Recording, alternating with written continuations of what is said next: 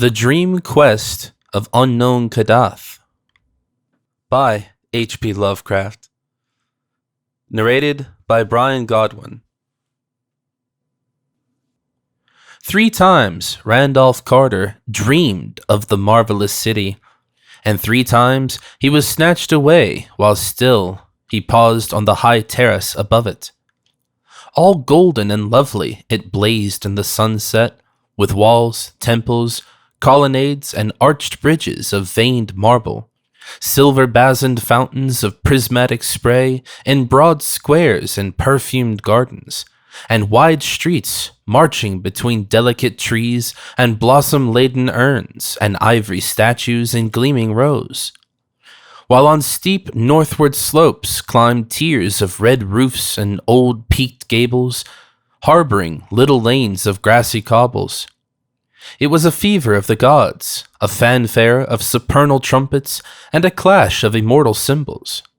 Mystery hung about it as clouds about a fabulous, unvisited mountain. And as Carter stood breathless and expectant on that balustraded parapet, there swept up to him the poignancy and suspense of almost vanished memory, the pain of lost things, and the maddening need to place again what once had an awesome and momentous place. He knew that for him its meaning must have once been supreme, though in what cycle or incarnation he had known it, or whether in dream or in waking, he could not tell. Vaguely it called up glimpses of a far, forgotten first youth, when wonder and pleasure lay in all the mystery of days, and dawn and dusk alike strode forth prophetic to the eager sound of lutes and song, unclosing fairy gates toward further and surprising marvels. But each night as he stood on that high marble terrace with the curious urns and carven rail and looked off over that hushed sunset city of beauty and unearthly eminence, he felt the bondage of dreams' tyrannous gods, for in no wise could he leave that lofty spot or descend the wide memorial flights flung endlessly down to where those streets of elder witchery lay outspread and beckoning. When for the 3rd time he awaked with those flights still undescended and those hushed sunset streets still untraversed, he prayed long and earnestly to the hidden gods of dream that brood capricious above the clouds of unknown Kadath, in the cold waste where no man treads. But the gods made no answer and showed no relenting, nor did they give any favoring sign when he prayed to them in dream, and invoked them sacrificially through the bearded priests of Nasht and Kamantha, whose cavern temple, with its pillar of flames, lies not far from the gates of the waking world. It seemed, however, that his prayers must have been adversely heard, or, after even the first of them, he ceased wholly to behold the marvelous city, as if his 3 glimpses from afar had been mere accidents or oversights, and against some hidden plan or wish of the gods.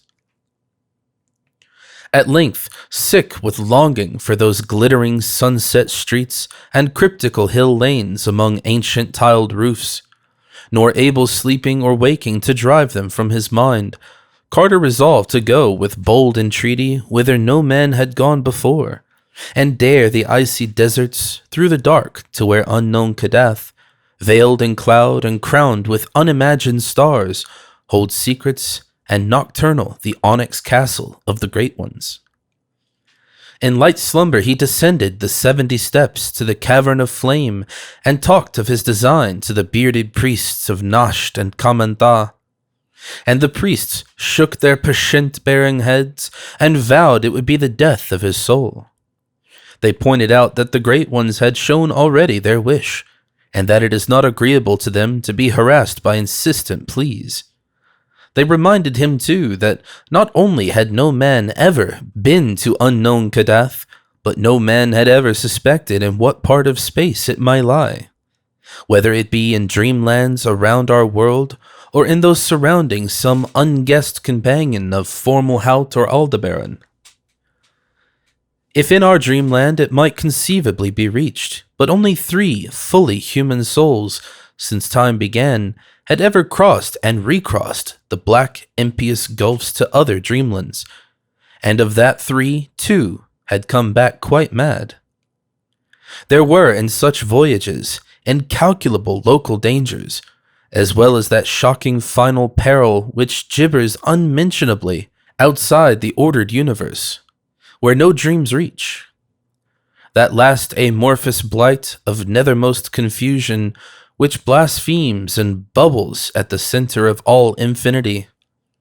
The boundless demon Sultan Azathoth, whose names no lips dare speak aloud, and who gnaws hungrily in unconceivable, unlighted chambers beyond time amidst the muffled, maddening beating of vile drums and the thin, monotonous whine of accursed flutes.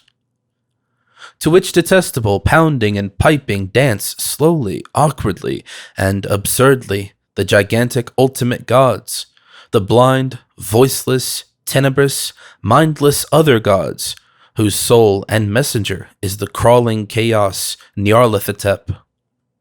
Of these things was Carter warned by the priests Nasht and Kamenthah in the Cavern of Flame. But still he resolved to find the gods on unknown Kadath in the cold waste, wherever that might be, and to win from them the sight and remembrance and shelter of the marvelous sunset city. He knew that his journey would be strange and long, and that the great ones would be against it. But being old in the land of dream, he counted on many useful memories and devices to aid him. So asking a farewell blessing of the priests, and thinking shrewdly on his course, he boldly descended the 700 steps to the gate of deeper slumber, and set out through the enchanted wood. In the tunnels of that twisted wood, whose low, prodigious oaks twine groping boughs and shine dim with the phosphorescence of strange fungi, dwell the furtive and secretive Zoogs, who know many obscure secrets of the dream world and a few of the waking world, since the wood at 2 places touches the lands of men, though it would be disastrous to say where. Certain unexplained rumors, events, and vanishments occur among men where the Zoogs have access, and it is well that they cannot travel far outside the world of dream. But over the nearer parts of the dream world they pass freely, flitting small and brown and unseen, and bearing black, piquant tales to beguile the hours around their hearths in the forest they love. Most of them live in burrows, but some inhabit the trunks of the great trees. And although they live mostly on fungi, it is muttered that they have also a slight taste for meat, either physical or spiritual. For certainly many dreamers have entered that wood who have not come out. Carter, however, had no fear, for he was an old dreamer and had learnt their fluttering language and made many a treaty with them. Having found, through their help, the splendid city of Seliphi and Uth-Nargai beyond the Tanarian hills, where reigns half the year the great king Kuranas, a man he had known by another name in life. Kuranas was the one soul who had been to the star gulfs and returned free from madness. Threading now the low phosphorescent aisles between those gigantic trunks, Carter made fluttering sounds in the manner of the Zoogs, and listened now and then for responses. He remembered one particular village of the creatures near the center of the wood, where a circle of great mossy stones in what was once a clearing tells of older and more terrible dwellers, long forgotten, and toward this spot he hastened. He traced his way by the grotesque fungi, which always seemed better nourished as one approaches the dread circle where elder beings danced and sacrificed. Finally, the greater light of those thicker fungi revealed a sinister green and gray vastness pushing up through the roof of the forest and out of sight. This was the nearest of the great ring of stones, and Carter knew he was close to the Zoog village. Renewing his fluttering sound, he waited patiently, and was at length rewarded by an impression of many eyes watching him. It was the Zoogs, for one sees their weird eyes long before one can discern their small, slippery brown outlines. Out they swarmed, from hidden burrow and honeycomb tree, till the whole dim-litten region was alive with them. Some of the wilder ones brushed Carter unpleasantly, and one even nipped loathsomely at his ear. But these lawless spirits were soon restrained by their elders, the council of sages. Recognizing the visitor, offered a gourd of fermented sap from a haunted tree, unlike the others, which had grown from a seed dropped down by someone on the moon. And as Carter drank it ceremoniously, a very strange colloquy began. The Zoogs did not, unfortunately, know where the peak of Kadath lies, nor could they even say whether the cold waste is in our dream world or in another. Rumors of the Great Ones came equally from all points, and one might only say that they were likelier to be seen on high mountain peaks than in valleys, since on such peaks they dance reminiscently when the moon is above and the clouds beneath. Then one very ancient Zoog recalled a thing unheard of by the others, and said that in Ulthar, beyond the river sky, there still lingered the last copy of those inconceivably old narcotic manuscripts made by waking men in forgotten boreal kingdoms, and born into the land of dreams when the hairy cannibal Nofkes overcame many-templed Ulatho and slew all the heroes in the land of Lamar. Those manuscripts, he said, told much of the gods. And besides, in Ulthar there were men who had seen the signs of the gods, and even one old priest who had scaled a great mountain to behold them dancing by moonlight. He had failed, though his companion had succeeded and perished namelessly. So Randolph Carter thanked the Zoogs, who fluttered amicably and gave him another gourd of moon tree wine to take with him, and set out through the phosphorescent wood for the other side, where the rushing sky flows down from the slopes of Lyrian and Hatheg, and Nir and Ulthar dot the plain.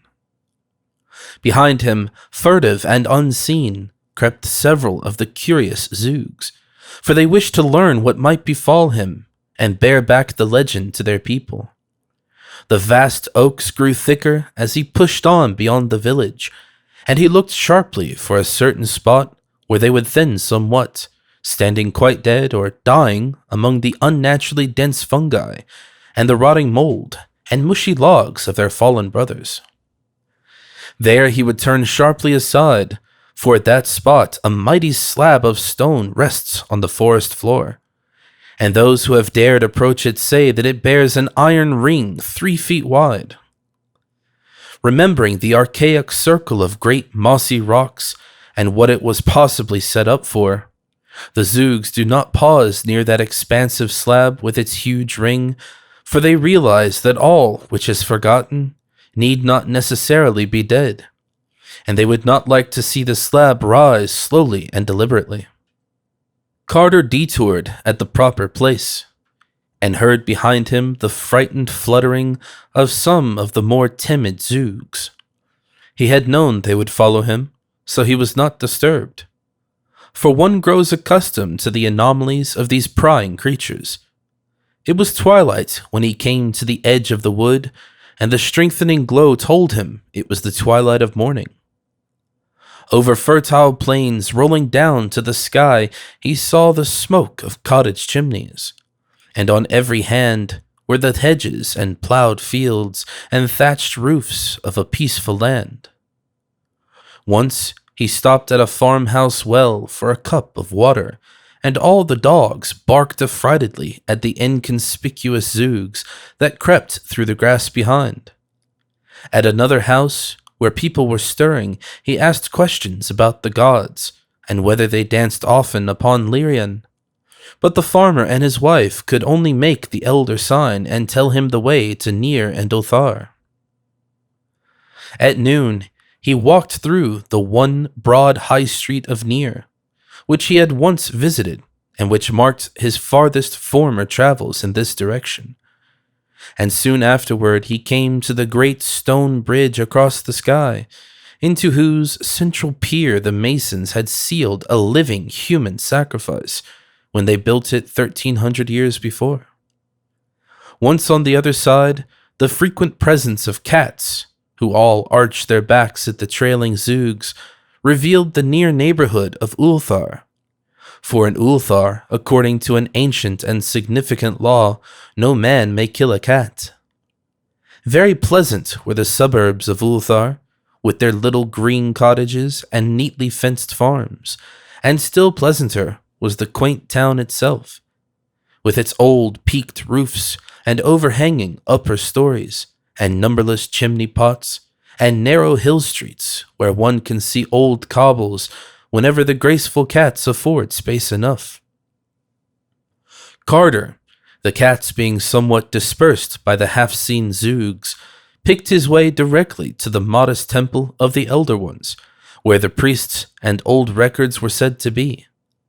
Once within that venerable circular tower of ivied stone which crowns Ulthar's highest hill, he sought out the patriarchal Atal, who had been up to the forbidden peak of Hathig-Claw in the stony desert and had come down again alive. Atal, seated on an ivory dais in a festooned shrine at the top of the temple, was fully 3 centuries old, but still very keen of mind and memory. From him, Carter learned many things about the gods, but mainly that they are indeed only Earth's gods, ruling feebly our own dreamland and having no power or habitation elsewhere. They might, Atal said, heed a man's prayer if in good humor, but one must not think of climbing to their onyx stronghold atop Kadath in the cold waste.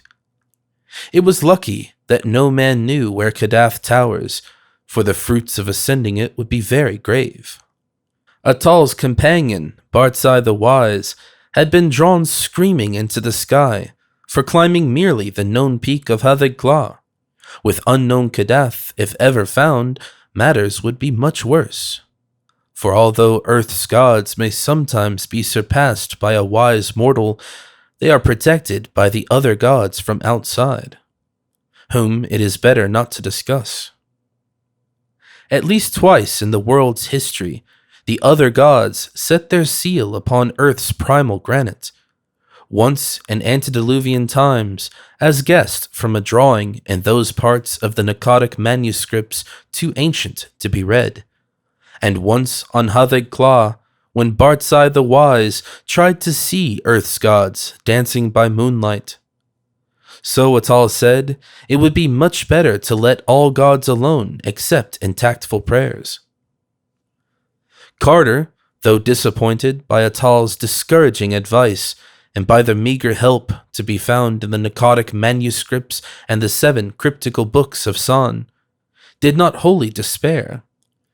First, he questioned the old priest about that marvelous sunset city seen from the railed terrace, thinking that perhaps he might find it without the god's aid, but Atal could tell him nothing. Probably, Atal said, the place belonged to his especial dream world, and not to the general land of vision that many know, and conceivably it might be on another planet. In that case, Earth's gods could not guide him if they would. But this was not likely, since the stopping of dreams showed pretty clearly that it was something the Great Ones wished to hide from him. Then Carter did a wicked thing, offering his guileless host so many draughts of the moon wine which the Zoogs had given him that the old man became irresponsibly talkative. Robbed of his reserve, poor Atal babbled freely of forbidden things, telling of a great image reported by travelers as carved on the solid rock of the mountain Inganok, on the Isle of Oriab in the southern sea, and hinting that it may be a likeness which Earth's gods once wrought of their own features in the days when they danced by moonlight on that mountain.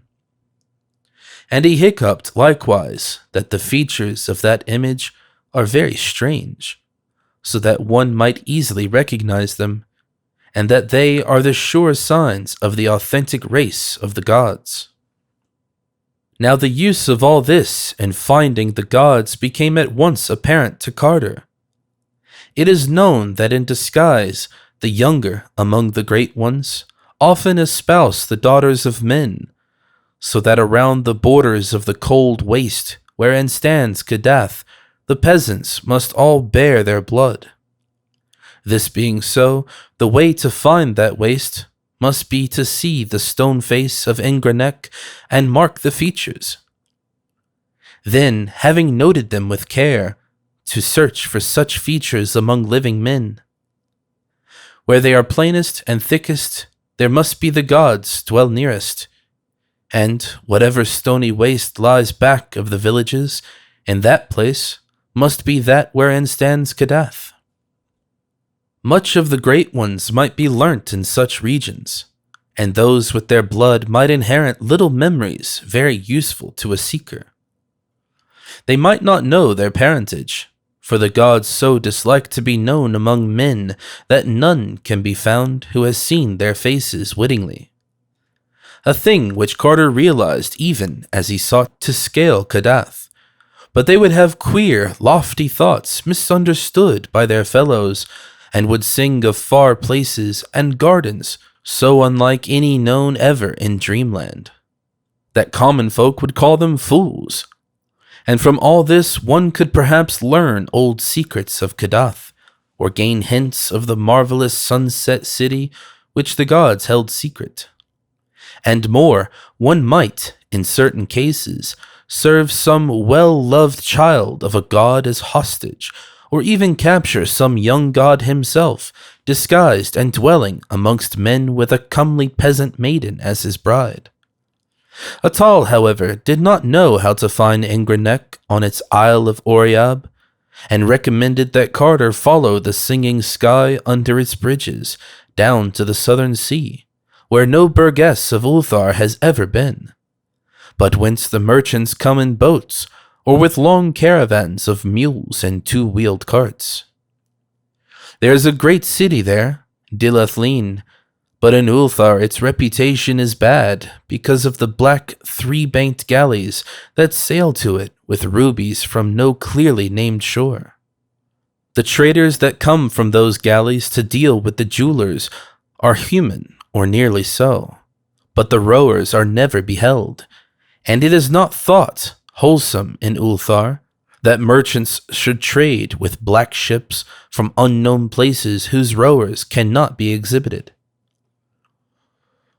By the time he had given this information, Atal was very drowsy, and Carter laid him gently on a couch of inlaid ebony and gathered his long beard decorously on his chest. As he turned to go, he observed that no suppressed fluttering followed him, and wondered why the Zoogs had become so lax in their curious pursuit. Then he noticed all the sleek, complacent cats of Ulthar licking their chops with unusual gusto, and recalled the spitting and caterwauling he had faintly heard in lower parts of the temple while absorbed in the old priest's conversation. He recalled, too, the evilly hungry way in which an especially impudent young Zoog had regarded a small black kitten in the cobbled street outside. And because he loved nothing on earth more than small black kittens, he stooped and petted the sleek cats of Ulthar as they licked their chops, and did not mourn because those inquisitive Zoogs would escort him no farther. It was sunset now, so Carter stopped at an ancient inn on a steep little street, overlooking the lower town, and as he went on the balcony of his room and gazed down at the sea of red-tiled roofs and cobbled ways, and the pleasant fields beyond, all mellow and magical in the slanted light, he swore that Ulthar would be a very likely place to dwell in always, were not the memory of a greater sunset city ever goading one on toward unknown perils. Then twilight fell, and the pink walls of the plastered gables turned violet and mystic, and little yellow lights floated up one by one from old lattice windows, and sweet bells pealed in the temple tower above, and the first star winked softly above the meadows across the sky. With the night came song, and Carter nodded as the lutanists praised ancient days from beyond the filigreed balconies and tessellated courts of simple Ulthar. And there might have been sweetness even in the voices of Ulthar's many cats, but that they were mostly heavy and silent from strange feasting.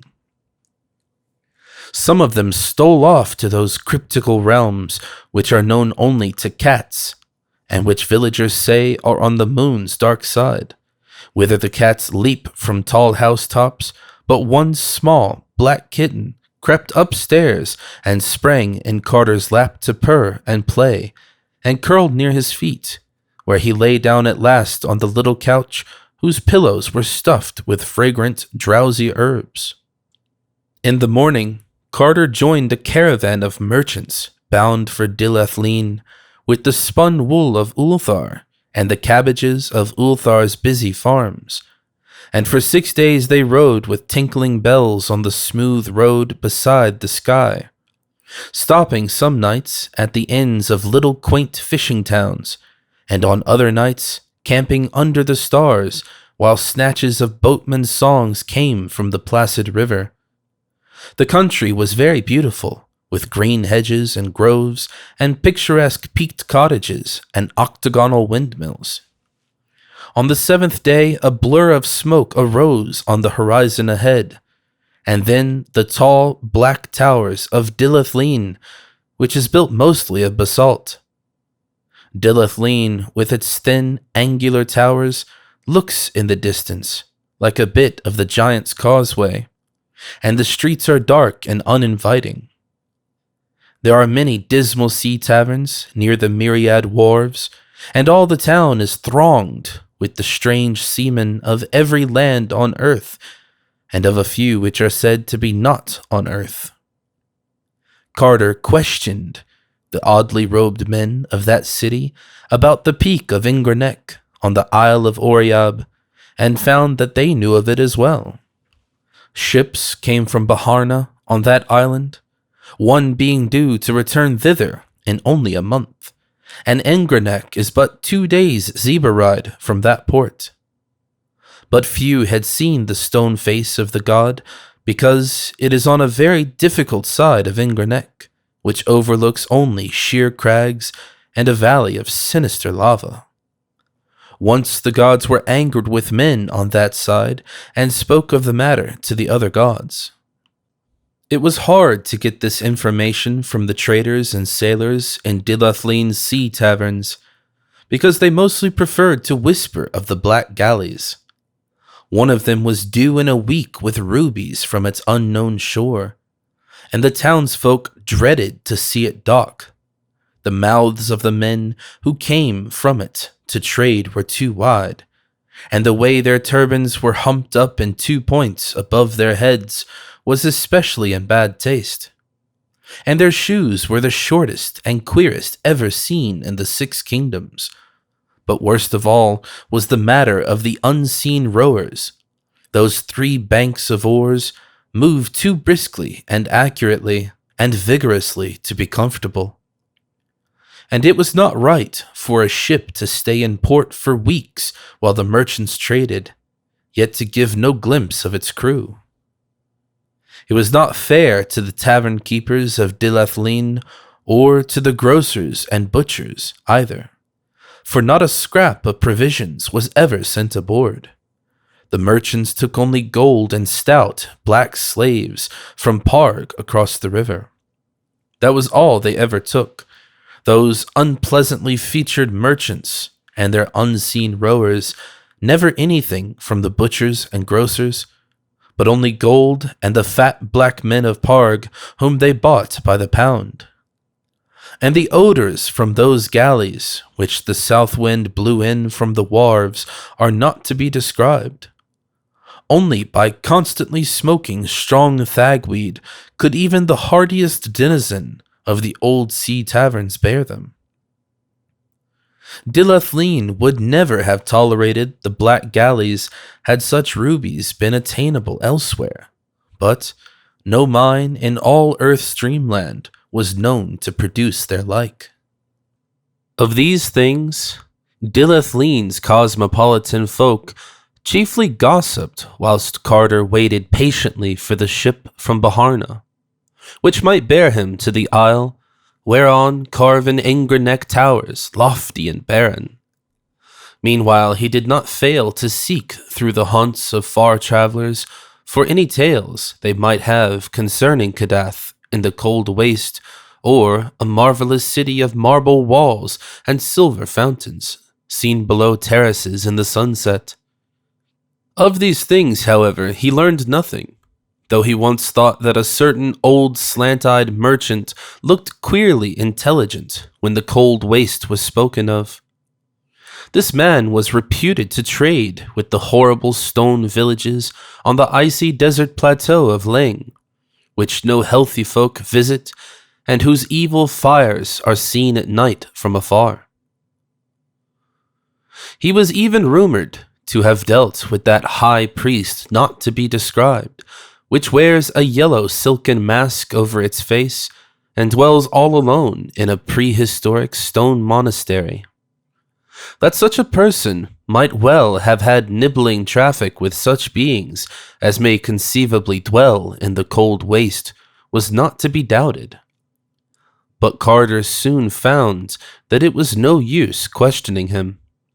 Then the black galley slipped into the harbor and past the basalt mole and the tall lighthouse, silent and alien, and with a strange stench that the south wind drove into the town.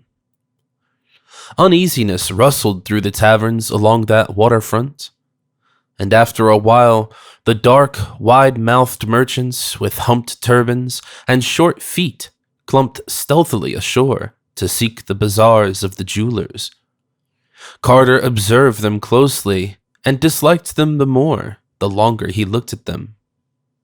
Then he saw them drive the stout black men of Parg up the gangplank, grunting and sweating, into that singular galley, and wondered in what lands, or if in any lands at all, those fat, pathetic creatures might be destined to serve. And on the third evening of that galley's stay, one of the uncomfortable merchants spoke to him, smirking sinfully and hinting of what he had heard in the taverns of Carter's quest. He appeared to have knowledge too secret for public telling, and though the sound of his voice was unbearably hateful, Carter felt that the lore of so far a traveler must not be overlooked. He bade him therefore be his own guest in locked chambers above, and drew out the last of the Zoogs moon wine to loosen his tongue. The strange merchant drank heavily, but smirked, unchanged by the draught. Then he drew forth a curious bottle with wine of his own, and Carter saw that the bottle was a single hollowed ruby, grotesquely carved in patterns too fabulous to be comprehended. He offered his wine to the host, and though Carter took only the least sip, he felt the dizziness of space and the fever of unimagined jungles. All the while, the guest had been smiling more and more broadly, and as Carter slipped into blankness, the last thing he saw was that dark, odious face convulsed with evil laughter, and something quite unspeakable, where one of the two frontal puffs of that orange turban had become disarranged with the shakings of that epileptic mirth.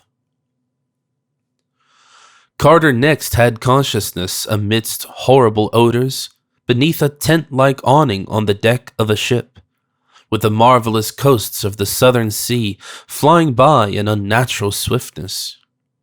He was not chained, but 3 of the dark, sardonic merchants stood grinning nearby, and the sight of those humps in their turbans made him almost as faint as did the stench that filtered up through the sinister hatches. He saw slip past him the glorious lands and cities of which a fellow dreamer of earth, a lighthouse keeper in ancient Kingsport, had often discoursed in the old days, and recognized the templed terraces of Zar, abode of forgotten dreams, the spires of infamous Thalarion, that demon city of 1,000 wonders where the Eidolon Lathi reigns, the charnel gardens of Zura, land of pleasures unattained, and the twin headlands of crystal, meeting above in a resplendent arc which guard the harbor of Sonanil, blessed land of fancy. Past all these gorgeous lands, the Malodorous ship flew unwholesomely, urged by the abnormal strokes of those unseen rowers below. And before the day was done, Carter saw that the steersman could have no other goal than the basalt pillars of the west, beyond which simple folk say splendid Cathuria lies, but which wise dreamers well know are the gates of a monstrous cataract wherein the oceans of earth's dreamland drop wholly to abysmal nothingness, and shoot through the empty spaces towards other worlds and other stars, and the awful voids outside the ordered universe, where the demon Sultan Azathoth gnaws hungrily in chaos, amid pounding and piping and hellish dancing of the other gods, blind, voiceless, tenebrous, and mindless, with their soul and messenger, Nyarlathotep. Meanwhile, the 3 sardonic merchants would give no word of their intent, though Carter well knew that they must be leagued with those who wished to hold him from his quest. It is understood in the land of dream that the other gods may have many agents moving among men, and all these agents, whether wholly human or slightly less than human, are eager to work the will of those blind and mindless things in return for the favor of their hideous soul and messenger, the crawling chaos Nyarlathotep. So Carter inferred that the merchants of the humped turbans, hearing of his daring search for the Great Ones in their castle on Kadath, had decided to take him away and deliver him to Nyarlathotep for whatever nameless bounty might be offered for such a prize. What might be the land of those merchants in our known universe or in the eldritch spaces outside, Carter could not guess. Nor could he imagine at what hellish, trysting place they would meet the crawling chaos to give him up and claim their reward. He knew, however, that no beings as nearly human as these would dare approach the ultimate knighted throne of the demon Azathoth in the formless central void. At the set of sun, the merchants licked their excessively wide lips and glared hungrily, and one of them went below and returned from some hidden and offensive cabin with a pot and basket of plates. Then they squatted close together beneath the awning and ate the smoking meat that was passed around. But when they gave Carter a portion, he found something very terrible in the size and the shape of it, so that he turned even paler than before and cast that portion into the sea when no eye was on him. And again he thought of those unseen rowers beneath, and of the suspicious nourishment from which their far too mechanical strength was derived. It was dark when the galley passed betwixt the basalt pillars of the west, and the sound of the ultimate cataract swelled portentous from ahead, and the spray of that cataract rose to obscure the stars, and the deck grew damp, and the vessel reeled in the surging current of the brink. Then, with a queer whistle and plunge, the leap was taken, and Carter felt the terrors of nightmare as earth fell away and the great boat shot silent and comet-like into planetary space.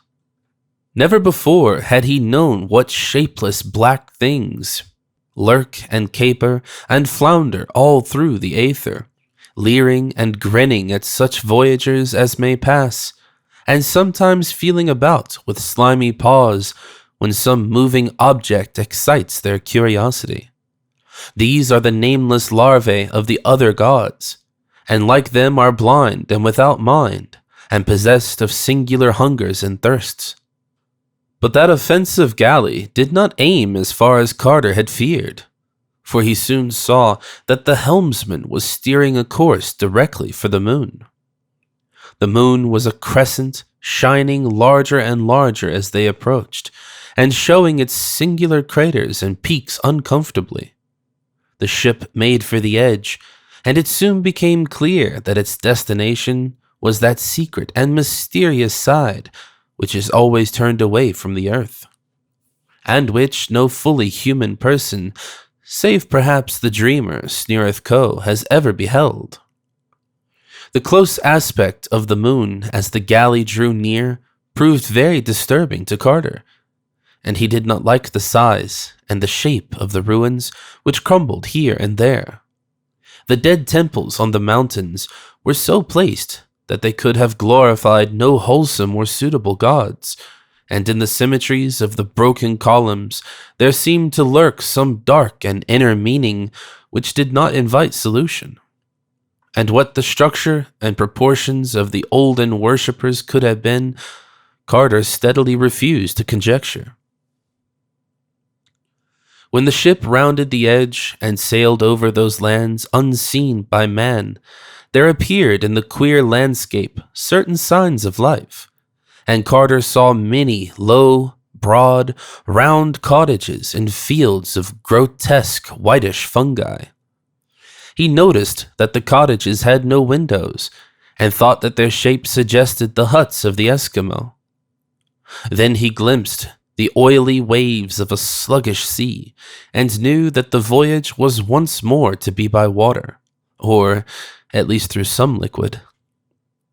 The galley struck the surface with a peculiar sound, and the odd, elastic way the waves received it was very perplexing to Carter.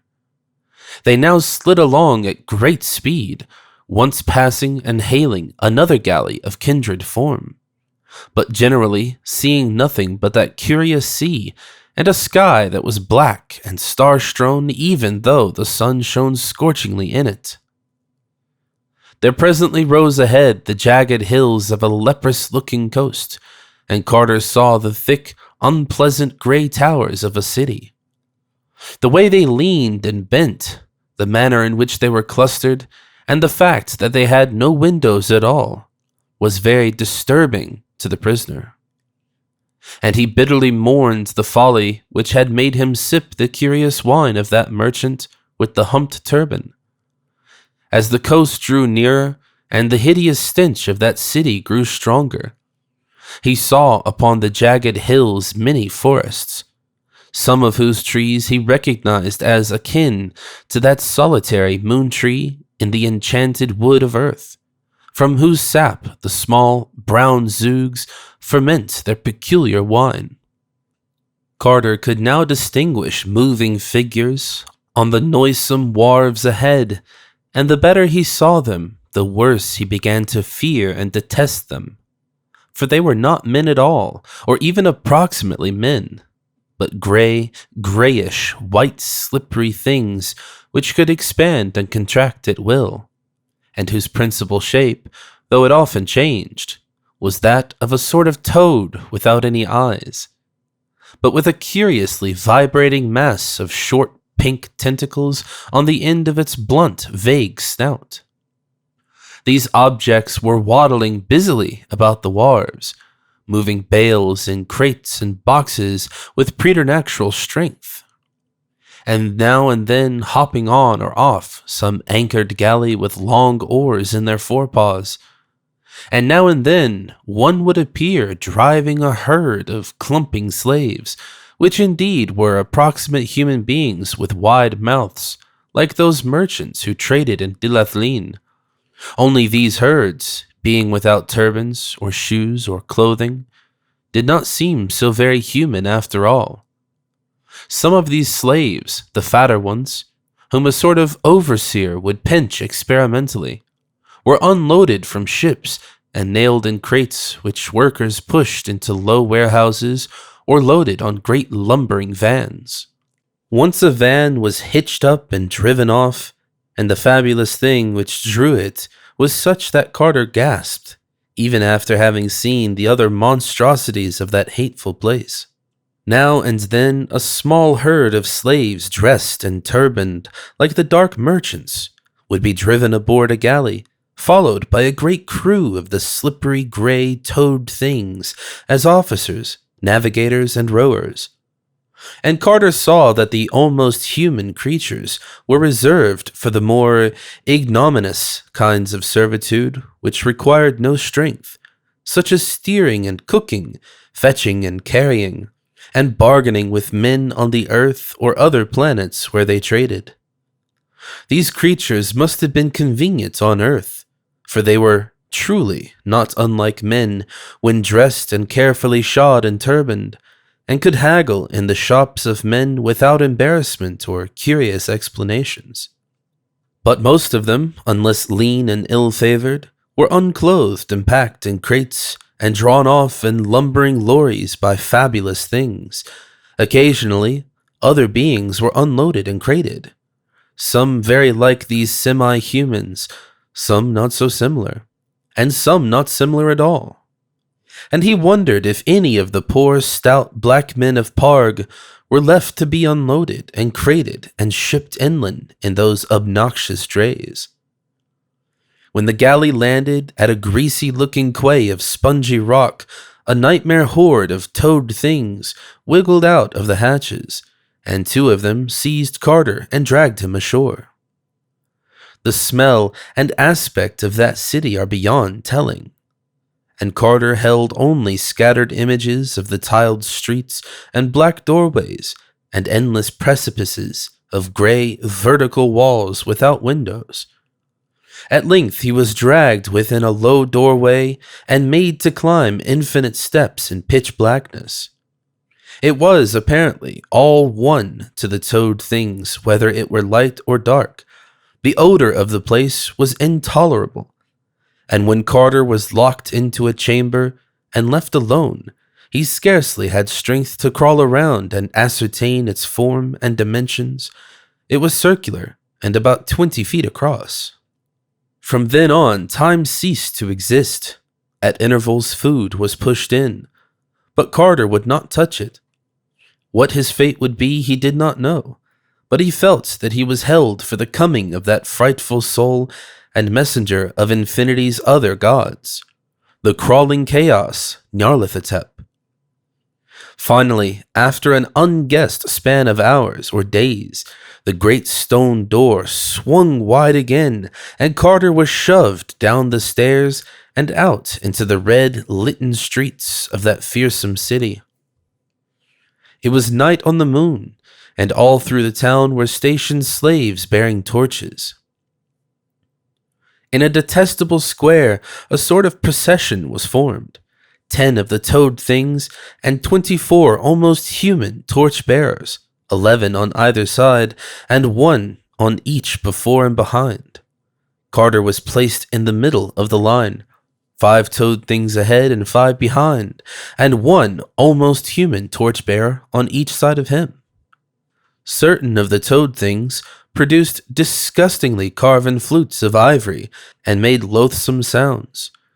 To that hellish piping, the column advanced out of the tiled streets and into nighted plains of obscene fungi, soon commencing to climb one of the lower and more gradual hills that lay behind the city. That on some frightful slope or blasphemous plateau the crawling chaos waited, Carter could not doubt. And he wished that the suspense might soon be over. The whining of those impious flutes was shocking, and he would have given worlds for some even half-normal sound, but these toad things had no voices, and the slaves did not talk. Then, through that star-specked darkness, there did come a normal sound. It rolled from the higher hills, and from all the jagged peaks around it was caught up and echoed in a swelling, pandemoniac chorus. It was the midnight yell of the cat, and Carter knew at last that the old village folk were right when they made low guesses about the cryptical realms which are known only to cats, and to which the elders among cats repair by stealth nocturnally, springing from high housetops. Verily, it is to the moon's dark side that they go to leap and gambol on the hills and converse with ancient shadows. And here, amidst that column of fetid things, Carter heard their homely, friendly cry, and thought of the steep roofs and warm hearths and little lighted windows of home.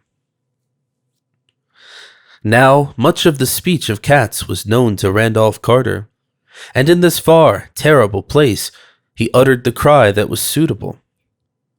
But that he need not have done, for even as his lips opened, he heard the chorus wax and draw nearer, and saw swift shadows against the stars as graceful, small shapes leaped from hill to hill in gathering legions.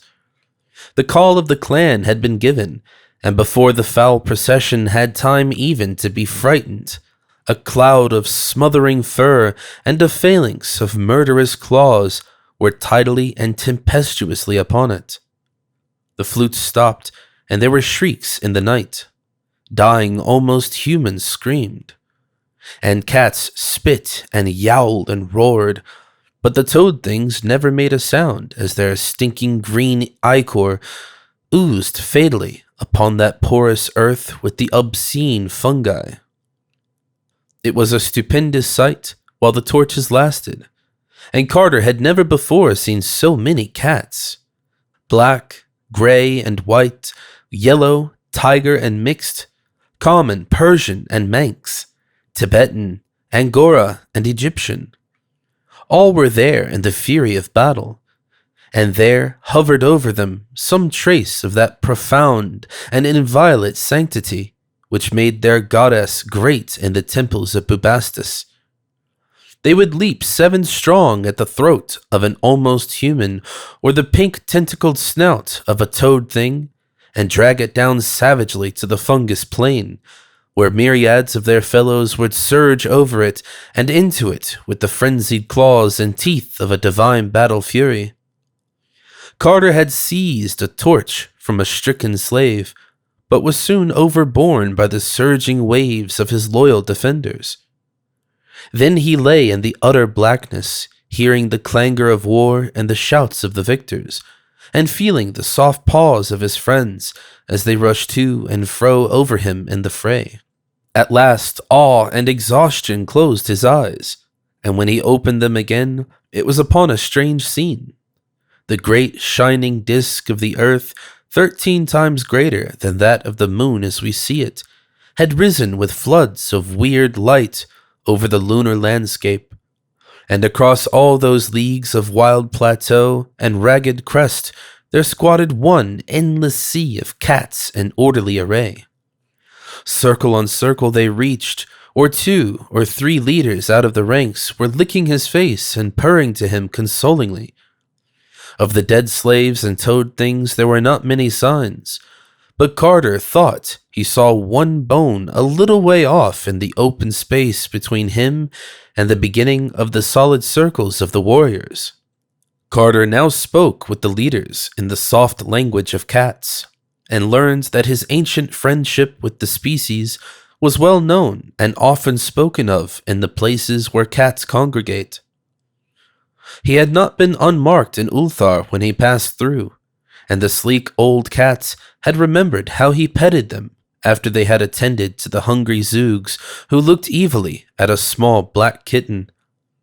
And they recalled, too, how he had welcomed the very little kitten who came to see him at the inn, and how he had given it a saucer of rich cream in the morning before he left. The grandfather of that very little kitten was the leader of the army now assembled, for he had seen the evil procession from a far hill and recognized the prisoner as a sworn friend of his kind on earth and in the land of dream. A yowl now came from a farther peak, and the old leader paused abruptly in his conversation. It was one of the army's outposts, stationed on the highest of the mountains to watch the one foe which Earth's cats fear, the very large and peculiar cats from Saturn, who for some reason have not been oblivious of the charm of our moon's dark side. They are leagued by treaty with the evil toad things, and are notoriously hostile to our earthly cats, so that at this juncture, a meeting would have been a somewhat grave matter. After a brief consultation of generals, the cats rose and assumed a closer formation, crowding protectingly around Carter and preparing to take the great leap through space back to the housetops of our Earth and its dreamland. The old field marshal advised Carter to let himself be borne along smoothly and passively in the massed ranks of furry leapers, and told him how to spring when the rest sprang and land gracefully when the rest landed. He also offered to deposit him in any spot he desired, and Carter decided on the city of Dylathleen, whence the Black Galley had set out, for he wished to sail thence for Oriab and the carven crest of Inganok, and also to warn the people of the city to have no more traffic with black galleys, if indeed that traffic could be tactfully and judiciously broken off. Then, upon a signal, the cats all leaped gracefully with their friend packed securely in their midst, while in a black wave on a far unhallowed summit of the Moon Mountains still vainly waited the crawling chaos Nyarlathotep. The leap of the cats through space was very swift, and being surrounded by his companions, Carter did not see this time the great black shapelessnesses that lurk and caper and flounder in the abyss.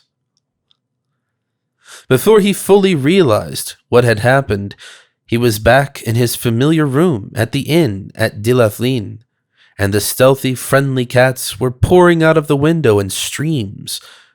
The old leader from Ulthar was the last to leave, and as Carter shook his paw, he said he would be able to get home by cockcrow.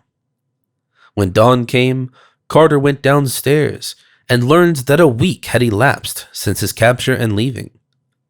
There was still nearly a fortnight to wait for the ship bound toward Oriab, and during that time he said what he could against the black galleys and their infamous ways. Most of the townsfolk believed him, yet so fond were the jewelers of great rubies that none would wholly promise to cease trafficking with the wide-mouthed merchants. If aught of evil ever befalls Dylathleen through such traffic, it will not be his fault. In about a week, the desperate ship put in by the Black Mole and tall lighthouse, and Carter was glad to see that she was a bark of wholesome men, and painted sides, and yellow lateen sails, and a grey captain in silken robes. Her cargo was the fragrant resin of Oriab's inner groves, and the delicate pottery baked by the artists of Baharna, and the strange little figures carved from Inganok's ancient lava. For this they were paid in the wool of Ulthar, and the iridescent textiles of Hatheg, and the ivory that the black men carve across the river in Parg.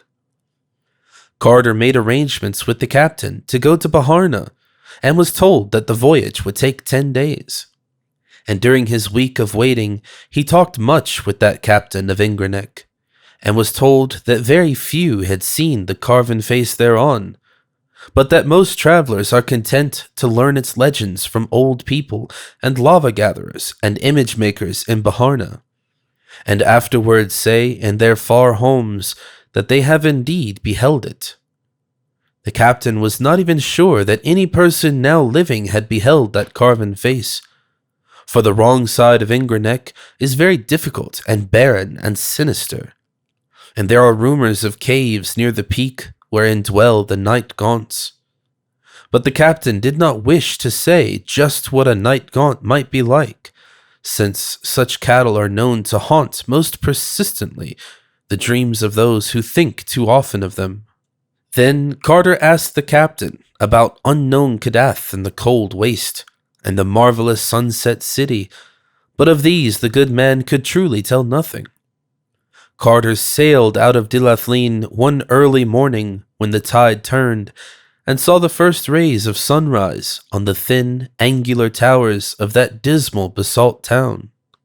And for 2 days they sailed eastward in sight of green coasts, and saw often the pleasant fishing towns that climbed up steeply with their red roofs and chimney pots from old dreaming wharves and beaches where nets lay drying.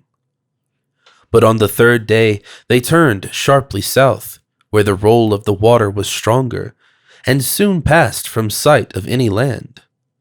On the fifth day the sailors were nervous, but the captain apologized for their fears, saying that the ship was about to pass over the weedy walls and broken columns of a sunken city too old for memory, and that when the water was clear, one could see so many moving shadows in that deep place that simple folk disliked it.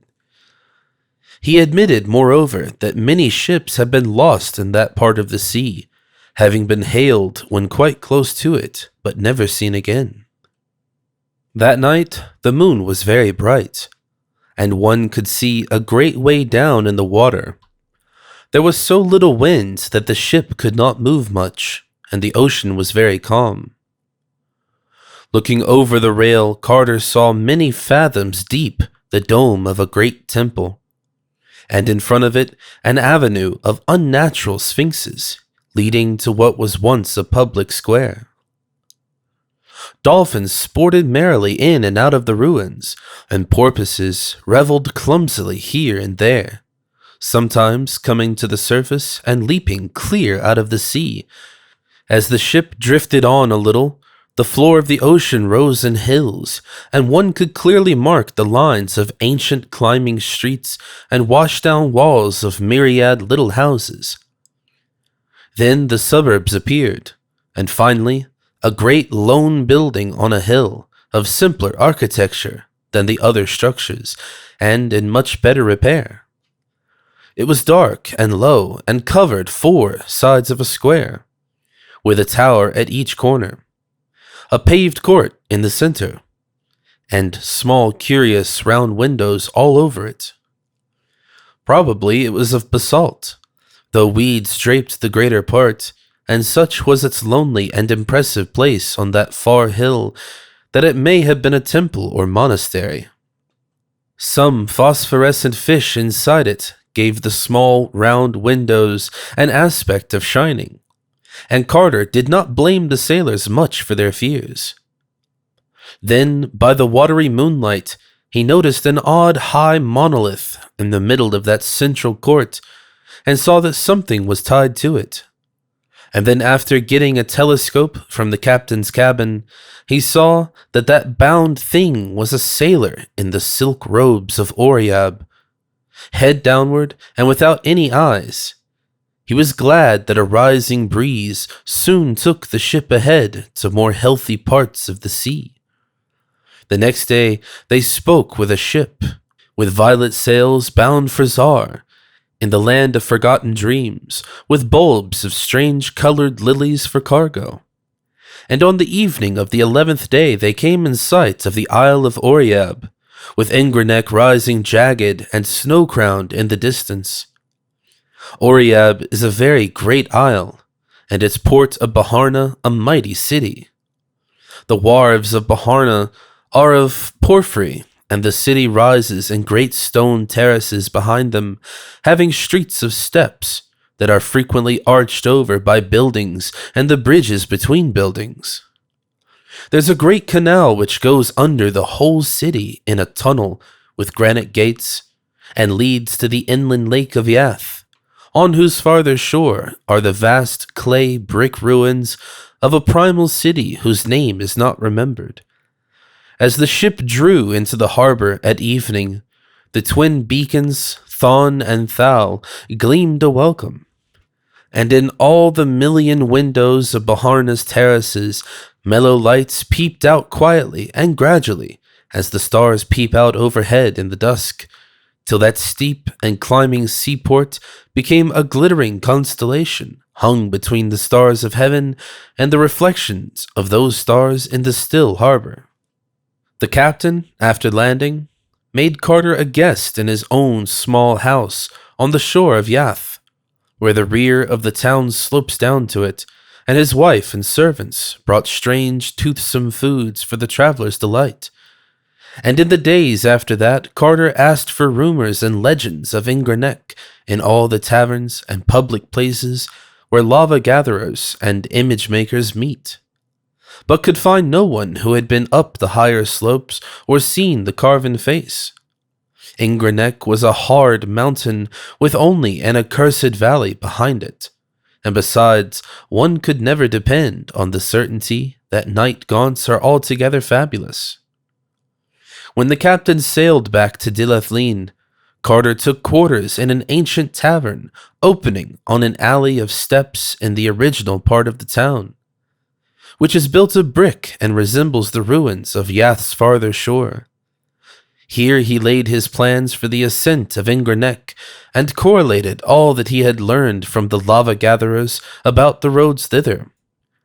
The keeper of the tavern was a very old man, and had heard so many legends that he was a great help.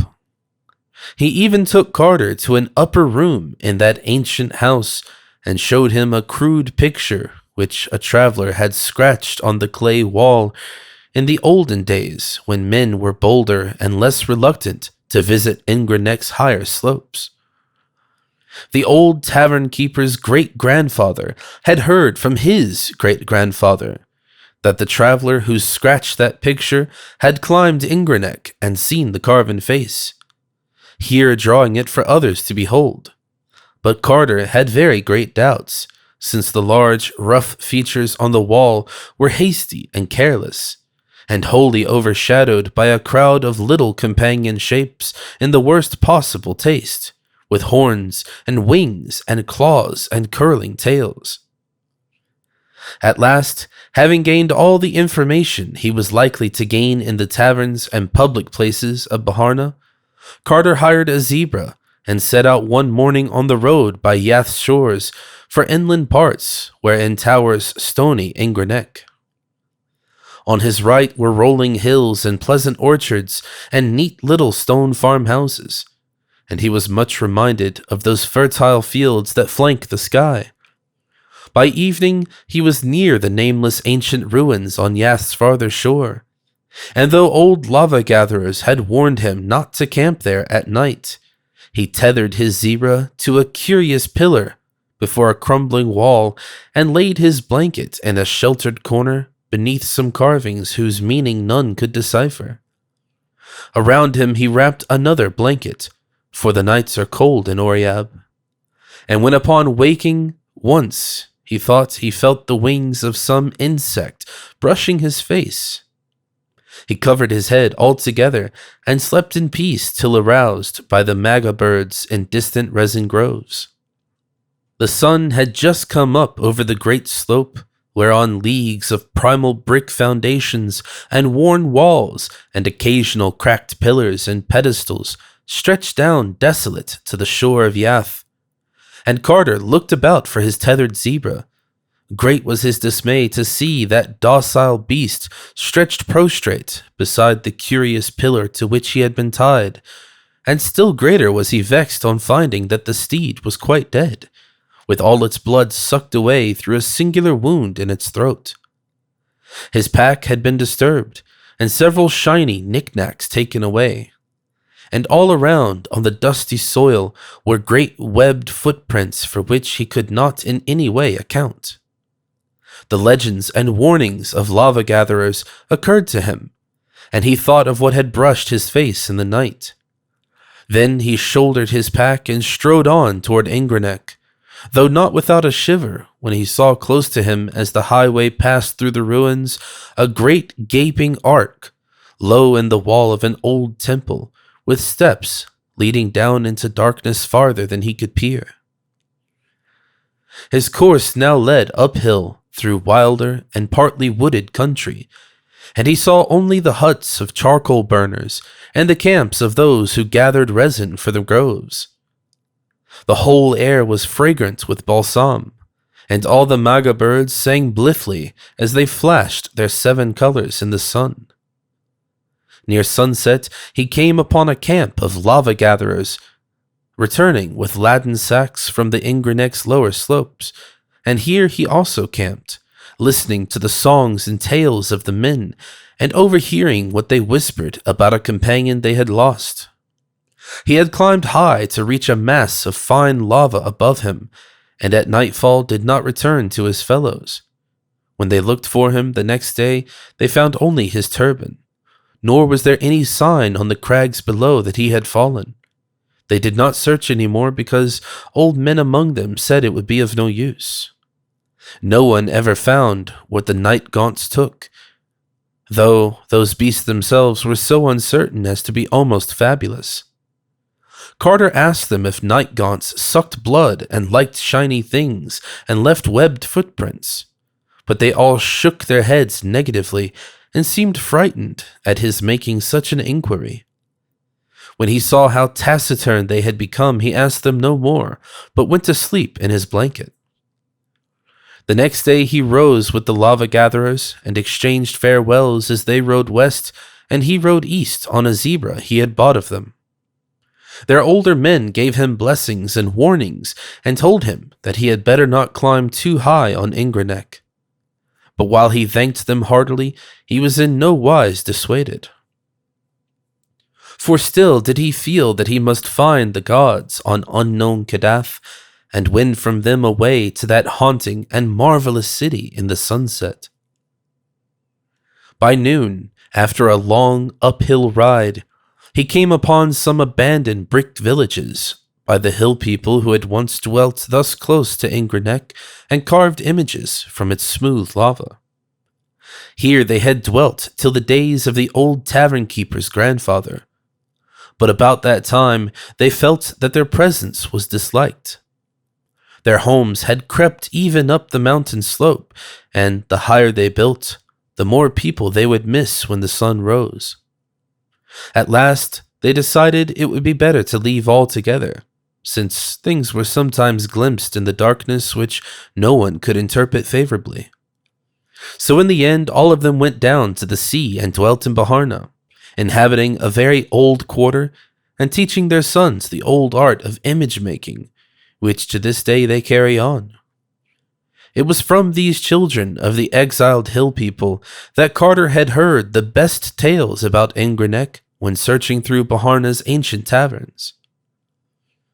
All this time, the great gaunt side of Inganok was looming up higher and higher as Carter approached it. There were sparse trees on the lower slope and feeble shrubs above them, and then the bare, hideous rock rose spectral into the sky to mix with frost and ice and eternal snow. Carter could see the rifts and ruggedness of that somber stone and did not welcome the prospect of climbing it. In places there were solid streams of lava and scoriac heaps that littered slopes and ledges. 90 eons ago, before even the gods had danced upon its pointed peak, the mountain had spoken with fire and roared with the voices of the inner thunders. Now it towered all silent and sinister, bearing on the hidden side that secret Titan image whereof rumor told. And there were caves in that mountain which might be empty and alone with elder darkness, or might, if legend spoke truly, hold horrors of a form not to be surmised. The ground sloped upward to the foot of Inganok, thinly covered with scrub oaks and ash trees, and strewn with bits of rock, lava, and ancient cinder. There were the charred embers of many camps, where the lava gatherers were wont to stop, and several rude altars, which they had built either to propitiate the great ones, or to ward off what they dreamed of in Inganok's high passes and labyrinthine caves. At evening, Carter reached the farthermost pile of embers and camped for the night, tethering his zebra to a sapling and wrapping himself well in his blanket before going to sleep. And all through the night, a Vunath howled distantly from the shore of some hidden pool, but Carter felt no fear of that amphibious terror, since he had been told with certainty that not one of them dares even approach the slopes of Inganok. In the clear sunshine of morning, Carter began the long ascent, taking his zebra as far as that useful beast could go, but tying it to a stunted ash tree when the floor of the thin road became too steep. Thereafter he scrambled up alone, First, through the forest with its ruins of old villages and overgrown clearings, and then over the tough grass where anemic shrubs grew here and there. He regretted coming clear of the trees, since the slope was very precipitous and the whole thing rather dizzying. At length he began to discern all the countryside spread out beneath him whenever he looked around, the deserted huts of the image makers, the groves of resin trees, and the camps of those who gathered from them, the woods where prismatic magas nest and sing, and even a hint, very far away, of the shores of Yath, and of those forbidding ancient ruins whose name is forgotten. He found it best not to look around, but kept on climbing and climbing till the shrubs came very sparse, and there was often nothing but the tough grass to cling to. Then the soil became meager, with patches of bare rock cropping out, and now and then the nest of a condor in a crevice. Finally, there was nothing at all but the bare rock. And had it not been very rough and weathered, he could scarcely have ascended farther. Knobs, ledges, and pinnacles, however, helped greatly. And it was cheering to see occasionally the sign of some lava-gatherer scratched clumsily in the friable stone, and know that wholesome human creatures had been there before him. After a certain height, the presence of man was further shown by handholds and footholds hewn where they were needed, and by little quarries and excavations where some choice vein or stream of lava had been found. In one place, a narrow ledge had been cropped artificially to an especially rich deposit far to the right of the main line of ascent. Once or twice Carter dared to look around and was almost stunned by the spread of landscape below. All the island betwixt him and the coast lay open to his sight, with Baharna's stone terraces and the smoke of its chimneys mystical in the distance, and beyond that the illimitable southern sea with all its curious secrets. Thus far there had been much winding around the mountain, so that the farther and carven side was still hidden. Carter now saw a ledge running upward and to the left, which seemed to head the way he wished, and this course he took in the hope that it might prove continuous. After 10 minutes, he indeed saw it was no cul-de-sac, but that it led steeply in on an arc which would, unless suddenly interrupted or deflected, bring him, after a few hours, climbing to that unknown southern slope overlooking the desolate crags and the accursed valley of lava. As new country came into view below him, he saw that it was bleaker and wilder than those seaward lands he had traversed.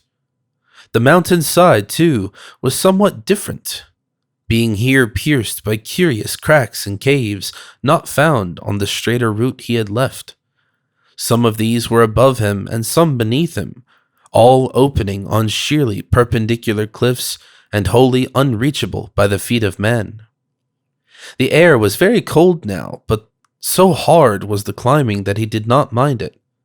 Only the increasing rarity bothered him, and he thought that perhaps it was this which had turned the heads of other travelers and excited those absurd tales of Night-gaunts, whereby they explained the loss of such climbers as fell from these perilous paths. He was not much impressed by travelers' tales, and had a good curved scimitar in case of any trouble. All lesser thoughts were lost in the wish to see that carven face, which might get him set on the track of the gods atop unknown Kadath. At last, in the fearsome iciness of upper space, he came round fully to that hidden side of Inganok, and saw in infinite gulfs below him the lesser crags and sterile abysses of lava which marked the olden wrath of the great ones. There was unfolded, too, a vast expanse of country to the south, but it was a desert land without fair fields or cottage chimneys, and seemed to have no ending. No trace of the sea was visible on this side, for Oriab is a great island. Black caverns and odd crevices were still numerous on the sheer vertical cliffs, but none of them was accessible to a climber. There now loomed aloft a great beetling mass which hampered the upward view, and Carter was for a moment shaken with doubt, lest it proved impassable. Poised in windy insecurity miles above the earth, with only space and death on one side, and only slippery walls of rock on the other, he knew for a moment the fear that makes men shun Ingranek's hidden side. He could not turn around, yet the sun was already low. If there were no way aloft, the night would find him crouching there still, and the dawn would not find him at all. But there was a way, and he saw it in due season. Only a very expert dreamer could have used those imperceptible footholds, yet to Carter they were sufficient. Surmounting now the outward hanging rock, he found the slope above much easier than that below, since a great glacier's melting had left a generous space with loam and ledges. To the left, a precipice dropped straight from unknown heights to unknown depths, with a cave's dark mouth just out of reach above him. Elsewhere, however, the mountains slanted back strongly and even gave him space to lean and rest. He felt from the chill that he must be near the snow line, and looked up to see what glittering pinnacles might be shining in that late, ruddy sunlight. Surely enough, there was the snow uncounted thousands of feet above, and below it a great beetling crag, like that one he had just climbed, hanging there forever in bold outline, black against the white of the frozen peak. And when he saw that crag, he gasped and cried aloud, and clutched at the jagged rock in awe. For the Titan bulge had not stayed as Earth's dawn had shaped it, but gleamed red and stupendous in the sunset with the carved and polished features of a god. Stern and terrible shone that face that the sunset lit with fire. How vast it was no mind can ever measure, but Carter knew at once that man could never have fashioned it. It was a god chiseled by the hands of the gods, and it looked down haughty and majestic upon the seeker. Rumor had said it was strange and not to be mistaken, and Carter saw that indeed it was so, for those long, narrow eyes and long-lobed ears, and that thin nose and pointed chin, all spoke of a race that is not of men but of gods. He clung overawed in that lofty and perilous eyrie, even though it was this which he had expected and come to find. For there is in a god's face more of marvel than prediction can tell, and when that face is vaster than a great temple, and seen looking down at sunset in the cryptic silences of that upper world, from whose dark lava it was divinely hewn of old, the marvel is so strong that none may escape it. Here, too, was the added marvel of recognition, for although he had planned to search all Dreamland over for those whose likeness to this face might mark them as the god's children, he now knew that he need not do so. Certainly the great face carven on that mountain was of no strange sort, but the kin of such as he had seen often in the taverns of the seaport Celeface, which lies in Uth-Nargai beyond the Tanarian hills, and is ruled over by that King Kuranes whom Carter once knew in waking life. Every year sailors with such a face came in dark ships from the north to trade their onyx for the carved jade and spun gold and little red singing birds of Celephai. And it was clear that these could be no others than the half-gods he sought. Where they dwelt, there must the cold waste lie close, and within it unknown Kadath and its onyx castle for the great ones.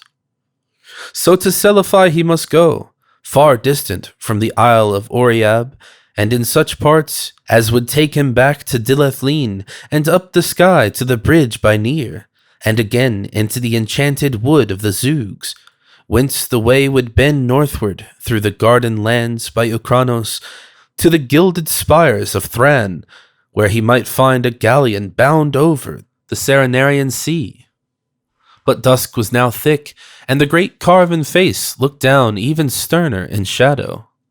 Perched on that ledge, Night found the Seeker, and in the blackness he might neither go down nor go up, but only stand and cling and shiver in that narrow place till the day came, praying to keep awake, lest sleep loose his hold and send him down the dizzy miles of air to the crags and sharp rocks of the accursed valley. The stars came out, but save for them there was only black nothingness in his eyes, nothingness leagued with death, against whose beckoning he might do no more than cling to the rocks and lean back away from an unseen brink. The last thing of earth that he saw in the gloaming was a condor soaring close to the westward precipice beside him, and darting, screaming away when it came near the cave whose mouth yawned just out of reach. Suddenly, without a warning sound in the dark, Carter felt his curved scimitar drawn stealthily out of his belt by some unseen hand. Then he heard it clatter down over the rocks below, and between him and the Milky Way, he thought he saw a very terrible outline of something noxiously thin and horned and tailed and bat-winged. Other things, too, had begun to blot out patches of stars west of him, as if a flock of vague entities were flapping thickly and silently out of that inaccessible cave in the face of the precipice. Then a sort of cold, rubbery arm seized his neck, and something else seized his feet, and he was lifted inconsiderably up and swung about in space. Another minute and the stars were gone, and Carter knew that the Night-gaunts had got him.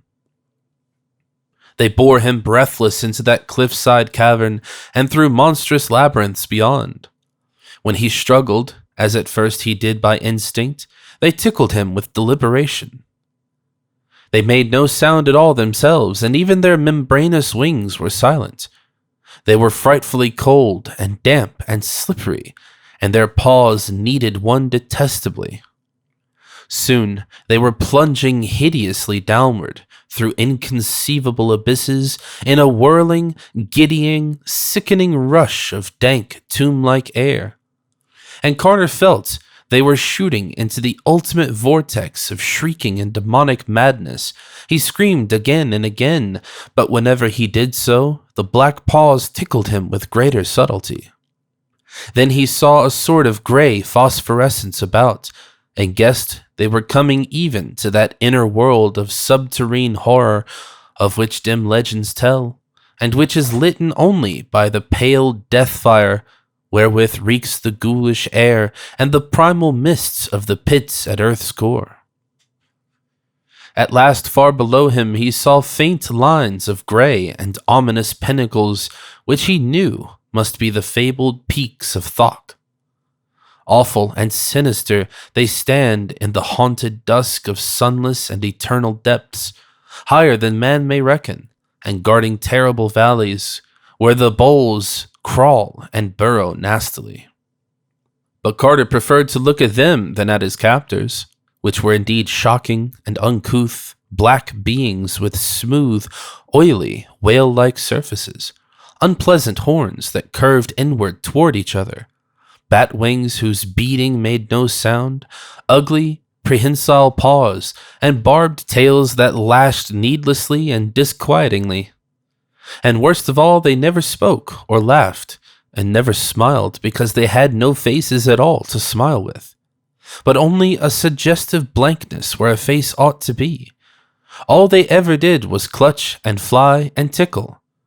That was the way of Night-gaunts. As the band flew lower, the peaks of Thok rose gray and towering on all sides, and one saw clearly that nothing lived on that austere and impassive granite of the endless twilight. At still lower levels, the death fires in the air gave out, and one met only the primal blackness of the void, save aloft where the thin peaks stood out goblin-like.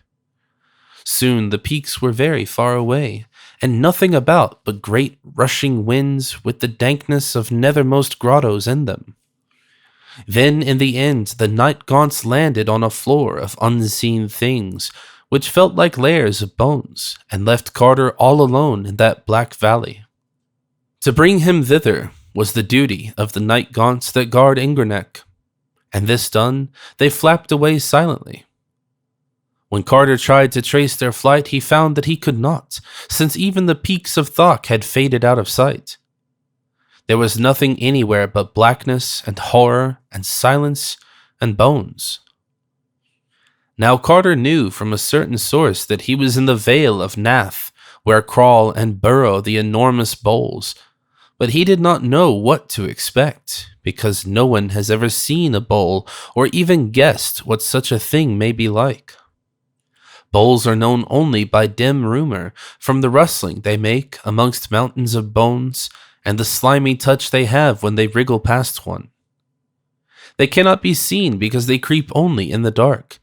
Carter did not wish to meet a bowl, so listened intently for any sound in the unknown depths of bones around him.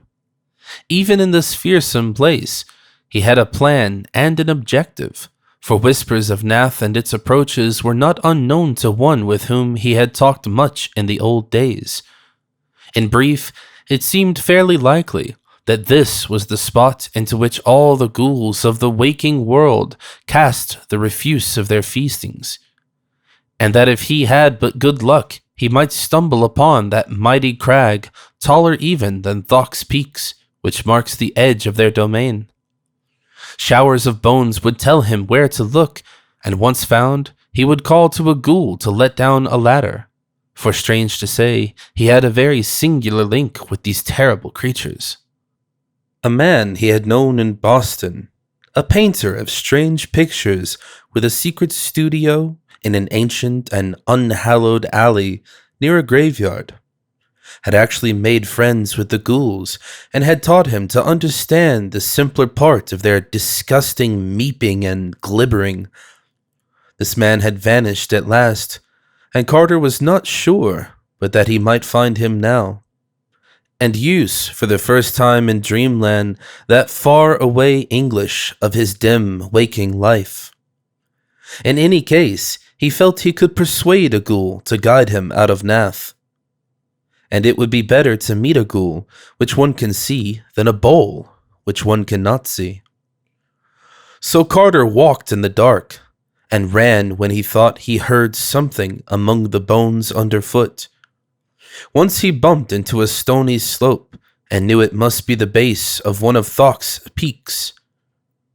Then, at last, he heard a monstrous rattling and clatter, which reached far up in the air, and became sure he had come nigh the crag of the ghouls. He was not sure he could be heard from this valley miles below, but realized that the inner world has strange laws. As he pondered, he was struck by a flying bone so heavy that it must have been a skull, and therefore realizing his nearness to the fateful crag, he sent up as best he might that meeping cry, which is the call of the ghoul.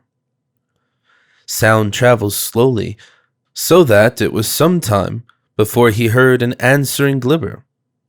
But it came at last, and before long he was told that a rope ladder would be lowered.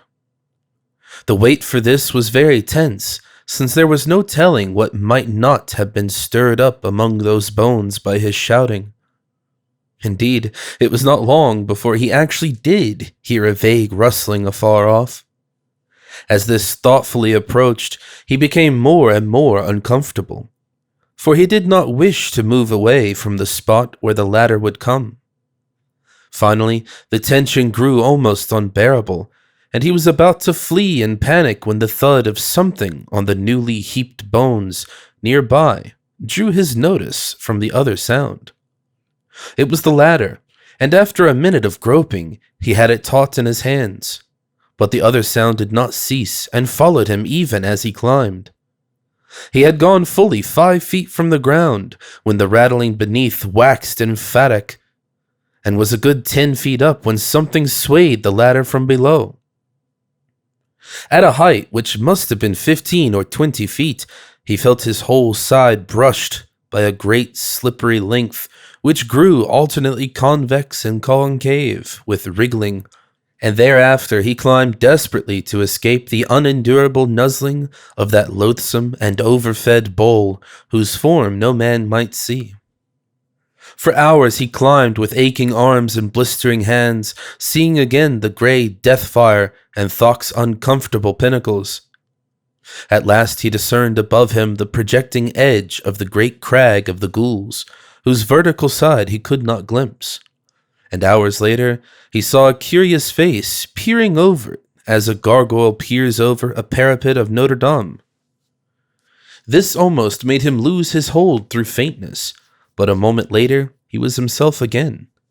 For his vanished friend, Richard Pickman, had once introduced him to a ghoul, and he knew well their canine faces and slumping forms and unmentionable idiosyncrasies. So he had himself well under control when that hideous thing pulled him out of the dizzy emptiness over the edge of the crag, and did not scream at the partly consumed refuse heaped at one side, or the squatting circles of ghouls who gnawed and watched curiously. He was now on a dim-litten plain whose sole topographical features were great boulders and the entrances of burrows. The ghouls were in general respectful, even if one did attempt to pinch him, while several others eyed his leanness speculatively. Through patient glibbering, he made inquiries regarding his vanished friend, and found he had become a ghoul of some prominence in abysses nearer the waking world. A greenish elderly ghoul offered to conduct him to Pickman's present habitation, so despite a natural loathing he followed the creature into a capacious burrow, and crawled after him for hours in the blackness of rank mold. They emerged on a dim plain strewn with singular relics of earth, old gravestones, broken urns, and grotesque fragments of monuments. And Carter realized with some emotion that he was probably nearer the waking world than at any other time since he had gone down the 700 steps from the Cavern of Flame to the deep gate of deeper slumber. There, on a tombstone of 1768, stolen from the granary burying ground in Boston, sat the ghoul which was once the artist Richard Upton Pickman. It was naked and rubbery, and had acquired so much of the ghoulish physiognomy that its human origin was already obscure.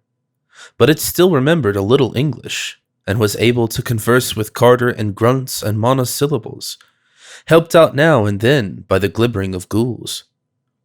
When it learned that Carter wished to get to the enchanted wood, and from there to the city Seliphi and Uth-Nargai beyond the Tenarian hills, it seemed rather doubtful. For these ghouls of the waking world do no business in the graveyards of Upper Dreamland, leaving that to the web-footed womps that are spawned in dead cities. And many things intervene betwixt their gulf and enchanted wood, including the terrible kingdom of the Zoogs.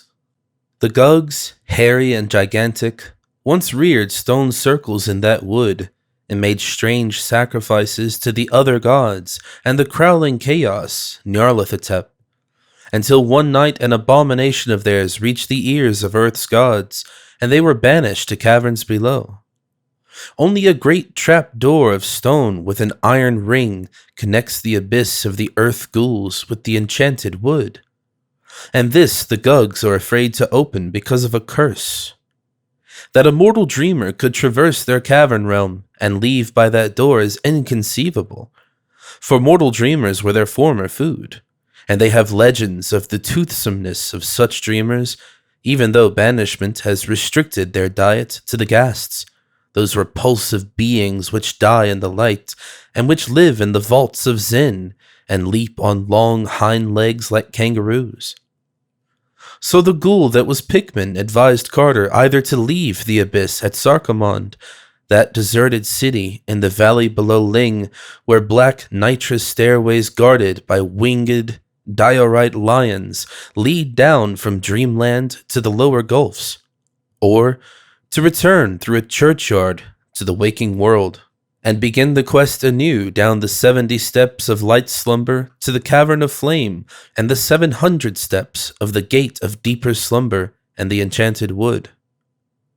This, however, did not suit the seeker, for he knew nothing of the way from Leng to Uth-Nargai, and was likewise reluctant to wake lest he forgot all he had so far gained in this dream.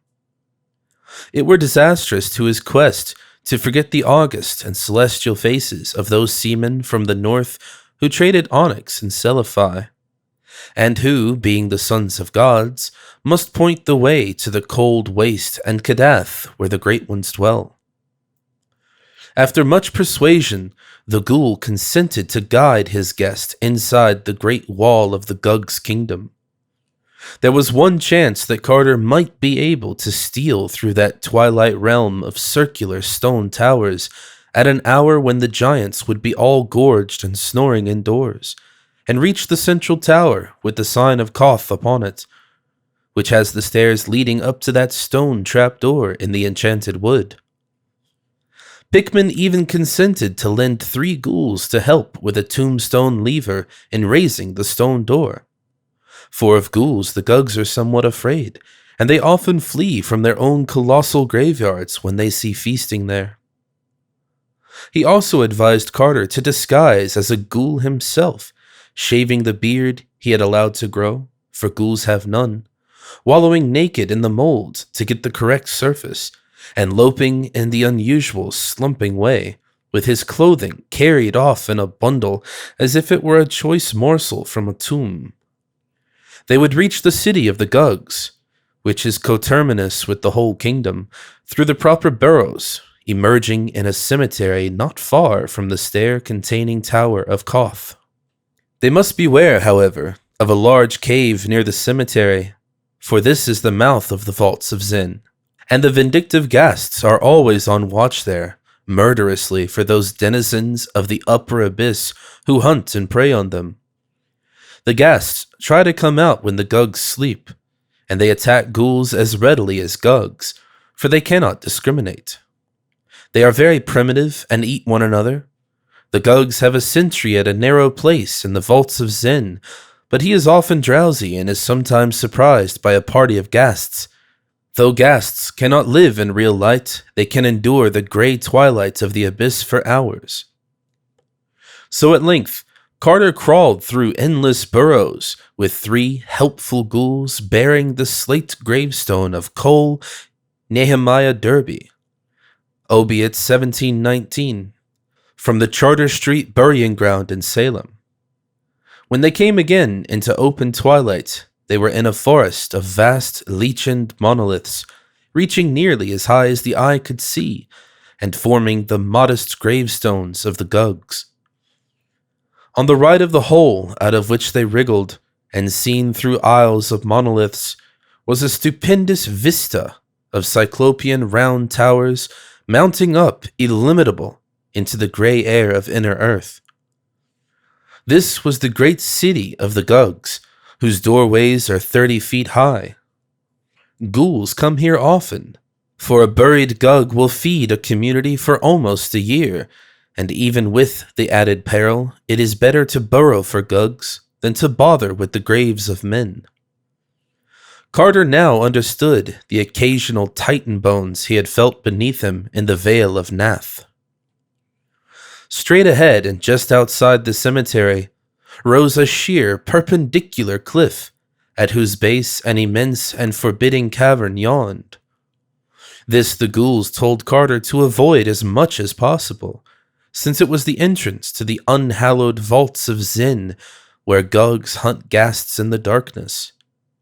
And truly, that warning was soon well justified, for the moment a ghoul began to creep towards the towers, to see if the hour of the Gug's resting place had been roughly timed, there glowed in the gloom of that great cavern's mouth first one pair of yellowish red eyes, and then another, implying that the Gugs were 1 century less, and that ghasts have indeed an excellent sharpness of smell. So the ghoul returned to the burrow and motioned his companions to be silent.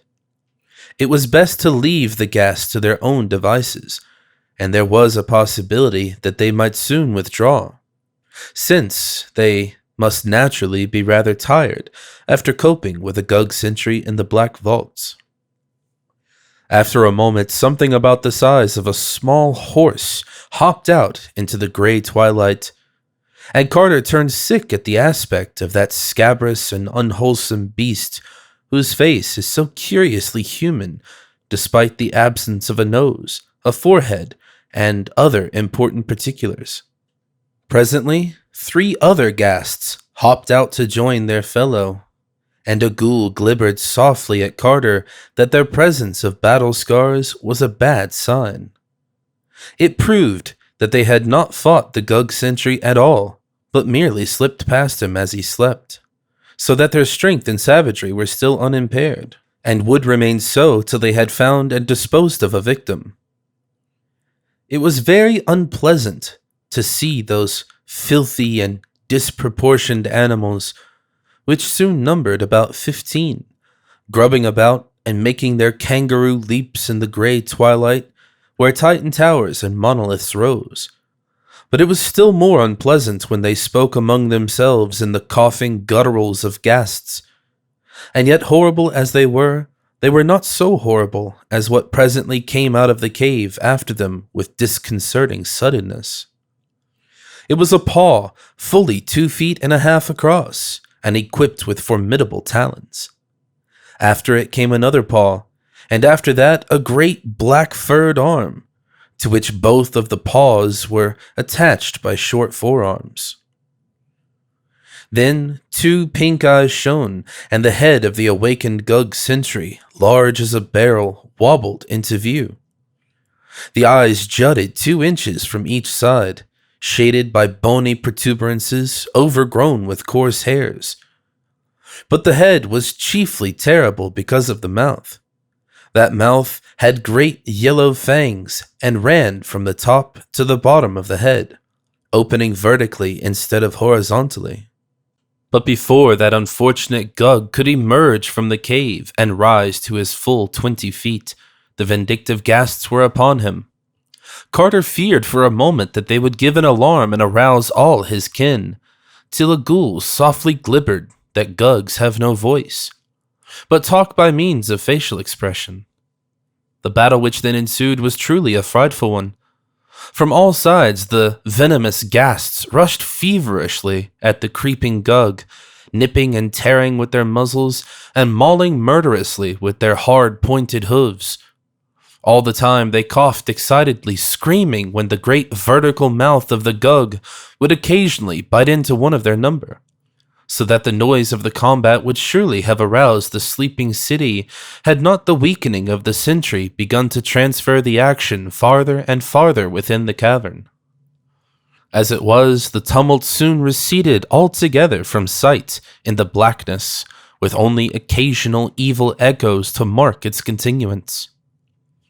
Then the most alert of the ghouls gave the signal for all to advance, and Carter followed the loping 3 out of the forest of monoliths and into the dark, noisome streets of that awful city whose rounded towers of cyclopean stone soared up beyond the sight.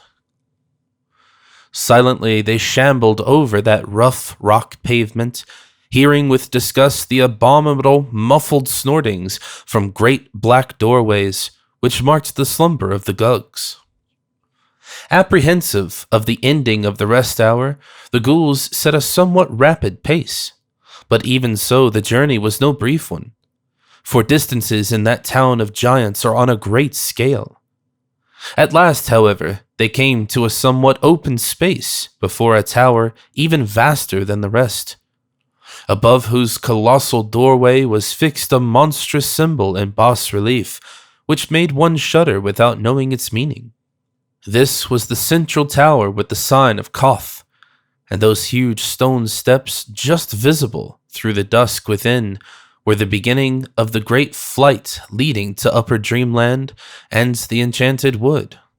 There now began a climb of interminable length in utter blackness, made almost impossible by the monstrous size of the steps, which were fashioned for Gugs, and were therefore nearly a yard high. Of their number, Carter could form no just estimate, for he soon became so worn out that the tireless and elastic ghouls were forced to aid him. All through the endless climb there lurked the peril of detection and pursuit. For though no Gug dares lift the stone door to the forest because of the Great One's curse, there are no such restraints concerning the tower and the steps, and escaped ghasts are often chased even to the very top. So sharp are the ears of Gugs that the bare feet and hands of the climbers might readily be heard when the city awoke. And it would, of course, take but little time for the striding giants, accustomed from their ghast hunts in the vaults of Zin to seeing without light, to overtake their smaller and slower quarry on those cyclopean steps. It was very depressing to reflect that the silent pursuing Gugs would not be heard at all, but would come very suddenly and shockingly in the dark upon the climbers. Nor could the traditional fear of Gugs for ghouls be depended upon in that peculiar place where the advantages lay so heavily with the Gugs. There was also some peril from the furtive and venomous ghasts which frequently hopped up into the tower during the sleep hour of the Gugs. If the Gugs slept long, and the ghasts returned soon from their deed in the cavern, the scent of the climbers might easily be picked up by those loathsome and ill-disposed things, in which case it would almost be better to be eaten by a Gug. Then, after eons of climbing, there came a cough from the darkness above, and matters assumed a very grave and unexpected turn. It was clear that a ghast, or perhaps even more, had strayed into that tower before the coming of Carter and his guides, and it was equally clear that his peril was very close. After a breathless second, the leading ghoul pushed Carter to the wall and arranged his two kinsfolk in the best possible way, with the old slate tombstone raised for a crushing blow whenever the enemy might come in sight. Ghouls can see in the dark, so the party was not as badly off as Carter would have been. In another moment, the clatter of hooves revealed the downward hopping of at least one beast, and the slab-bearing ghouls poised their weapon for a desperate blow. Presently, two yellowish-red eyes flashed into view, and the panting of the ghast became audible above its clattering. As it hopped down to the step just above the ghouls, they wielded the ancient gravestone with prodigious force, so that there was only a wheeze and a choking before the victim collapsed in a noxious heap. There seemed to be only this one animal, and after a moment of listening, the ghouls tapped Carter as a signal to proceed again. As before, they were obliged to aid him, and he was glad to leave that place of carnage where the ghast's uncouth remains sprawled invisible in the blackness.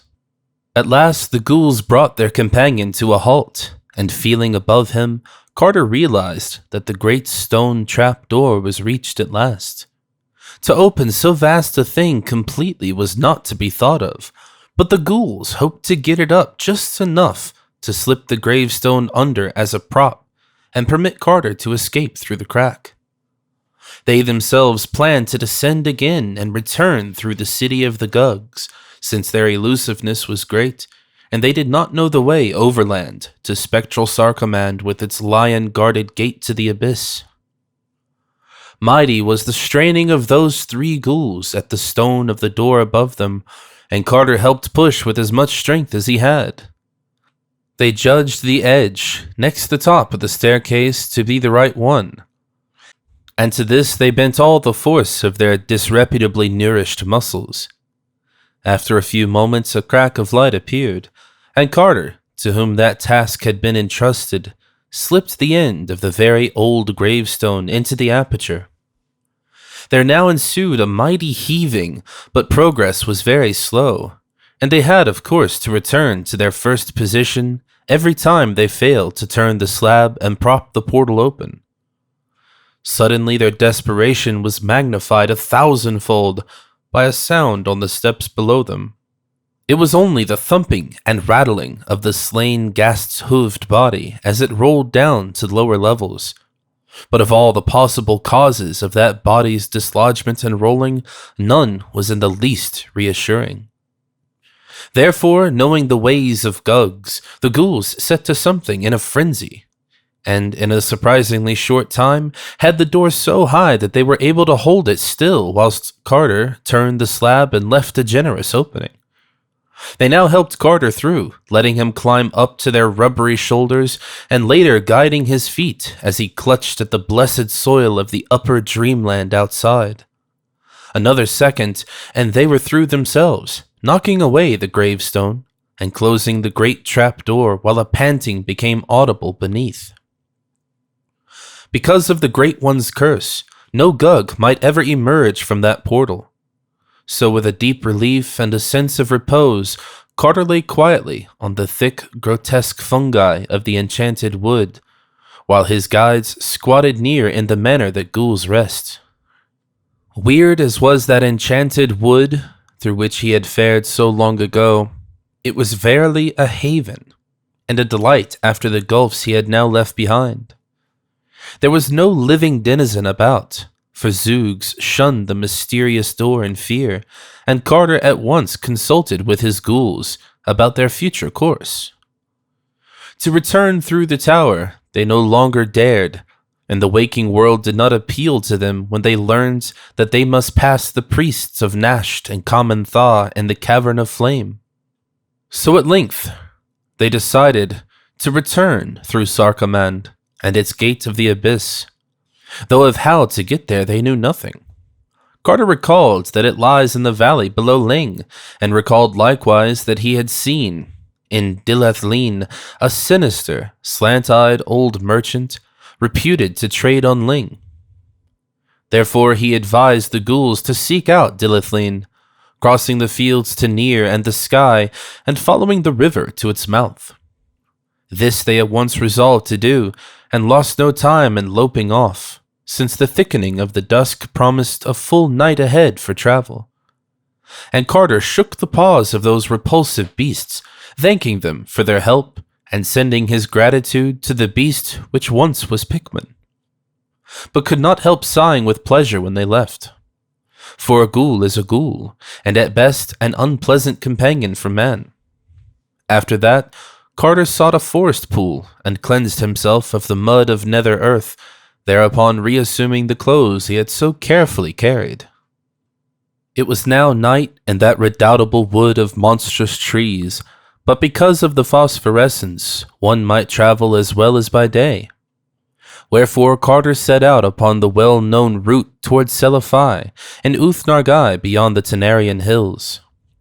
And as he went, he thought of the zebra he had left tethered to an ash tree on Inganok in faraway Oriab so many eons ago, and wondered if any lava-gatherer had fed and released it.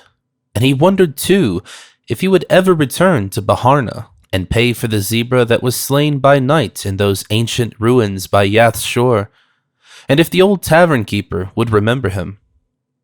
Such were the thoughts that came to him in the air of the regained upper dreamland. But presently his progress was halted by a sound from a very large hollow tree. He had avoided the great circle of stones, since he did not care to speak with Zoogs just now, but it appeared from the singular fluttering in that huge tree that important councils were in session elsewhere. Upon drawing nearer, he made out the accents of a tense and heated discussion, and before long became conscious of matters which he viewed with the greatest concern. For a war on the cats was under debate in that sovereign assembly of Zoogs. It all came from the loss of the party which had sneaked after Carter to Ulthar, and which the cats had justly punished for unsuitable intentions.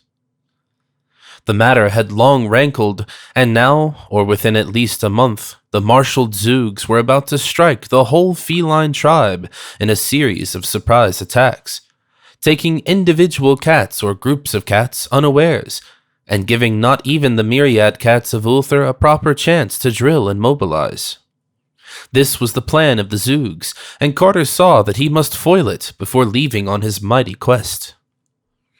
Very quietly, therefore, did Randolph Carter steal to the edge of the wood and send the cry of the cat over the starlit fields. And a great grimalkin, in a nearby cottage, took up the burden and relayed it across leagues of rolling meadow to warriors large and small, black, gray, tiger, white, yellow, and mixed. And it echoed through near and beyond the sky, even into Ulthar. And Ulthar's numerous cats called in chorus and fell into a line of march. It was fortunate that the moon was not up, so that all the cats were on earth. Swiftly and silently leaping, they sprang from every hearth and housetop, and poured in a great furry sea across the plains to the edge of the wood. Carter was there to greet them, and the sight of shapely, wholesome cats was indeed good for his eyes, after the things he had seen and walked with in the abyss.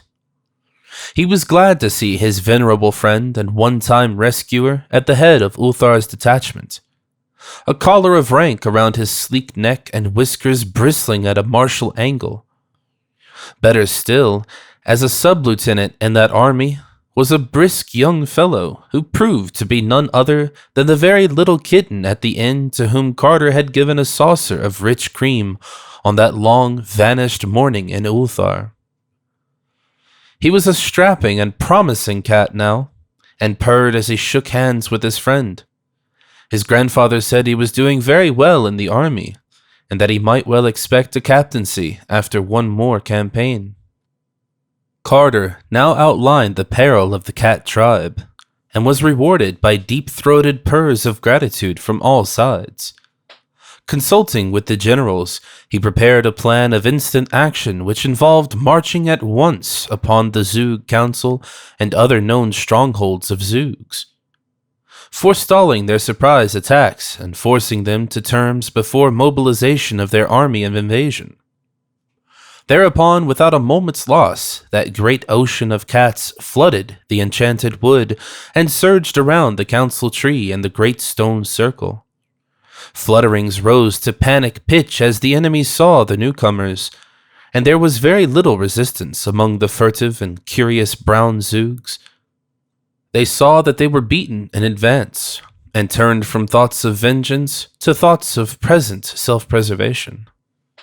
Half the cats now seated themselves in a circular formation around the captured Zoogs in the center, leaving open a lane down which were marched the additional captives rounded up by the other cats in other parts of the wood. Terms were discussed at length, Carter acting as interpreter, and it was decided that the Zoogs might remain a free tribe on condition of rendering to the cats a large annual tribute of grouse, quail, and pheasants from the less fabulous parts of their forest.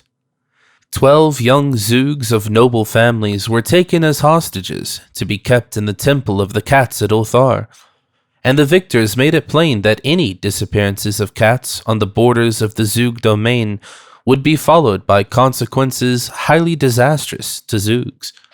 These matters disposed of, the assembled cats broke ranks and permitted the Zoogs to slink off one by one to their respective homes, which they hastened to do with many a sullen backward glance. The old cat general now offered Carter an escort through the forest to whatever border he wished to reach, deeming it likely that the Zoogs would harbor dire resentment against him for the frustration of their warlike enterprise. This offer he welcomed with gratitude, not only for the safety it afforded, but because he liked the graceful companionship of cats. So in the midst of a pleasant and playful regiment, relaxed after the successful performance of its duty, Randolph Carter walked with dignity through that enchanted and phosphorescent wood of Titan trees, talking of his quest with the old general and his grandson, whilst others of the band indulged in fantastic gambols or chased fallen leaves that the wind drove among the fungi of the primeval floor. And the old cat said that he had heard much of unknown Kadath in the cold waste, but did not know where it was. As for the marvelous Sunset City, he had not even heard of that, but would gladly relay to Carter anything he might later learn. He gave the seeker some passwords of great value among the cats of Dreamland, and commended him especially to the old chief of the cats in Seliphi, whither he was bound. That old cat, already slightly known to Carter, was a dignified Maltese, and would prove highly influential in any transaction. It was dawn when they came to the proper edge of the wood, and Carter bade his friends a reluctant farewell. The young sub-lieutenant he had met as a small kitten would have followed him, had not the old general forbidden it, but that austere patriarch insisted that the path of duty lay with the tribe and the army. So Carter set out alone over the golden fields that stretched mysterious beside a yellow-fringed river, and the cats all went back into the wood. Well did the traveler know these garden lands that lie betwixt the wood and the Serenarian sea, and blithely did he follow the singing river, Ukranos, that marked his course. The sun rose higher over gentle slopes of grove and lawn, and heightened the colors of the thousand flowers that starred each knoll and dingle. A blessed haze lies upon all the region wherein is held a little more of the sunlight than other places hold, and a little more of the summer's humming music of birds and bees, so that men walk through it as through a fairy place, and feel greater joy and wonder than they ever afterward remember. By noon, Carter reached the jasper terraces of Kiran, which slope down to the river's edge and bear that temple of loveliness, wherein the king of Ilekvad comes from his far realm on the twilight sea once a year in a golden palanquin to pray to the god of Ukranos, who sang to him in youth when he dwelt in a cottage by its banks. All of Jasper is that temple, and covering an acre of ground with its walls and courts, its 7 pinnacled towers, and its inner shrine where the river enters through hidden channels, and the gods sing softly in the night. Many times the moon hears strange music as it shines on those courts and terraces and pinnacles, but whether that music be the song of the god or the chant of the cryptical priests, none but the king of Ilekved may say. For only has he entered the temple or seen the priests, but now in the drowsiness of day, that carven and delicate fane was silent, and Carter heard only the murmur of the great stream and the hum of the birds and bees as he walked onward under an enchanted sun. All that afternoon, the pilgrim wandered on through perfumed meadows and in the lee of gentle riverward hills, bearing peaceful thatched cottages and the shrines of amiable gods carven from jasper or chrysoberyl. Sometimes he walked close to the banks of Ukranos and whistled to the sprightly and iridescent fish of that crystal stream, and at other times he paused amidst the whispering rushes and gazed at the great dark wood on the farther side, whose trees came down clear to the water's edge. In former dreams he had seen quaint lumbering buopoths come shyly out of that wood to drink, but now he could not glimpse any. Once in a while he paused to watch a carnivorous fish catch a fishing bird, which it lured to the water by showing its tempting scales in the sun, and grasped by the beak with its enormous mouth as the winged hunter sought to dart down upon it. Toward evening, he mounted a low, grassy rise and saw before him, flaming in the sunset, the 1,000 gilded spires of Thran. Lofty, beyond relief, are the alabaster walls of that incredible city, sloping inward toward the top and wrought in one solid piece by what means no man knows. For they are more ancient than memory. Yet lofty as they are, with their 100 gates and 200 turrets, the clustered towers within, all white beneath their golden spires, are loftier still, so that men on the plain around see them soaring into the sky, sometimes shining clear, sometimes caught at the top in tangles of cloud and mist, and sometimes clouded lower down with their utmost pinnacles blazing free above the vapors. And where Thran's gates open on the river are great wharves of marble, with ornate galleons of fragrant cedar and calamander riding gently at anchor, and strange bearded sailors sitting on casks and bales with hieroglyphs of far places. Landward beyond the walls lies the farm country, where small white cottages dream between little hills, and narrow roads with many stone bridges wind gracefully among streams and gardens. Down through this verdant land Carter walked at evening, and saw twilight float up from the river to the marvelous golden spires of Thran. And just at the hour of dusk he came to the southern gate, and was stopped by a red-robed sentry till he had told 3 dreams beyond belief, and proved himself a dreamer worthy to walk right up Thran's steep, mysterious streets and linger in bazaars where the wares of the ornate galleons were sold. Then into that incredible city he walked, through a wall so thick that the gate was a tunnel, and thereafter amidst curved and undulant ways winding deep and narrow between the heavenward towers. Lights shone through grated and balconied windows, and the sound of lutes and pipes stole timid from inner courts where marble fountains bubbled. Carter knew his way and edged down through darker streets to the river, where, at an old sea tavern, he found the captains and seamen he had known in myriad other dreams. There he bought his passage to Seliphi on a great green galleon, and there he stopped for the night after speaking gravely to the venerable cat of that inn, who blinked dozing before an enormous hearth and dreamed of old wars and forgotten gods. In the morning, Carter boarded the galleon bound for Seliphi, and sat in the prow as the ropes were cast off and the long sail down to the Serenarian Sea began. For many leagues the banks were much as they were above Thran, with now and then a curious temple rising on the farther hills towards the right, and a drowsy village on the shore, with steep red roofs and nets spread in the sun.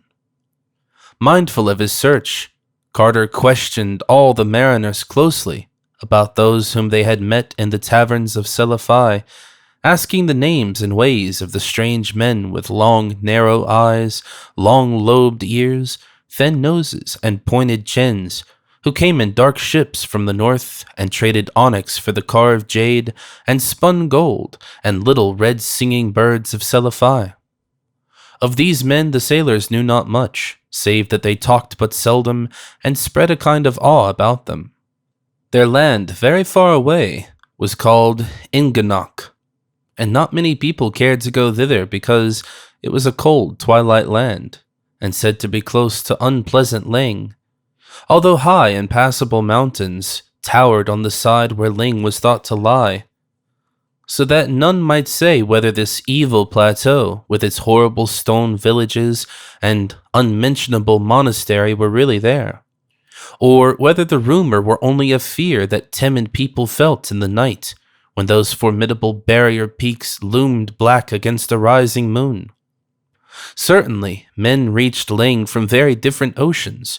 Of other boundaries of Inganoth those sailors had no notion, nor had they heard of the cold waste and unknown Kadath, save from vague, unplaced report. And of the marvelous sunset city, which Carter sought, they knew nothing at all. So the traveler asked no more of far things, but bided his time till he might talk with those strange men from cold and twilight Inganok, who are the seed of such gods as carve their features on Ingranek. Late in the day, the galleon reached those bends of the river which traversed the perfumed jungles of Cled. Here, Carter wished he might disembark, for in those tropic tangles sleep wondrous palaces of ivory, lone and unbroken, where once dwelt fabulous monarchs of a land whose name is forgotten. Spells of the Elder Ones keep those places unharmed and undecayed, for it is written that there may one day be need of them again. And elephant caravans, have glimpsed them from afar by moonlight, though none dares approach them closely because of the guardians to which their wholeness is due.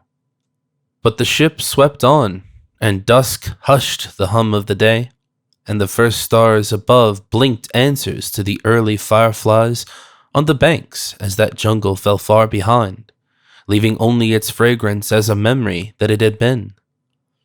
And all through the night, that galleon floated on past mysteries unseen and unsuspected. Once a lookout reported fires on the hills to the east, but the sleepy captain said they had better not be looked at too much, since it was highly uncertain just who or what had lit them. In the morning, the river had broadened out greatly, and Carter saw by the houses along the banks that they were close to the vast trading city of Llaneth on the Serenarian Sea. Here the walls are of rugged granite, and the houses peakedly fantastic with beamed and plastered gables. The men of Llaneth are more like those of the waking world than any others in Dreamland, so that the city is not sought except for barter, but is prized for the solid work of its artisans. The wharves of Llaneth are of oak, and there the galleon made fast while the captain traded in the taverns. Carter also went ashore, and looked curiously upon the rutted streets where wooden ox carts lumbered and feverish merchants cried their wares vacuously in the bazaars. The sea taverns were all close to the wharves on cobbled lanes, salt with the spray of high tides, and seemed exceedingly ancient with their low black beam ceilings and casements of greenish bullseye panes. Ancient sailors in those taverns talked much of distant ports, and told many stories of the curious men from twilight Inganok, but had little to add to what the seamen of the galleon had told. Then, at last, after much unloading and loading, the ship set sail once more over the sunset sea, and the high walls of the gables of Llaneth grew less as the last golden light of day lent them a wonder and beauty beyond any that men had given them. 2 nights and 2 days the galleon sailed over the Serenarian Sea, sighting no land and speaking but one other vessel. Then near sunset on the 2nd day, there loomed up ahead the snowy peak of Iran, with its ginkgo trees swaying on the lower slopes, and Carter knew that they were come to the land of Uth-Nargai and the marvelous city of Seliphi. Swiftly there came into sight the glittering minarets of that fabulous town, and the untarnished marble walls with their bronze statues, and the great stone bridge where Naraxa joins the sea.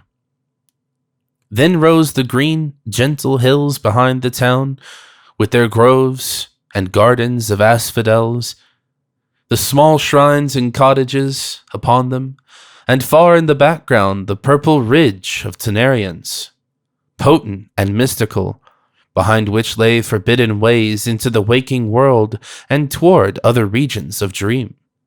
The harbor was full of painted galleys, some of which were the marble cloud city of Seranian, that lies in ethereal space beyond where the sea meets the sky, and some of which were more substantial ports on the oceans of Dreamland. Among these the steersman threaded his way up to the spice-fragrant wharves, where the galleon made fast in the dusk as the city's million lights began to twinkle out over the water. Ever new seemed this deathless city of vision, for here time has no power to tarnish or destroy. As it has always been is still the turquoise of Nath-Horthath, and the 80 orchid-wreathed priests are the same who builded it 10,000 years ago. Shining still is the bronze of the great gates, nor are the onyx pavements ever worn or broken, and the great bronze statues on the walls look down on merchants and camel drivers older than fable, yet without one gray hair in their forked beards. Carter did not at once seek out the temple or the palace or the citadel, but stayed by the seaward wall among traders and sailors. And when it was too late for rumors and legends, he sought out an ancient tavern he knew well, and rested with dreams of the gods on unknown Kadath whom he sought. The next day he searched all along the quays for some of the strange mariners of Inganok, but was told that none were now in port, their galley not being due from the north for 2 full weeks.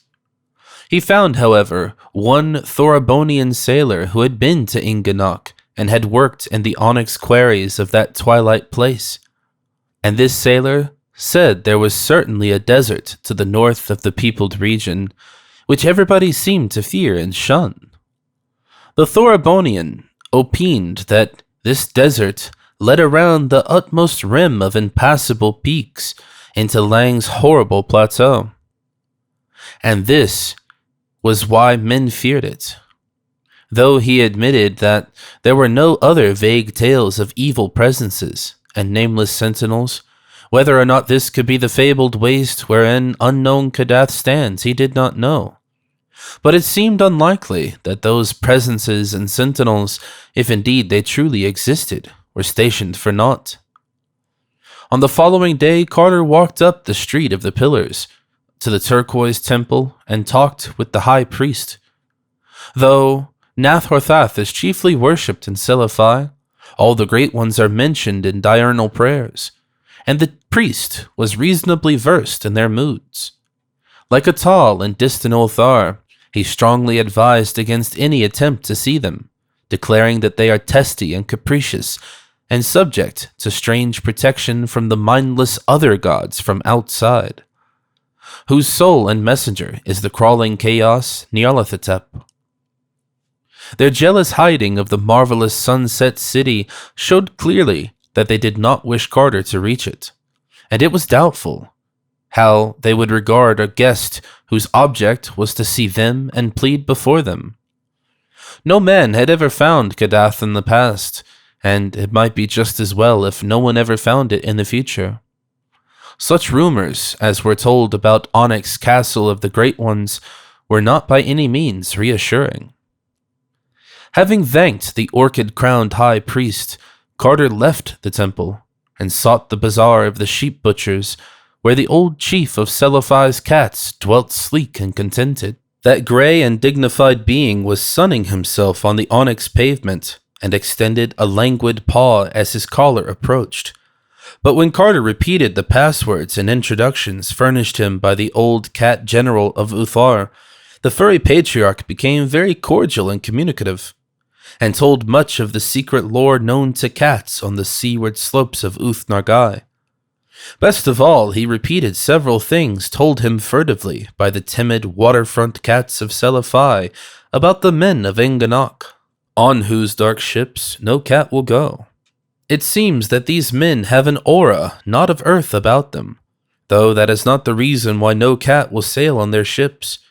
The reason for this is that Inganok holds shadows which no cat can endure, so that in all that cold twilight realm there is never a cheering purr or a homely mew, whether it be because of things wafted over the impassable peaks from hypothetical Ling, or because of things filtering down from the chilly desert to the north, none may say. But it remains a fact that in that far land there broods a hint of outer space which cats do not like, and to which they are more sensitive than men. Therefore they will not go on the dark ships that seek the basalt quays of Inganok.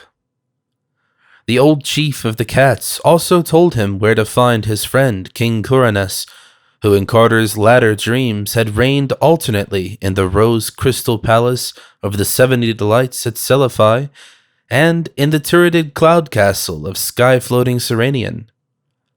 It seems that he could no more find content in those places, but had formed a mighty longing for the English cliffs and downlands of his boyhood, where in little dreaming villages England's old songs hover at evening behind lattice windows, and where great church towers peep lovely through the verdure of distant valleys. He could not go back to these things in the waking world because his body was dead, But he had done the next best thing, and dreamed a small tract of such countryside in the region east of the city, where meadows roll gracefully up from the sea cliffs to the foot of the Tenarian hills. There he dwelt in a grey, Gothic manor house of stone looking on the sea, and tried to think it was ancient Trevor Towers, where he was born, and where 13 generations of his forefathers had first seen the light. And on the coast nearby, he had built a little Cornish fishing village with steep cobbled ways, settling therein such people as had the most English faces, and seeking ever to teach them the dear, remembered accents of old Cornwall fishers. In a valley not far off he had reared a great Norman abbey, whose tower he could see from his window, placing around it in the churchyard grey stones with the names of his ancestors carved thereon, and with a moss somewhat like old England's moss. For though Kadath was a monarch in the land of dream, with all imagined pomps and marvels and splendors and beauties, ecstasies and delights, novelties and excitements at his command, he would gladly have resigned forever the whole of his power and luxury and freedom for one blessed day as a simple boy in that pure and quiet England, that ancient beloved England, which had molded his being, out of which he must always be immutably a part. So when Carter bade that old grey chief of the cats adieu, he did not seek the terraced palace of rose crystal, but walked out the eastern gate and across the daisied fields towards a peaked gable, which he glimpsed through the oaks of a park sloping up to the sea cliffs. And in time he came to a great hedge and a gate with a little brick lodge, and when he rang the bell there hobbled to admit him no robed and anointed lackey of the palace, but a small, stubbly old man in a smock, who spoke as best he could in the quaint tones of far Cornwall.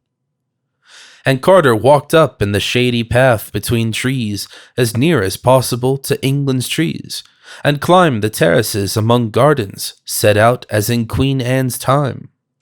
At the door, flanked by stone cats in the old way, he was met by a whiskered butler in suitable livery, and was presently taken to the library where Kadath, lord of Uth-Nargai and the sky around Seranian, sat pensive in a chair by the window, looking out on his little sea-coast village, and wishing that his old nurse would come in and scold him because he was not ready for that hateful lawn party at the Vicar's, with the carriage waiting and his mother nearly out of patience. Kadath, clad in a dressing gown of the sort favored by London tailors in his youth, rose eagerly to meet his guest, for the sight of an Anglo-Saxon from the waking world was very dear to him, even if it was a Saxon from Boston, Massachusetts, instead of from Cornwall. And for long they talked of old times, having much to say because both were old dreamers and well versed in the wonders of incredible places. Kadath indeed had been out beyond the stars in the ultimate void, and was said to be the only one who ever had returned sane from such a voyage. At length Carter brought up the subject of his quest, and asked of his host those questions he had asked so many others. Kadath did not know where Kadath was, or the marvelous sunset city, but he did know that the Great Ones were very dangerous creatures to seek out, and that the other gods had strange ways of protecting them from impertinent curiosity. He had learned much of the other gods in distant parts of space, especially in that region where form does not exist, and colored gases study the innermost secrets. The violet gas Inganok had told him terrible things of the crawling chaos Nyarlathotep, and had warned him never to approach the central void where the demon Sultan Azathoth gnaws hungrily in the dark. Altogether it was not well to meddle with the Elder Ones, and if they persistently denied all access to the marvelous sunset city, it were better not to seek that city. Kadath furthermore doubted whether his guest would profit aught by coming to the city even were he to gain it. He himself had dreamed and yearned long years for lovely Seliphi and the land of Uth-Nargai, and for the freedom and color and high experience of life devoid of its chains, conventions, and stupidities. But now that he was come into that city and that land, and was the king thereof, he found the freedom and the vividness all too soon worn out, and monotonous for want of linkage with anything firm in his feelings and memories. He was a king in Uth-Nargai, but found no meaning therein, and drooped always for the old familiar things of England that had shaped his youth. All his kingdom would he give for the sound of Cornish church bells over the downs, and all the 1,000 minarets of Selafai for the steep, homely roofs of the village near his home. So he told his guest that the unknown sunset city might not hold quite the content he sought, and that perhaps it had better remain a glorious and half-remembered dream, for he had visited Carter often in the old waking days, and knew well the lovely New England slopes that had given him birth. At last he was very certain. The seeker would long only for the early remembered scenes, the glow of Beacon Hill at evening, the tall steeples and winding hill streets of quaint Kingsport, the hoary gambrel roofs of ancient and witch-haunted Arkham, and the blessed miles of meads and valleys where stone walls rambled and white farmhouse gables peeped out from bowers of verdure. These things he told Randolph Carter, but still the seeker held to his purpose. And in the end they parted each with his own conviction, and Carter went back through the bronze gate into Selafai, and down the street of the pillars to the old sea wall, where he talked more with the mariners of far parts, and waited for the dark ship from cold and twilight Inganok, whose strange-faced sailors and onyx traders had in them the blood of the great ones. One starlight evening, when the Pharos shone splendid over the harbor, the longed-for ship put in, and strange-faced sailors and traders appeared one by one and group by group in the ancient taverns along the sea wall. It was very exciting to see again those living faces, so like the godlike features on Inganok. But Carter did not hasten to speak with the silent seaman. He did not know how much of pride and secrecy and dim supernal memory might fill those children of the great ones, and was sure it would not be wise to tell them of his quest, or ask too closely of that cold desert stretching north of their twilight land. They talked little with the other folk in those ancient sea taverns, but would gather in groups in remote corners and sing among themselves the haunting airs of unknown places, or chant long tales to one another in accents alien to the rest of dreamland. And so rare and moving were those airs and tales that one might guess their wonders from the faces of those who listened, even though the words came to common ears as only a strange cadence and obscure melody. For a week, the strange seamen lingered in the taverns and traded in the bazaars of Selafai, and before they sailed, Carter had taken passage on their dark ship, telling them that he was an old onyx miner and wished to work in their quarries. That ship was very lonely and cunningly wrought, being of teak wood with ebony fittings and traceries of gold, and the cabin in which the traveler lodged had hangings of silk and velvet. One morning, at the turn of the tide, the sails were raised and the anchor lifted, and as Carter stood on the high stern, he saw the sunrise blazing walls and bronze statues and gold minarets of ageless Selafai sink into the distance, and the snowy peak of Mount Aran grow smaller and smaller. By noon, there was nothing in sight save the gentle blue of the Serenarian Sea, with one painted galley afar off bound for that cloud-hung realm of Serenian, where the sea meets the sky. And night came with gorgeous stars, and the dark ship steered for Charles Wain and Little Bear as they swung slowly around the pole. And the sailors sang strange songs of unknown places, and then stole off one by one to the forecastle, while the wistful watchers murmured old chants and leaned over the rail to glimpse the luminous fish playing in bowers beneath the sea. Carter went to sleep at midnight and rose in the glow of a young morning, marking that the sun seemed farther south than was its wont. And all through that second day he made progress in knowing the men of the ship, getting them little by little to talk of their cold twilight land, of their exquisite onyx city, and of their fear of the high and impassable peaks beyond which Lang was said to be. They told him how sorry they were that no cats would stay in the land of Inganok, and how they thought the hidden nearness of Lang was to blame for it. Only to the stony desert to the north they would not talk. There was something disquieting about that desert, and it was thought expedient not to admit its existence. On later days they talked of the quarries in which Carter said he was going to work. There were many of them, for all the city of Inganok was builded of onyx, whilst great polished blocks of it were traded in Renar, Augrathon, and Seliphi. And at home with the merchants of Thra, Larnek, and Kadath for the beautiful wares of those fabulous ports. And far to the north, almost in that cold desert whose existence the men of Inganok did not care to admit, there was an unused quarry greater than the rest, from which had been hewn in forgotten times such prodigious lumps and blocks that the sight of their chiseled vacancies struck terror to all who beheld. Who had mined those incredible blocks, and whither they had been transported, no man might say.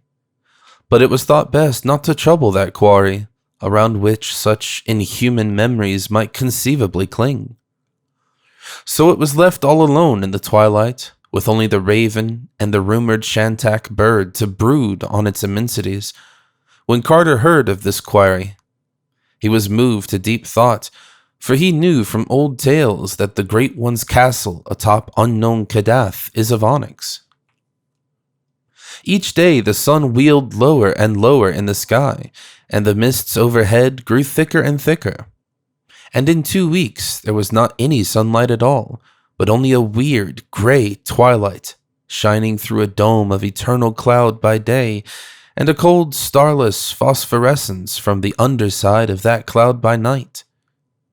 On the 20th day, a great jagged rock in the sea was sighted from afar, the first land glimpsed since Iran's snowy peak had dwindled behind the ship.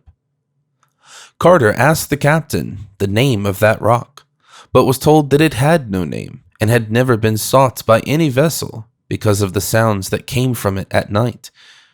And when, after dark, a dull and ceaseless howling rose from that jagged granite place, the traveler was glad that no stop had been made and that the rock had no name. The seamen prayed and chanted till the noise was out of earshot, and Carter dreamed terrible dreams within dreams in the small hours. 2 mornings after, there loomed far ahead and to the east a line of great gray peaks whose tops were lost in the changeless clouds of that twilight world, and at the sight of them the sailors sang glad songs, and some knelt down on the deck to pray, so that Carter knew they were come to the land of Inganok and would soon be moored to the basalt quays of the great town bearing that land's name. Toward noon a dark coastline appeared, and before 3 o'clock there stood out against the north the bulbous domes and fantastic spires of the onyx city. Rare and curious did that archaic city rise above its walls and quays, of all delicate black, with scrolls, flutings, and arabesques of inlaid gold. Tall and many-windowed were the houses, and carved on every side with flowers and patterns, whose dark symmetries dazzled the eye with a beauty more poignant than light. Some ended in swelling domes that tapered to a point, others in terraced pyramids, whereon rose clustered minarets, displaying every phase of strangeness and imagination. The walls were low and pierced by frequent gates, each under a great arc rising high above the general level, and capped by the head of a god, chiseled with that same skill displayed in the monstrous face on distant Inganok. On a hill in the center rose a 16-angled tower, greater than all the rest, and bearing a high pinnacled belfry resting on a flattened dome. This, the seaman said, was the temple of the Elder Ones, and was ruled by an old high priest, sad with inner secrets. At intervals, the clang of a strange bell shivered over the onyx city, answered each time by a peal of mystic music made up of horns, viols, and chanting voices.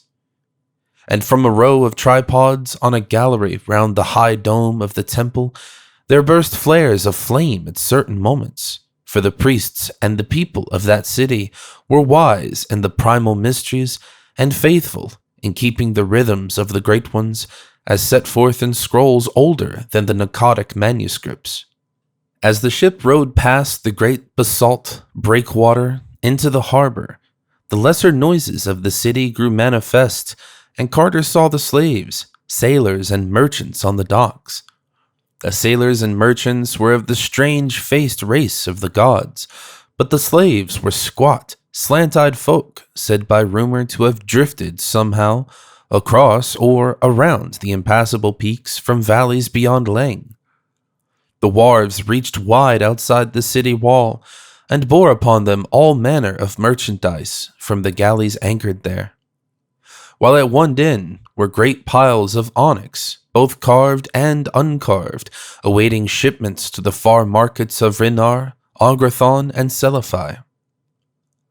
It was not yet evening when the dark ship anchored beside a jutting quay of stone, and all the sailors and traders filed ashore and through the arched gate into the city.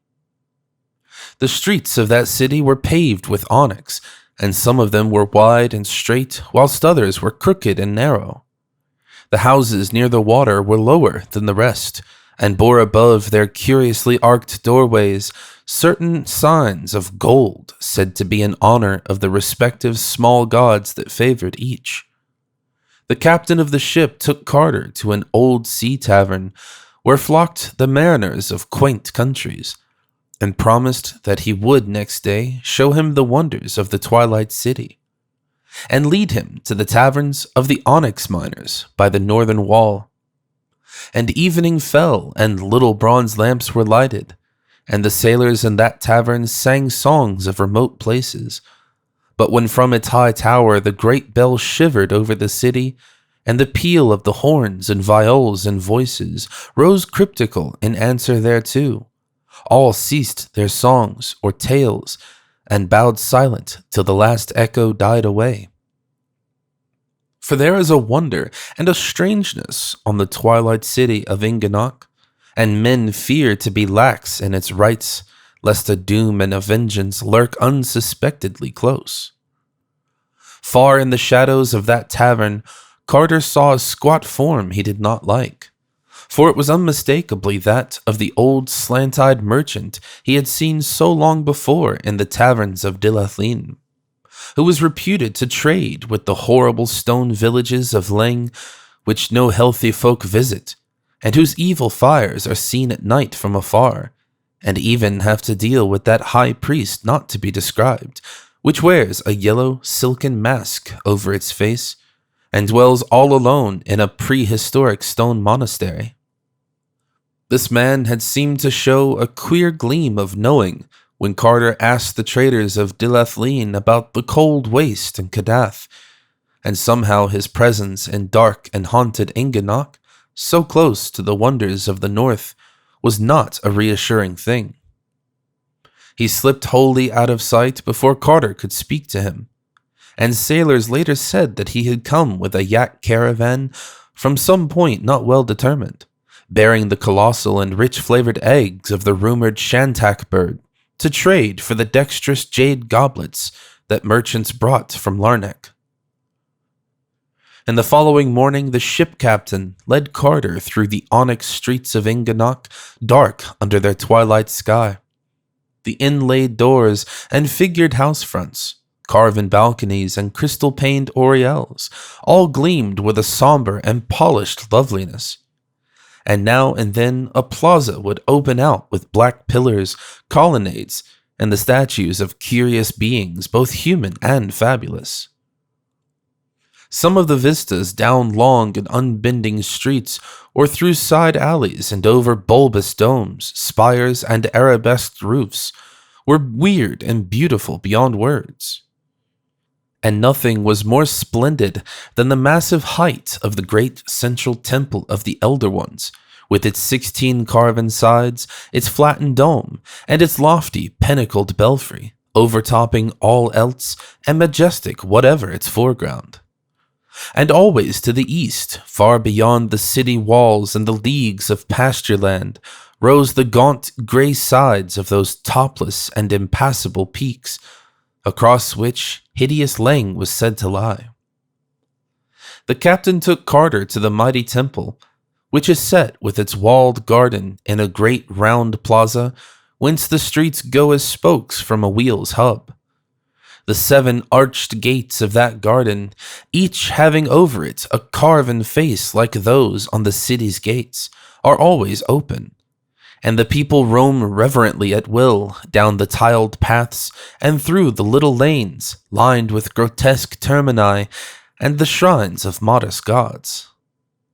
And there are fountains, pools, and basins there to reflect the frequent blaze of the tripods on the high balcony, all of onyx, and having in them small luminous fish taken by divers from the lower bowers of the ocean.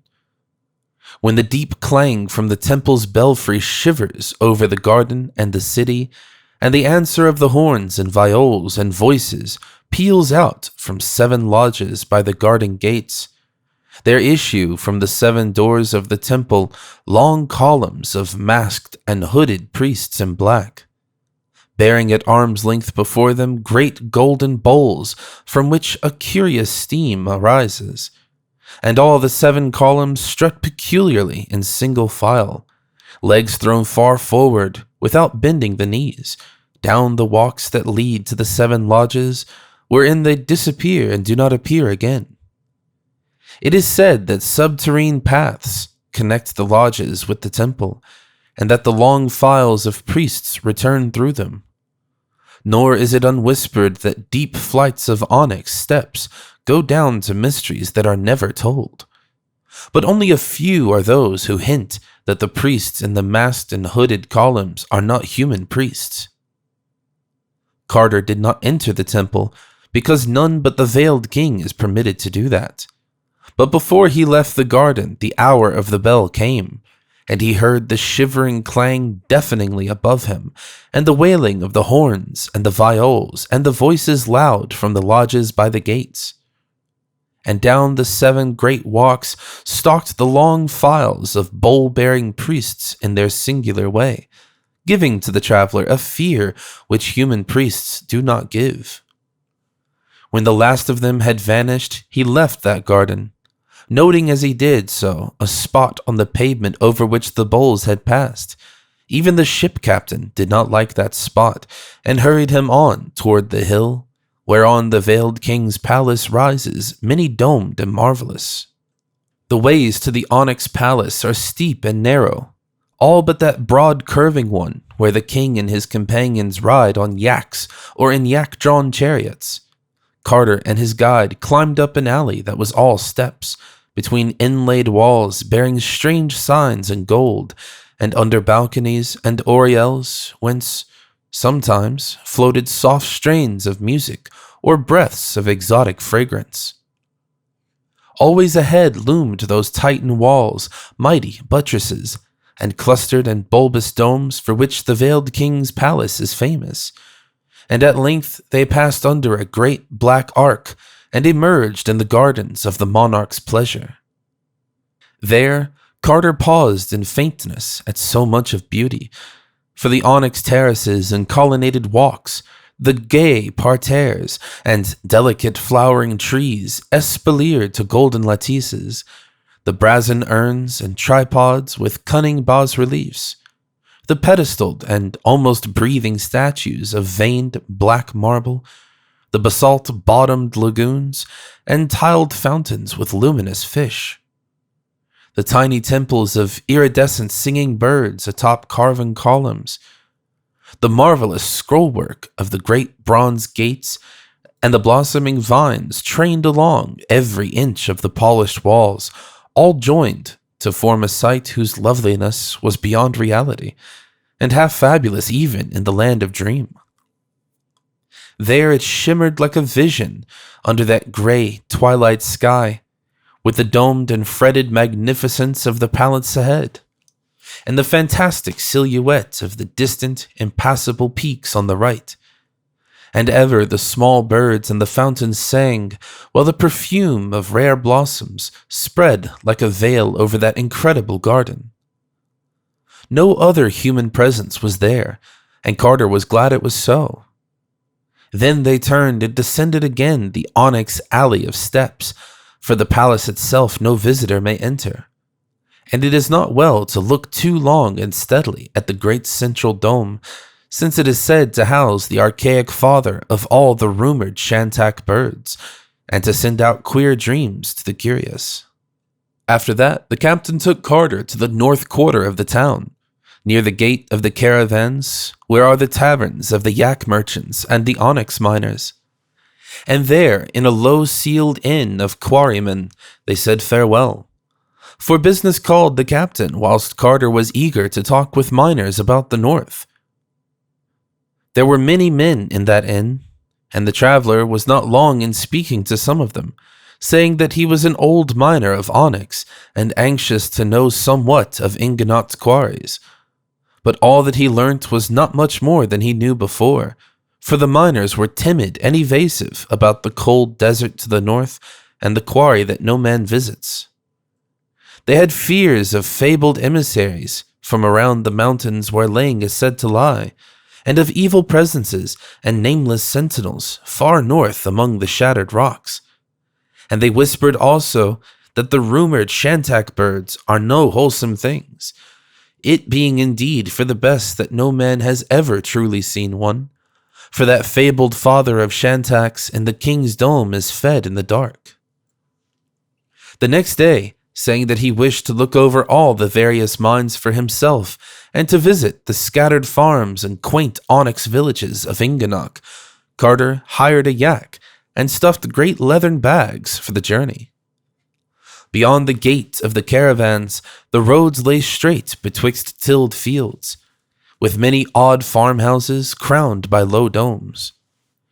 At some of these houses the seeker stopped to ask questions, once finding a host so austere and reticent, and so full of an unplaced majesty, like to that of the huge features on Inganok, that he felt certain he had come at last upon one of the great ones themselves, or upon one with full 9/10 of their blood dwelling amongst men.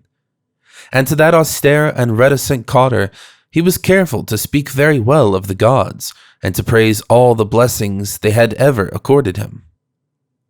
That night, Carter camped in a roadside meadow beneath a great ligath tree, to which he tied his yak, and in the morning resumed his northward pilgrimage. At about 10 o'clock he reached the small domed village of Urg, where traders rest and miners tell their tales, and paused in its taverns till noon. It is here that the great caravan road turns west towards Salarn, but Carter kept on north by the quarry road.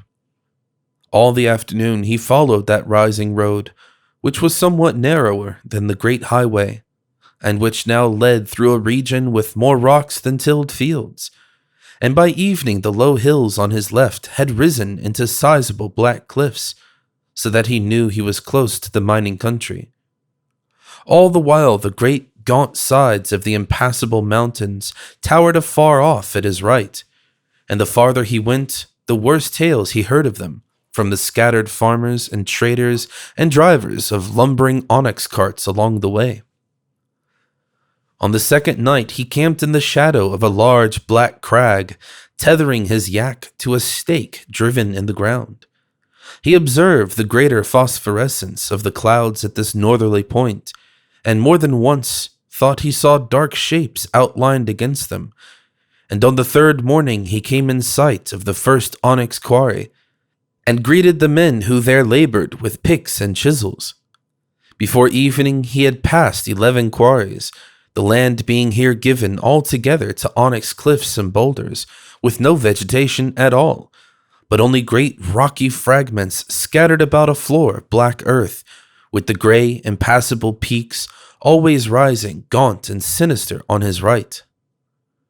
The third night he spent in a camp of quarrymen, whose flickering fires cast weird reflections on the polished cliffs to the west, and they sang many songs and told many tales, showing such strange knowledge of the olden days and the habits of gods that Carter could see they held many latent memories of their sires, the Great Ones. They asked him whither he went, and cautioned him not to go too far to the north.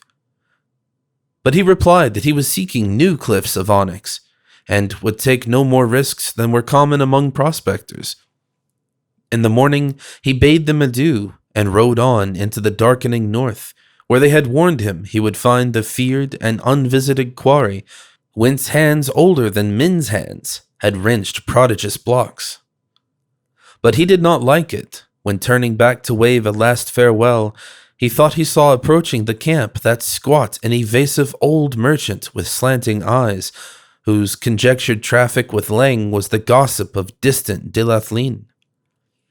After 2 more quarries, the inhabited part of Inganok seemed to end, and the road narrowed to a steeply rising yak path among forbidding black cliffs.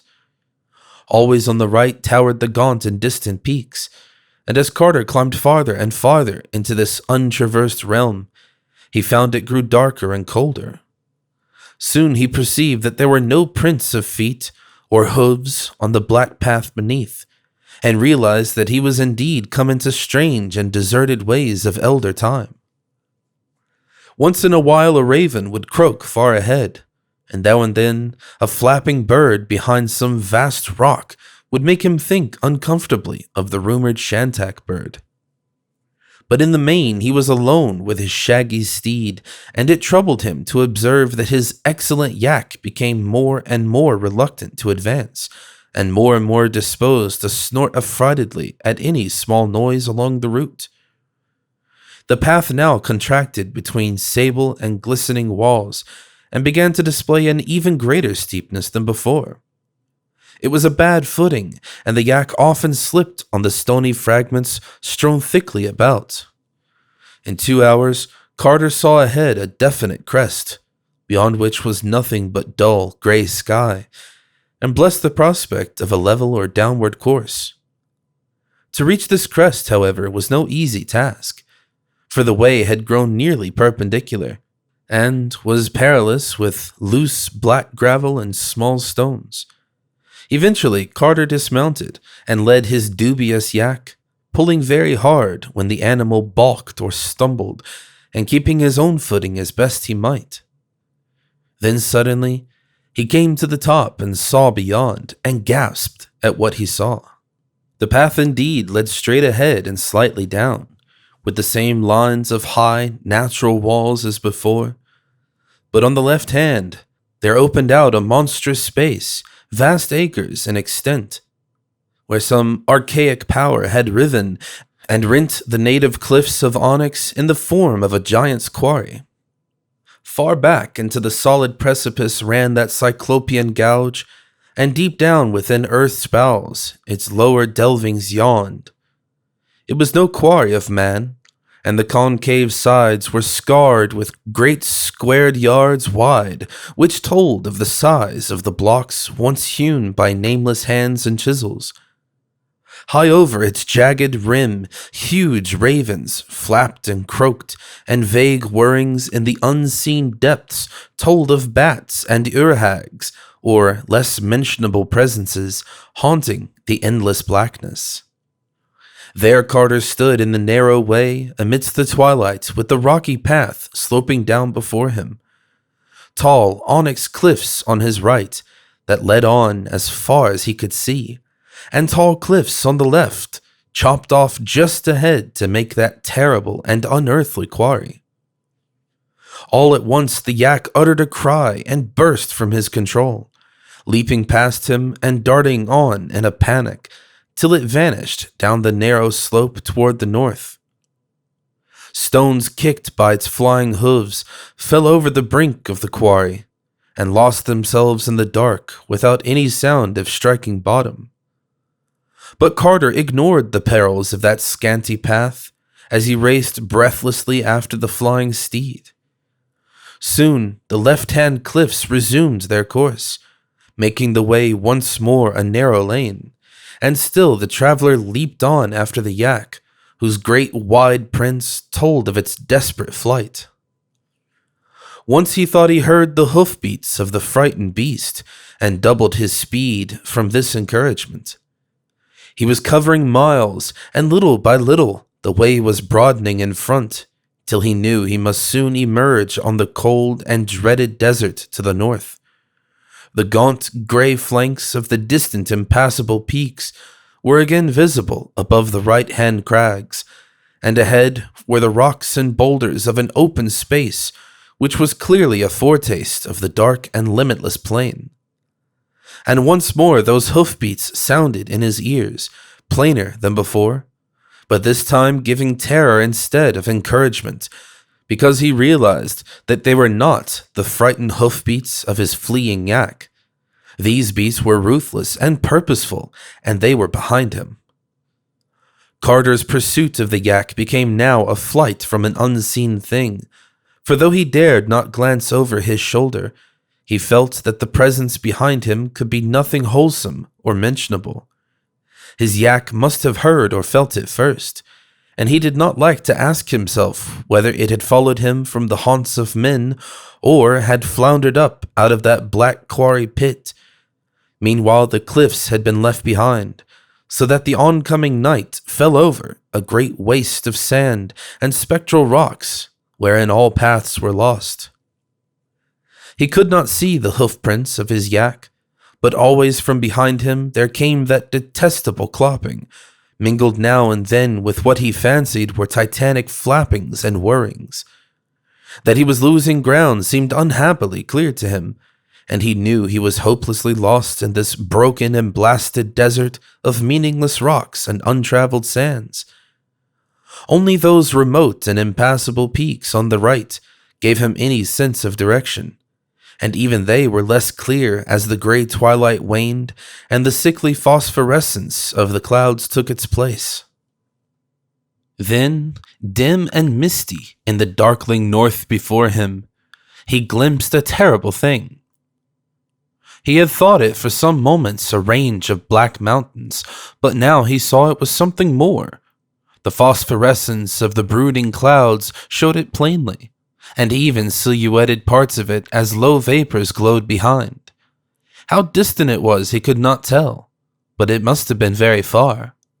It was thousands of feet high, stretching in a great concave arc from the gray impassable peaks to the unimagined westward spaces, and had once indeed been a ridge of mighty onyx hills. But now those hills were no more, for some hand greater than man's had touched them. Silent, they squatted there atop the world like wolves or ghouls, crowned with clouds and mists and guarding the secrets of the north forever. All in a great half-circle they squatted, those dog-like mountains carven into monstrous watching statues, and their right hands were raised in menace against mankind. It was only the flickering light of the clouds that made their mitered doubled heads seem to move. But as Carter stumbled on, he saw arise from their shadowy laps great forms whose motions were no delusion. Winged and whirring, those forms grew larger each moment, and the traveler knew his stumbling was at an end. They were not any birds or bats known elsewhere on Earth or in Dreamland, for they were larger than elephants and had heads like a horse's. Carter knew that they must be the Shantak birds of ill rumor, and wondered no more what evil guardians and nameless sentinels made men avoid the boreal rock desert. And as he stopped in final resignation, He dared at last to look behind him, where indeed was trotting the squat, slant-eyed trader of evil legend, grinning astride a lean yak and leading on a noxious horde of leering shantaks to whose wings still clung the rime and niter of the nether pits. Trapped though he was by fabulous and hippocephalic winged nightmares that pressed around in great unholy circles, Randolph Carter did not lose consciousness. Lofty and horrible, those titan gargoyles towered above him, while the slant-eyed merchant leaped down from his yak and stood grinning before the captive. Then the man motioned Carter to mount one of the repugnant shantaks, helping him up as his judgment struggled with his loathing. It was hard work ascending, for the shantak bird has scales instead of feathers, and those scales are very slippery. Once he was seated, the slant-eyed man hopped up behind him, leaving the lean yak to be led away northward toward the ring of carven mountains by one of the incredible bird colossi. There now followed a hideous whirl through frigid space, endlessly up and eastward toward the gaunt, gray flanks of those impassable mountains, beyond which Leng was said to lie. Far above the clouds they flew, till at last there lay beneath them those fabled summits which the folk of Inganok have never seen, and which lie always in high vortices of gleaming mist. Carter beheld them very plainly as they passed below, and saw upon their topmost peak strange caves which made him think of those on Angernek. But he did not question his captor about these things when he noticed that both the man and the horse-headed shantak appeared oddly fearful of them, hurrying past nervously and showing great tension until they were left far in the rear. The shantak now flew lower, revealing beneath the canopy of cloud a gray, barren plain, whereon at great distances shone little feeble fires. As they descended, there appeared at intervals lone huts of granite and bleak stone villages whose tiny windows glowed with pallid light. And there came from those huts and villages a shrill droning of pipes and a nauseous rattle of crotala, which proved at once that Inganok's people are right in their geographic rumors. For travelers have heard such sounds before, and know that they float only from the cold desert plateau which healthy folk never visit, that haunted place of evil and mystery which is Leng. Around the feeble fires, dark forms were dancing, and Carter was curious as to what manner of beings they might be. For no healthy folk have ever been to Leng, and the place is known only by its fires and stone huts as seen from afar. Very slowly and awkwardly did those forms leap, and with an intense twisting and bending not good to behold, so that Carter did not wonder at the monstrous evil imputed to them by vague legend, or the fear in which all dreamland holds their abhorrent, frozen plateau. As the shantak flew lower, the repulsiveness of the dancers became tinged with a certain hellish familiarity, and the prisoner kept straining his eyes and racking his memory for clues to where he had seen such creatures before.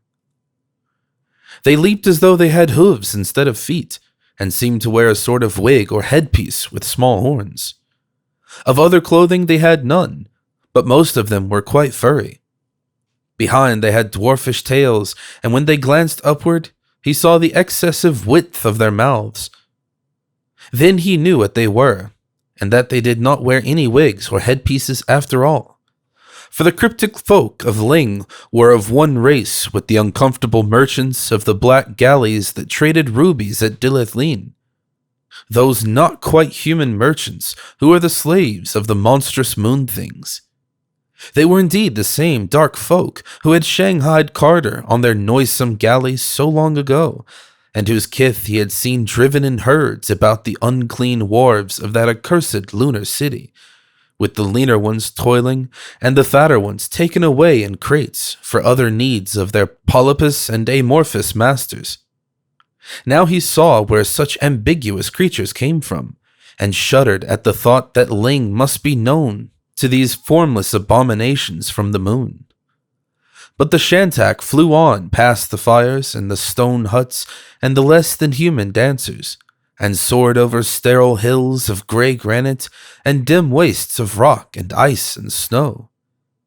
Day came, and the phosphorescence of low clouds gave place to the misty twilight of that northern world, and still the vile bird winged meaningly through the cold and silence. At times the slant-eyed man talked with his steed in a hateful and guttural language, and the Shantak would answer with tittering tones that rasped like the scratching of ground glass. All this while the land was getting higher, and finally they came to a wind-swept table which seemed the very roof of a blasted and tenantless world. There, all alone in the hush and the dusk and the cold, rose the uncouth stones of a squat, windowless building, around which a circle of crude monoliths stood.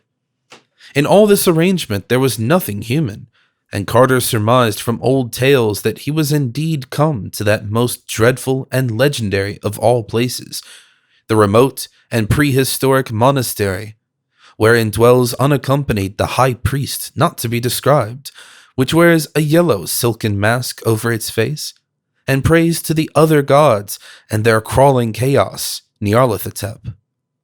The loathsome bird now settled to the ground, and the slant-eyed man hopped down and held his captive alight. Of the purpose of his seizure, Carter now felt very sure, for clearly the slant-eyed merchant was an agent of the darker powers, eager to drag before his masters a mortal whose presumption had aimed at the finding of unknown Kadath and the saying of a prayer before the faces of the great ones in their onyx castle. It seemed likely that this merchant had caused his former capture by the slaves of the moon things in Dylathleen, and that he now meant to do what the rescuing cats had baffled, taking the victim to some dread rendezvous with monstrous Nyarlathotep and telling with what boldness the seeking of unknown Kadath had been tried. Ling and the cold waste north of Inganok must be close to the other gods, and there the passes to Kadath are well guarded. The slant-eyed man was small, but the hippocephalic bird was there to see he was obeyed. So Carter followed where he led, and passed within the circle of standing rocks and into the low arched doorway of that windowless stone monastery. There were no lights inside, but the evil merchant lit a small clay lamp bearing morbid bas-reliefs and prodded his prisoner on through mazes of narrow winding corridors. On the walls of the corridors were painted frightful scenes older than history, and in a style unknown to the archaeologists of Earth. After countless eons, their pigments were brilliant still, for the cold and dryness of hideous Ling keep alive many primal things. Carter saw them fleetingly in the rays of that dim and moving lamp, and shuddered at the tale they told. Through those archaic frescoes, Ling's Atal stalked, and the horned, hooved, and wide-mouthed almost humans danced evilly amidst forgotten cities. There were scenes of old wars wherein Ling's almost humans fought with the bloated purple spiders of the neighboring vales. And there were scenes also of the coming of the black galleys from the moon, and of the submission of Ling's people to the polypus and amorphous blasphemies that hopped and floundered and wriggled out of them.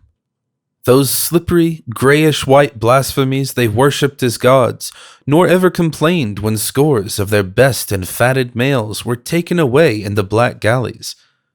The monstrous moon beasts made their camp on a jagged isle in the sea, and Carter could tell from the frescoes that this was none other than the lone, nameless rock he had seen when sailing to Inganok.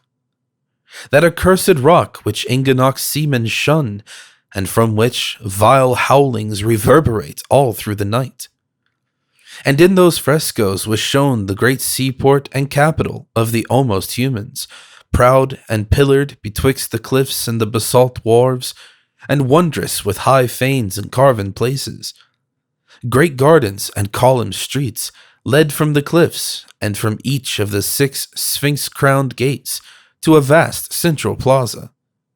and in that plaza was a pair of winged colossal lions guarding the top of a subterranean staircase.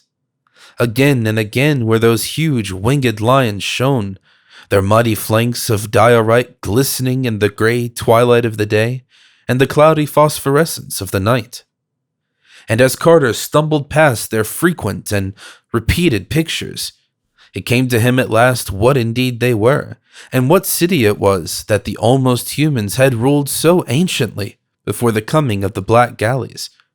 There could be no mistake, for the legends of Dreamland are generous and profuse.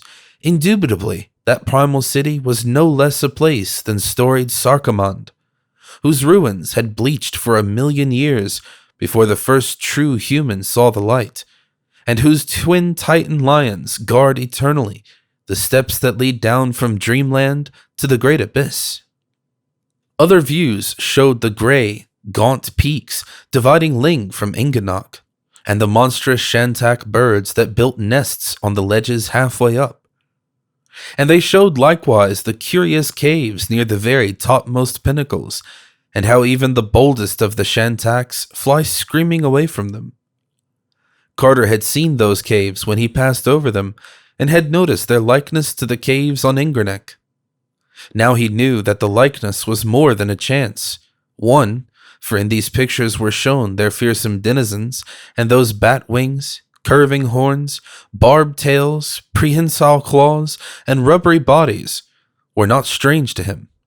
He had met those silent, flitting, and clutching creatures before, those mindless guardians of the great abyss whom even the great ones fear, and who own not Nyarlathotep, but hoary Nodens as their lord.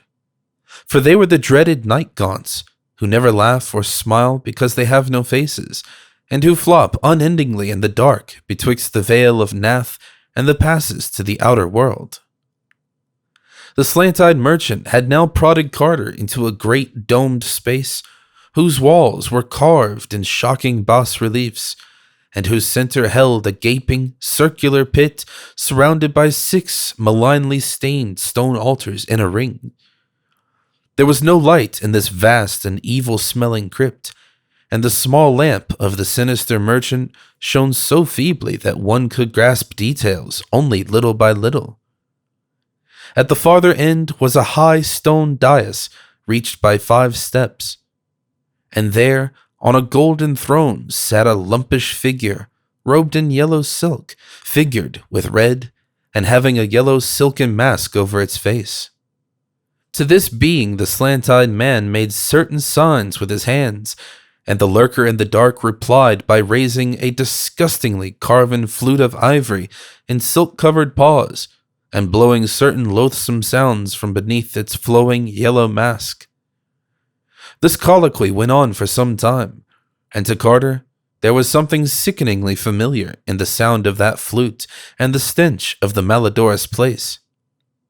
It made him think of a frightful red-litten city and the revolting procession that once filed through it. Of that, and of an awful climb through lunar countryside beyond, before the rescuing rush of Earth's friendly cats, he knew that the creature on the dais was without a doubt the high priest not to be described, of which legend whispers such fiendish and abnormal possibilities, but he feared to think just what that abhorred high priest might be. Then the figured silk slipped a trifle from one of the grayish-white paws, and Carter knew what the noisome high priest was, and that hideous second stark fear drove him to something his reason would never have dared to attempt. For in all his shaken consciousness, there was room only for one frantic will to escape from what squatted on that golden throne. He knew that hopeless labyrinths of stone lay betwixt him and the cold tableland outside, and that even on that tableland the noxious Shantak still waited. Yet in spite of all this, there was in his mind only the instant need to get away from that wriggling, silk-robed monstrosity. The slant-eyed man had set his curious lamp upon one of the high and wickedly stained altar stones by the pit, and had moved forward somewhat to talk to the high priest with his hands. Carter, hitherto wholly passive, now gave that man a terrific push with all the wild strength of fear, so that the victim toppled at once into that gaping well which rumor holds to reach down to the hellish vaults of Zin, where Gugs hunt ghasts in the dark. In almost the same second he seized the lamp from the altar and darted out into the frescoed labyrinths, racing this way and that as chance determined, and trying not to think of the stealthy padding of shapeless paws on the stones behind him, or of the silent wrigglings and crawlings which must be going on back there in lightless corridors. After a few moments he regretted his thoughtless haste, and wished he'd tried to follow backward the frescoes he had passed on the way in. True, they were so confused and duplicated that they could not have done him much good, but he wished none the less he had made the attempt. Those he now saw were even more horrible than those he had seen then, and he knew he was not in the corridors leading outside.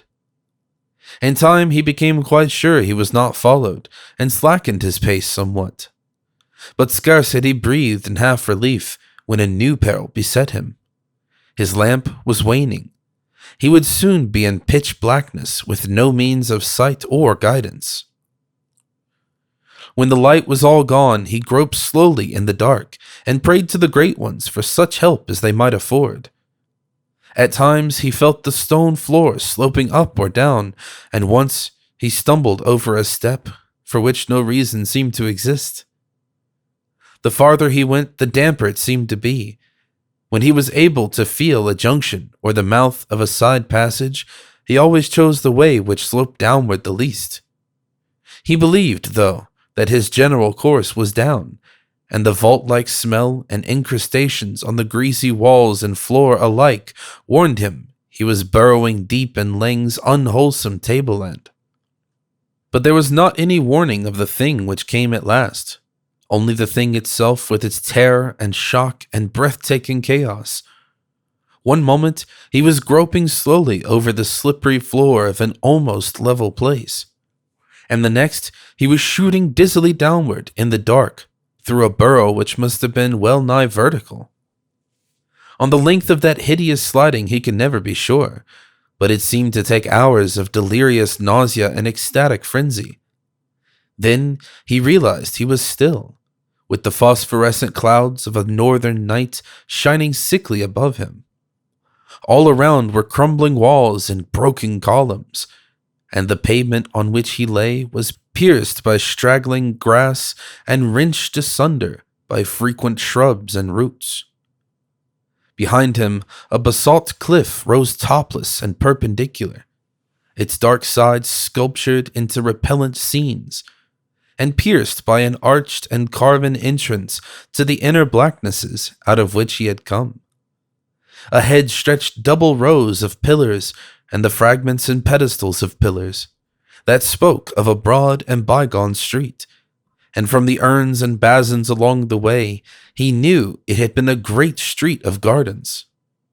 Far off, at its end, the pillars spread to mark a vast round plaza, and in that open circle there loomed gigantic under the lurid night clouds a pair of monstrous things. Huge winged lions of diorite they were, with blackness and shadow between them. Full 20 feet, they reared their grotesque and unbroken heads, and snarled derisive on the ruins around them. And Carter knew right well what they must be, for legends tell of only one such twain. They were the changeless guardians of the great abyss, and these dark ruins were in truth Primordial Sarcomand. Carter's first act was to close and barricade the archway in the cliff with fallen blocks and odd debris that lay around. He wished no follower from Ling's hateful monastery, for along the way ahead would lurk enough of other dangers. Of how to get from Sarcomand to the peopled parts of Dreamland he knew nothing at all, nor could he gain much by descending to the grottos of the Ghouls, since he knew they were no better informed than he. The 3 ghouls which had helped him through the city of Gugs to the outer world had not known how to reach Sarcomand in their journey back, but had planned to ask old traders in Dylathleen. He did not like to think of going again to the subterrane world of Zoogs and risking once more that hellish tower of Koth, with its cyclopean steps leading to the enchanted wood. Yet he felt he might have to try this course if all else failed. Over Ling's plateau, past the lone monastery, he dared not go unaided.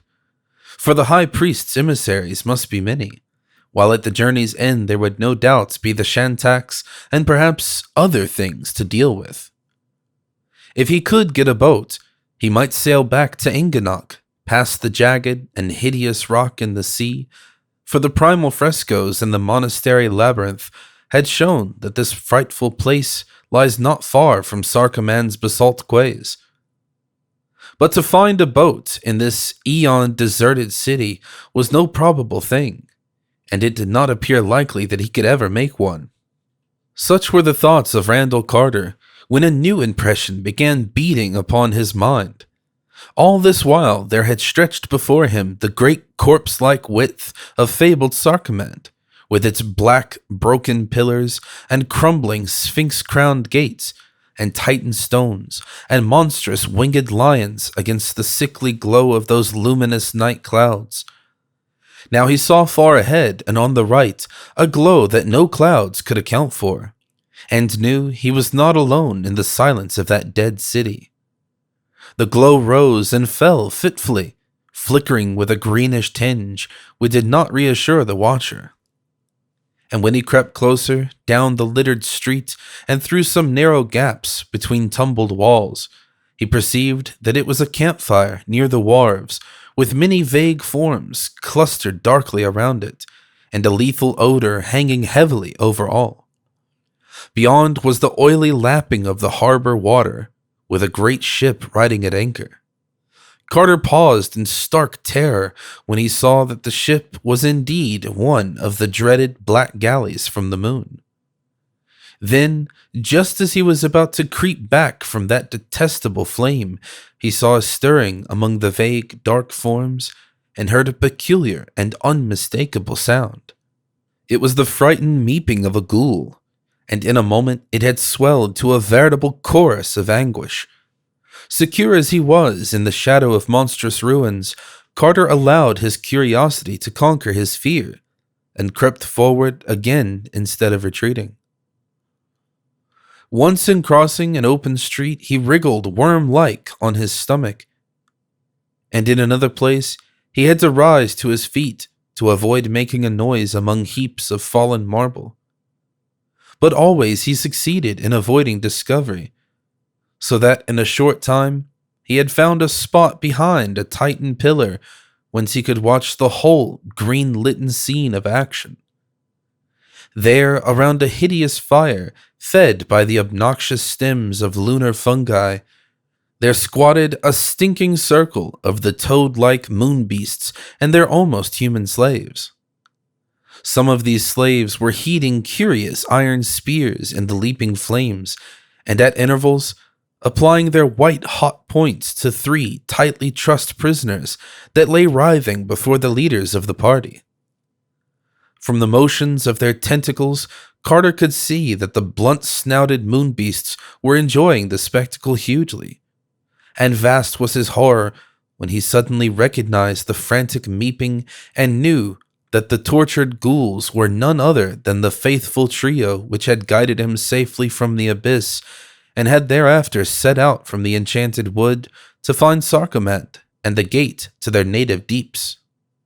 The number of malodorous moonbeasts about that greenish fire was very great, and Carter saw that he could do nothing now to save his former allies. Of how the ghouls had been captured he could not guess, but fancied that the grey, toad-like blasphemies had heard them inquire in Dylathleen concerning the way to Sarcomand, and had not wished them to approach so closely the hateful plateau of Ling, and the high priest not to be described. For a moment he pondered on what he ought to do, and recalled how near he was to the gate of the ghouls' black kingdom. Clearly it was wisest to creep east to the Plaza of Twin Lions and descend at once to the gulf, where assuredly he would meet no horrors worse than those above, and where he might soon find ghouls eager to rescue their brethren and perhaps to wipe out the moon beasts from the Black Galley. It occurred to him that the portal, like other gates to the abyss, might be guarded by flocks of Night-gaunts. But he did not fear these faceless creatures now. He had learned that they are bound by solemn treaties with the ghouls, and the ghoul, which was Pikmin, had taught him how to glibber a password they understood. So Carter began another silent crawl through the ruins, edging slowly toward the grand central plaza and the winged lions. It was ticklish work, but the moon beasts were pleasantly busy and did not hear the slight noises which he twice made by accident among the scattered stones. At last he reached the open space and picked his way among the stunted trees and briars that had grown up therein. The gigantic lions loomed terrible above him in the sickly glow of the phosphorescent night clouds. But he manfully persisted toward them and presently crept round to their faces, knowing it was on that side he would find the mighty darkness which they guard. 10 feet apart, crouched the mocking-faced beasts of diorite, brooding on cyclopean pedestals whose sides were chiseled into fearsome bas-reliefs. Betwixt them was a tiled court with a central space, which had once been railed with balusters of onyx. Midway in this space a black well opened, and Carter soon saw that he had indeed reached the yawning gulf whose crusted and moldy stone steps lead down to the crypts of nightmare. Terrible is the memory of that dark descent, in which hours wore themselves away whilst Carter wound slightlessly round and round down a fathomless spiral of steep and slippery stairs. So worn and narrow were the steps, and so greasy with the ooze of inner earth, that the climber never quite knew when to expect a breathless fall and hurtling down to the ultimate pits. And he was likewise uncertain just when or how the guardian Night-gaunts would suddenly pounce upon him, if indeed there were any stationed in this primeval passage. All about him was a stifling odor of nether gulfs, and he felt that the air of these choking depths was not made for mankind. In time, he became very numb and somnolent, moving more from automatic impulse than from reasoned will. Nor did he realize any change when he stopped moving altogether, as something quietly seized him from behind. He was flying very rapidly through the air before a malevolent tickling told him that the rubbery Night-gaunts had performed their duty. Awakened to the fact that he was in the cold, damp clutch of the faceless flutterers, Carter remembered the password of the ghouls and glibbered it as loudly as he could amidst the wind and chaos of flight. Mindless though Night-gaunts are said to be, the effect was instantaneous, for all tickling stopped at once, and the creatures hastened to shift their captive to a more comfortable position. Thus encouraged, Carter ventured some explanations, telling of the seizure and torture of 3 ghouls by the moon beasts, and of the need of assembling a party to rescue them. The Night-gaunts, though inarticulate, seemed to understand what was said, and showed greater haste and purpose in their flight. Suddenly the dense blackness gave place to the grey twilight of inner earth, and there opened up ahead one of those flat, sterile plains on which ghouls love to squat and gnaw. Scattered tombstones and osseous fragments told of the denizens of that place, and as Carter gave a loud meep of urgent summons, a score of burrows emptied forth their leathery, dog-like tenants. The Night-gaunts now flew low and set their passenger upon his feet, afterward withdrawing a little and forming a hunched semicircle on the ground while the ghouls greeted the newcomer. Carter glibbered his message rapidly and explicitly to the grotesque company, and 4 of them at once departed through different burrows to spread the news to others and gather such troops as might be available for the rescue. After a long wait, a ghoul of some importance appeared and made significant signs to the Night-gaunts, causing 2 of the latter to fly off into the dark. Thereafter, there were constant accessions to the hunched flock of night-gaunts on the plain, till at length the slimy soil was fairly black with them. Meanwhile, fresh ghouls crawled out of the burrows one by one, all glibbering excitedly and forming in crude battle array not far from the huddled night-gaunts. In time there appeared that proud and influential ghoul which was once the artist Richard Pickman of Boston, and to him Carter glibbered a very full account of what had occurred. The erstwhile Pickman, surprised to greet his ancient friend again, seemed very impressed, and held a conference with other chiefs a little apart from the growing throng. Finally, after scanning the ranks with care, the assembled chiefs all meeped in unison and began glibbering orders to the crowds of ghouls and night-gaunts. A large detachment of horned flyers vanished at once, while the rest grouped themselves 2 by 2 on their knees with extended forelegs, awaiting the approach of the ghouls 1 by 1. As each ghoul reached the pair of night-gaunts to which he was assigned, he was taken up and borne away into the blackness, till at last the whole throng had vanished, save for Carter, Pickman, and the other chiefs, a few pairs of night-gaunts. Pickman explained that night-gaunts are the advance guard and battle steeds for the ghouls, and that the army was issuing forth to Sarcomand to deal with the moon beasts. Then Carter and the ghoulish chiefs approached the waiting bearers and were taken up by the damp, slippery paws. Another moment and all were whirling in wind and darkness, endlessly up, up, up to the gate of the winged lions and the spectral ruins of Primal Sarcomand. When after a great interval, Carter saw again the sickly light of Sarcomand's nocturnal sky, it was to behold the central plaza swarming with militant ghouls and night-gaunts. Day, he felt sure, must be almost due, but so strong was the army that no surprise of the enemy would be needed.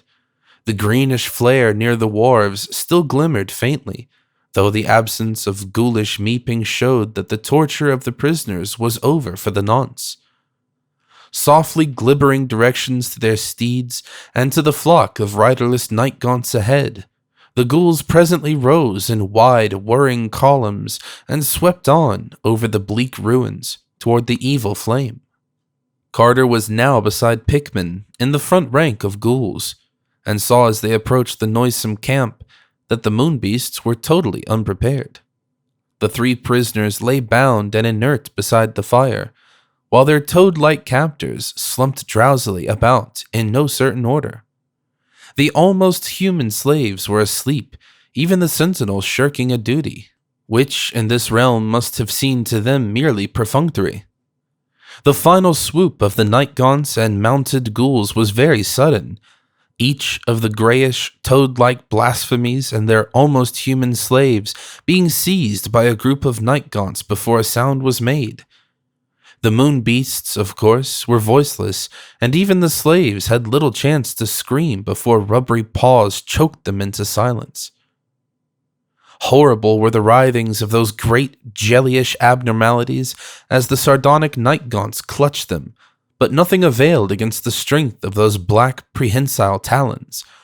When a moon beast writhed too violently, a night-gaunt would seize and pull its quivering pink tentacles, which seemed to hurt so much that the victim would cease its struggles. Carter expected to see much slaughter, but found that the ghouls were far subtler in their plans. They glibbered certain orders to the night-gaunts which held the captives, trusting the rest to instinct, and soon the hapless creatures were borne silently away into the great abyss, to be distributed impartially amongst the bowls, gugs, ghasts, and other dwellers in darkness, whose modes of nourishment are not painless to their chosen victims.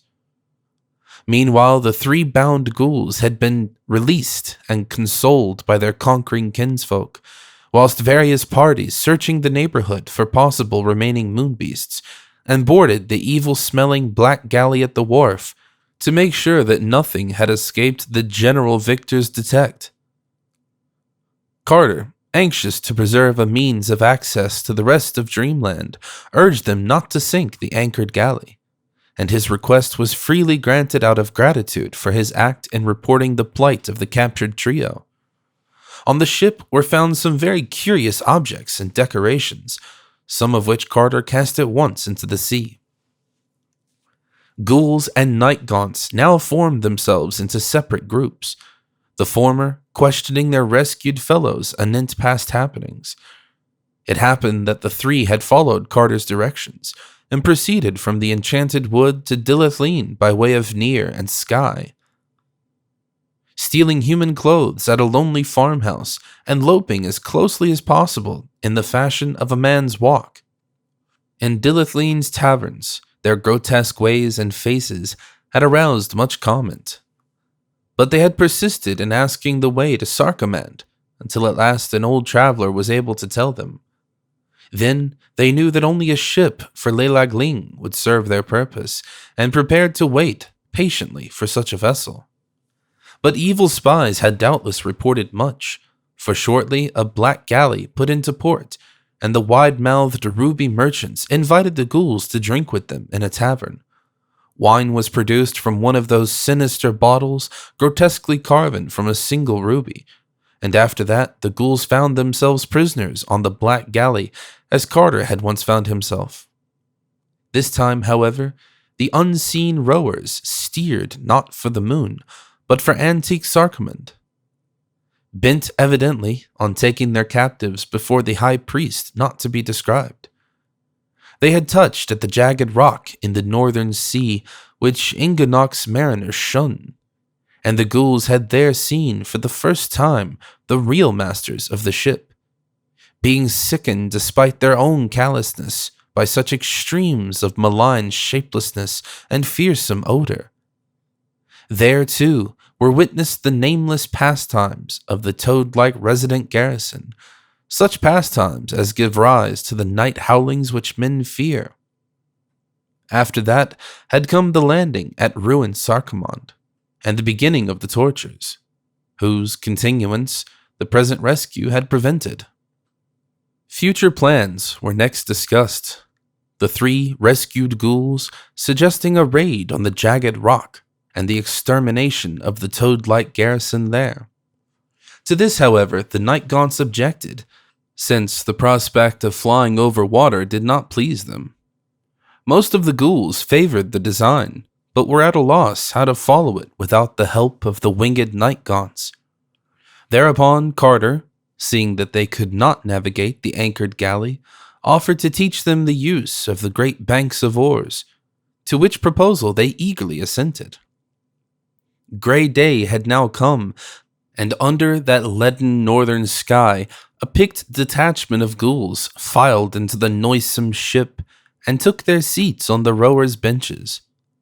Carter found them fairly apt at learning, and before night had risked several experimental trips around the harbor. Not till 3 days later, however, did he deem it safe to attempt the voyage of conquest. Then the rowers trained, and the Night-gaunts safely stowed in the forecastle. The party set sail at last, Pickman and the other chiefs gathering on deck and discussing modes of approach and procedure. On the very first night, the howlings from the rock were heard. Such was their timber that all the galley's crew shook visibly, but most of all trembled the three rescued ghouls who knew precisely what those howlings meant. It was not thought best to attempt an attack by night, so the ship lay to under the phosphorescent clouds to wait for the dawn of a grayish day. When the light was ample and the howlings still, the rowers resumed their strokes, and the galley drew closer and closer to that jagged rock whose granite pinnacles clawed fantastically at the dull sky. The sides of the rock were very steep, but on ledges here and there could be seen the bulging walls of queer windowless dwellings, and the low railings guarding traveled high roads. No ship of men had ever come so near the place, or at least had never come so near and departed again. But Carter and the ghouls were void of fear, and kept inflexibly on, rounding the eastern face of the rock and seeking the wharves, which the rescued trio described as being on the southern side within a harbor formed of steep headlands. The headlands were prolongations of the island proper and came so closely together that only one ship at a time might pass between them. There seemed to be no watchers on the outside, so the galley was steered boldly through the flume-like strait and into the stagnant, fetid harbor beyond. Here, however, all was bustle and activity, with several ships lying at anchor along a forbidding stone quay, and scores of almost human slaves and moon beasts by the waterfront handling crates and boxes, or driving nameless and fabulous horrors hitched to lumbering lorries. There was a small stone town hewn out of the vertical cliff above the wharves, with the start of a winding road that spiraled out of sight toward higher ledges of the rock. Of what lay inside that prodigious peak of granite none might say, but the things one saw on the outside were far from encouraging. At sight of the incoming galley, the crowds on the wharves displayed much eagerness, those with eyes staring intently, and those without eyes wriggling their pink tentacles expectantly. They did not, of course, realize that the black ship had changed hands, for ghouls look much like the horned and hooved almost humans, and the Night-gaunts were all out of sight below. By this time, the leaders had fully formed a plan, which was to loose the Night-gaunts as soon as the wharf was touched, and then to sail directly away, leaving matters wholly to the instincts of those almost mindless creatures. Marooned on the rock, the horned flyers would first of all seize whatever living things were found there, and afterward, quite helpless to think except in terms of the homing instinct, would forget their fear of water and fly swiftly back to the abyss, bearing their noisome prey to appropriate destinations in the dark, from which not much would emerge alive. The ghoul that was Pikmin now went below and gave the Night-gaunts their simple instructions, while the ship drew very near to the ominous and malodorous wharves. Presently, a fresh stir rose along the waterfront, and Carter saw the motions of the galley had begun to excite suspicions. Evidently, the steersman was not making for the right dock, and probably the watchers had noticed the difference between the hideous ghouls and the almost human slaves whose places they were taking. Some silent arm must have been given, for almost at once a horde of the mephitic moon beasts began to pour from the little black doorways of the windowless houses and down the winding road at the right. A rain of curious javelins struck the galley as the prow hit the wharf, felling 2 ghouls and slightly wounding another. But at this point all the hatches were thrown open to emit a black cloud of whirring Night-gaunts, which swarmed over the town like a flock of horned and cyclopean bats. The jellyish moon beasts had procured a great pole and were trying to push off the invading ship, but when the Night-gaunts struck them, they thought of such things no more. It was a very terrible spectacle to see those faceless and rubbery ticklers at their pastime, and tremendously impressive to watch the dense cloud of them spreading through the town and up the winding roadway to the reaches above. Sometimes a group of the black flutterers would drop a toad-like prisoner from aloft by mistake, and the manner in which the victim would burst was highly offensive to the sight and smell. When the last of the Night-gaunts had left the galley, the ghoulish leaders glibbered an order of withdrawal, and the rowers pulled quietly out of the harbor between the gray headlands, while still the town was a chaos of battle and conquest. The Pikmin ghoul allowed several hours for the Night-gaunts to make up their rudimentary minds and overcome their fear of flying over the sea, and kept the galley standing about a mile off the jagged rock while he waited and dressed the wounds of the injured men. Night fell, and the gray twilight gave place to the sickly phosphorescence of low clouds. And all the while the leaders watched the high peaks of that accursed rock for signs of the Night-gaunts' flight. Toward morning, a black speck was seen hovering timidly over the topmost pinnacle, and shortly afterward, the speck had become a swarm. Just before daybreak, the swarm seemed to scatter, and within a quarter of an hour, it had vanished wholly into the distance toward the northeast. Once or twice, something seemed to fall from the thinning swarm into the sea, but Carter did not worry, since he knew from observation that the toad-like moon beasts cannot swim. At length, when the ghouls were satisfied that all the Night-gaunts had left for Sarcomand and the great abyss with their doomed burdens, the galley put back into the harbor betwixt the grey headlands, and all the hideous company landed and roamed curiously over the denuded rock with its towers and eyries and fortresses chiseled from the solid stone.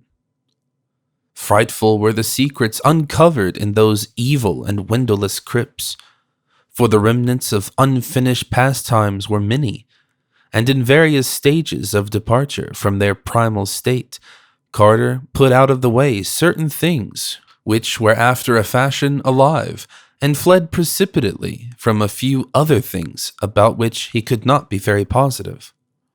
The stench-filled houses were furnished mostly with grotesque stools and benches carved from moon trees, and were painted inside with nameless and frantic designs. Countless weapons, implements, and ornaments lay about, including some large idols of solid ruby depicting singular beings not found on the earth. These latter did not, despite their material, invite either appropriation or long inspection, and Carter took the trouble to hammer 5 of them into very small pieces. The scattered spears and javelins he collected, and with Pickman's approval, distributed among the ghouls. Such devices were new to the dog-like lopers, but their relative simplicity made them easy to master after a few concise hints. The upper parts of the rock held more temples than private homes, and in numerous hewn chambers were found terrible carven altars and doubtfully stained fonts and shrines for the worship of things more monstrous than the mild gods atop Kadath. From the rear of one great temple stretched a low, black passage, which Carter followed far into the rock with a torch till he came to a lightless domed hall of vast proportions, whose vaultings were covered with demonic carvings, and in whose center yawned a foul and bottomless well, like that in the hideous monastery of Ling, where broods alone the high priest not to be described. On the distant shadowy side, beyond the noisome well, he thought he discerned a small door of strangely wrought bronze, but for some reason he felt an unaccountable dread of opening it or even approaching it, and hastened back through the cavern to his lovely allies as they shambled about with an ease and abandon he could scarcely feel. The ghouls had observed the unfinished pastimes of the moon beasts and had profited in their fashion. They had also found a hogshead of potent moon wine and were rolling it down to the wharves for removal and later use in diplomatic dealings, though the rescued trio, remembering its effects on them in Dylathleen, had warned their company to taste none of it. Of rubies from lunar mines there was a great store, both rough and polished, in one of the vaults near the water. But when the ghouls found they were not good to eat, they lost interest in them. Carter did not try to carry any away, since he knew too much about those which had mined them. Suddenly, there came an excited meeping from the sentries on the wharves, and all the loathsome foragers turned from their tasks to stare seaward and cluster round the waterfront. Betwixt the grey headlands, a fresh black galley was rapidly advancing, and it could be but a moment before the almost humans on deck would perceive the invasion of the town and give the alarm to the monstrous things below. Fortunately, the ghouls still bore the spears and javelins which Carter had distributed amongst them, and at his command, sustained by the being that was Pickman, they now formed a line of battle and prepared to prevent the landing of the ship. Presently, a burst of excitement on the galley told of the crew's discovery of the changed state of things, and the instant stoppage of the vessel proved that the superior numbers of the ghouls had been noted and taken into account. After a moment of hesitation, the newcomers silently turned and passed out between the headlands again. But not for an instant did the ghouls imagine that the conflict was averted. Either the dark ship would seek reinforcements, or the crew would try to land elsewhere on the island. Hence, a party of scouts was at once sent up toward the pinnacle to see what the enemy's course would be. In a very few minutes, a ghoul returned breathless to say that the moon beasts and almost humans were landing on the outside of the more easterly of the rugged gray headlands, and descending by hidden paths and ledges which a goat could scarcely tread in safety. Almost immediately afterward, the galley was sighted again through the flume-like strait, but only for a second. Then, a few moments later, a second messenger panted down from aloft to say that another party was landing on the other headland, both being much more numerous than the size of the galley would seem to allow for. The ship itself, moving slowly with only one sparsely manned tier of oars, soon hove in sight betwixt the cliffs, and lay to in the fetid harbor, as if to watch the coming fray and stand by for any possible use. By this time, Carter and Pickman had divided the ghouls into 3 parties. One to meet each of the 2 invading columns, and one to remain in the town. The first 2 at once scrambled up the rocks in their respective directions, while the third was subdivided into a land party and a sea party. The sea party, commanded by Carter, boarded the anchored galley and rowed out to meet the undermanned galley of the newcomers, whereat the latter retreated through the strait to the open sea. Carter did not at once pursue it, for he knew he might be needed more acutely near the town. Meanwhile, the frightful detachments of the moon beasts and almost humans had lumbered up to the top of the headlands, and were shockingly silhouetted on either side against the gray twilight sky. The thin, hellish flutes of the invaders had now begun to whine, and the general effect of those hybrid, half-amorphous processions was as nauseating as the actual odor given off by the toad-like lunar blasphemies. Then the 2 parties of the ghouls swarmed into sight and joined the silhouetted panorama. Javelins began to fly from both sides, and the swelling meeps of the ghouls and the bestial howls of the almost humans gradually joined the hellish whine of the flutes to form a frantic and indescribable chaos of demon cacophony. Now and then, bodies fell from the narrow ridges of the headlands into the sea outside or the harbor inside, in the latter case being sucked quickly under by certain submarine lurkers whose presence was indicated only by prodigious bubbles.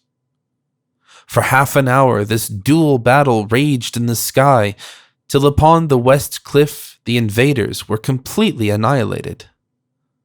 On the east cliff, however, where the leader of the moon beast party appeared to be present, the ghouls had not fared so well, and were slowly retreating to the slopes of the pinnacle proper. Pickman had quickly ordered reinforcements for this front from the party in the town, and these had helped greatly in the earlier stages of the combat. Then, when the western battle was over, the victorious survivors hastened across to the aid of their hard-pressed fellows, turning the tide and forcing the invaders back again along the narrow ridge of the headland. The almost humans were by this time all slain, but the last of the toad-like horrors fought desperately with the great spears clutched in their powerful and disgusting paws. The time for javelins was now nearly past, and the fight became a hand-to-hand contest of what few spearmen could meet upon that narrow ridge. As fury and recklessness increased, the number falling into the sea became very great. Those striking the harbor met nameless extinction from the unseen bubblers, but of those striking the open sea, some were able to swim to the foot of the hills and land on tidal rocks, whilst the hovering galley of the enemy rescued several moonbeasts. The cliffs were unscalable except where the monsters had debarked, so that none of the ghouls on the rocks could rejoin their battle line. Some were killed by javelins from the hostile galley, or from the moonbeasts above, but a few survived to be rescued. When the security of the land parties seemed assured, Carter's galley sallied forth between the headlands and drove the hostile ship far out to sea, pausing to rescue such ghouls as were on the rocks or still swimming in the ocean. Several moonbeasts washed on rocks or reefs were speedily put out of the way. Finally, the moonbeast's galley being safely in the distance, and the invading land army concentrated in one place, Carter landed a considerable force on the eastern headland in the enemy's rear. After which, the fight was short-lived indeed.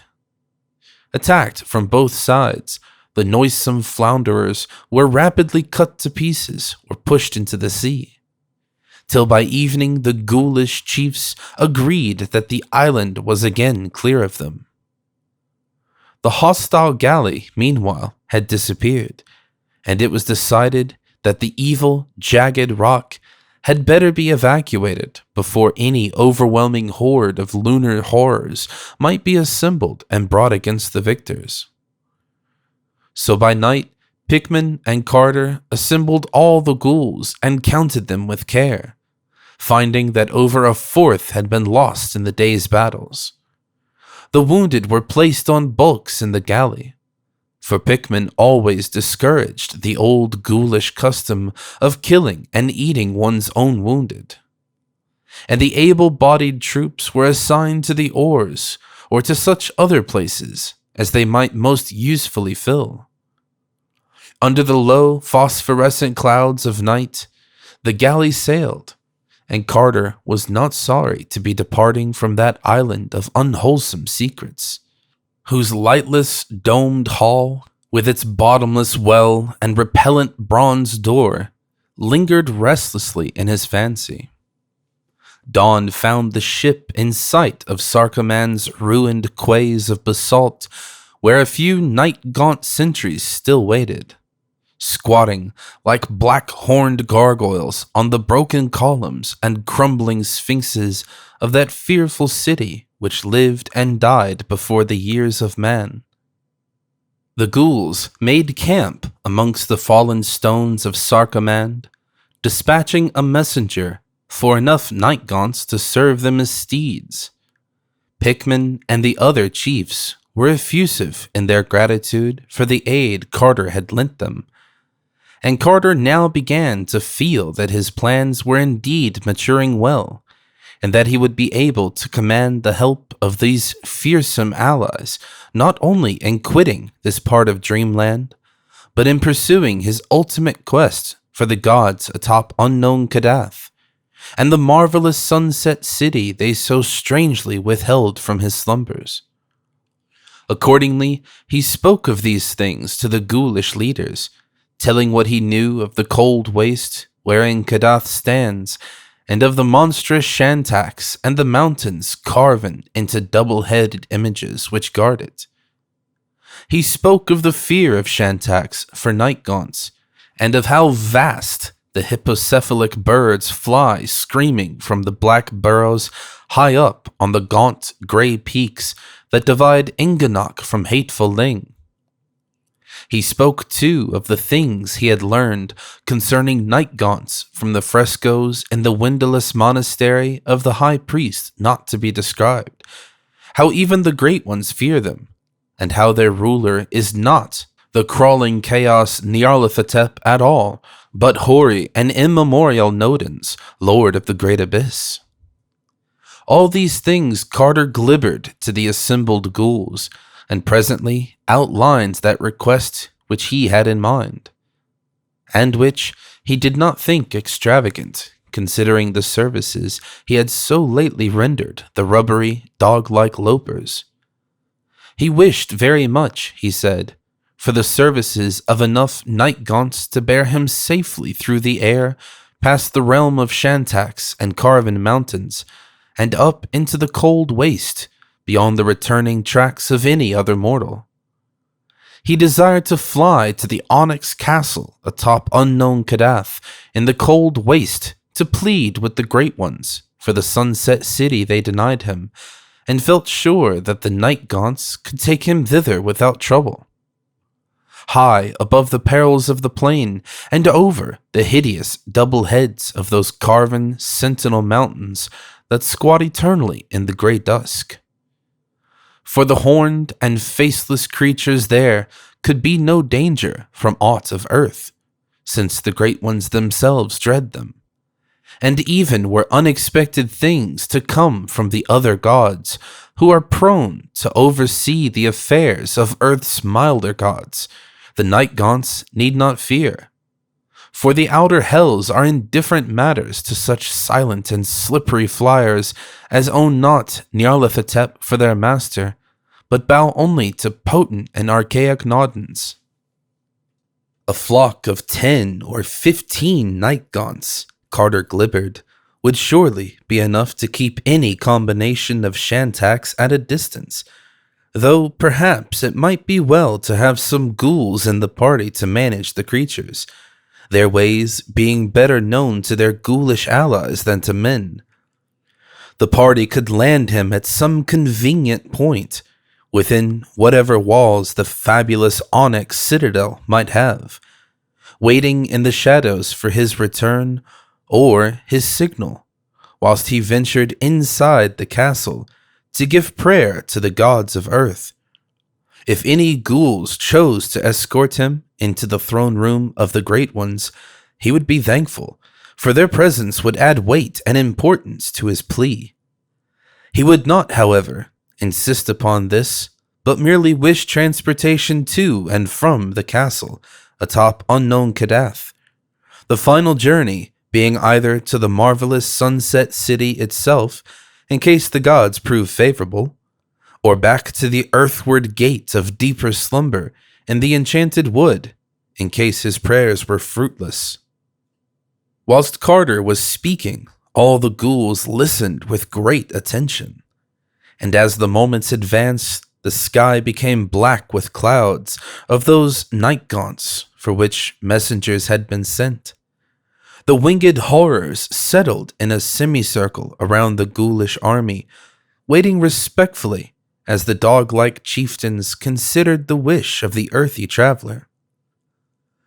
The ghoul that was Pikmin glibbered gravely with its fellows, and in the end, Carter was offered far more than he had at most expected.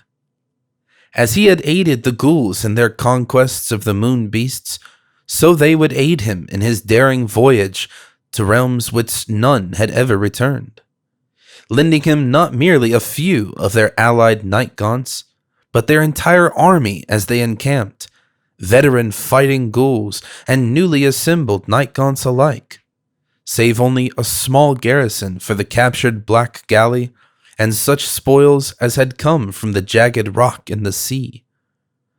They would set out through the air whenever he might wish, and once arrived on Kadath, a suitable train of ghouls would attend him in state as he placed his petition before Earth's gods in their onyx castle.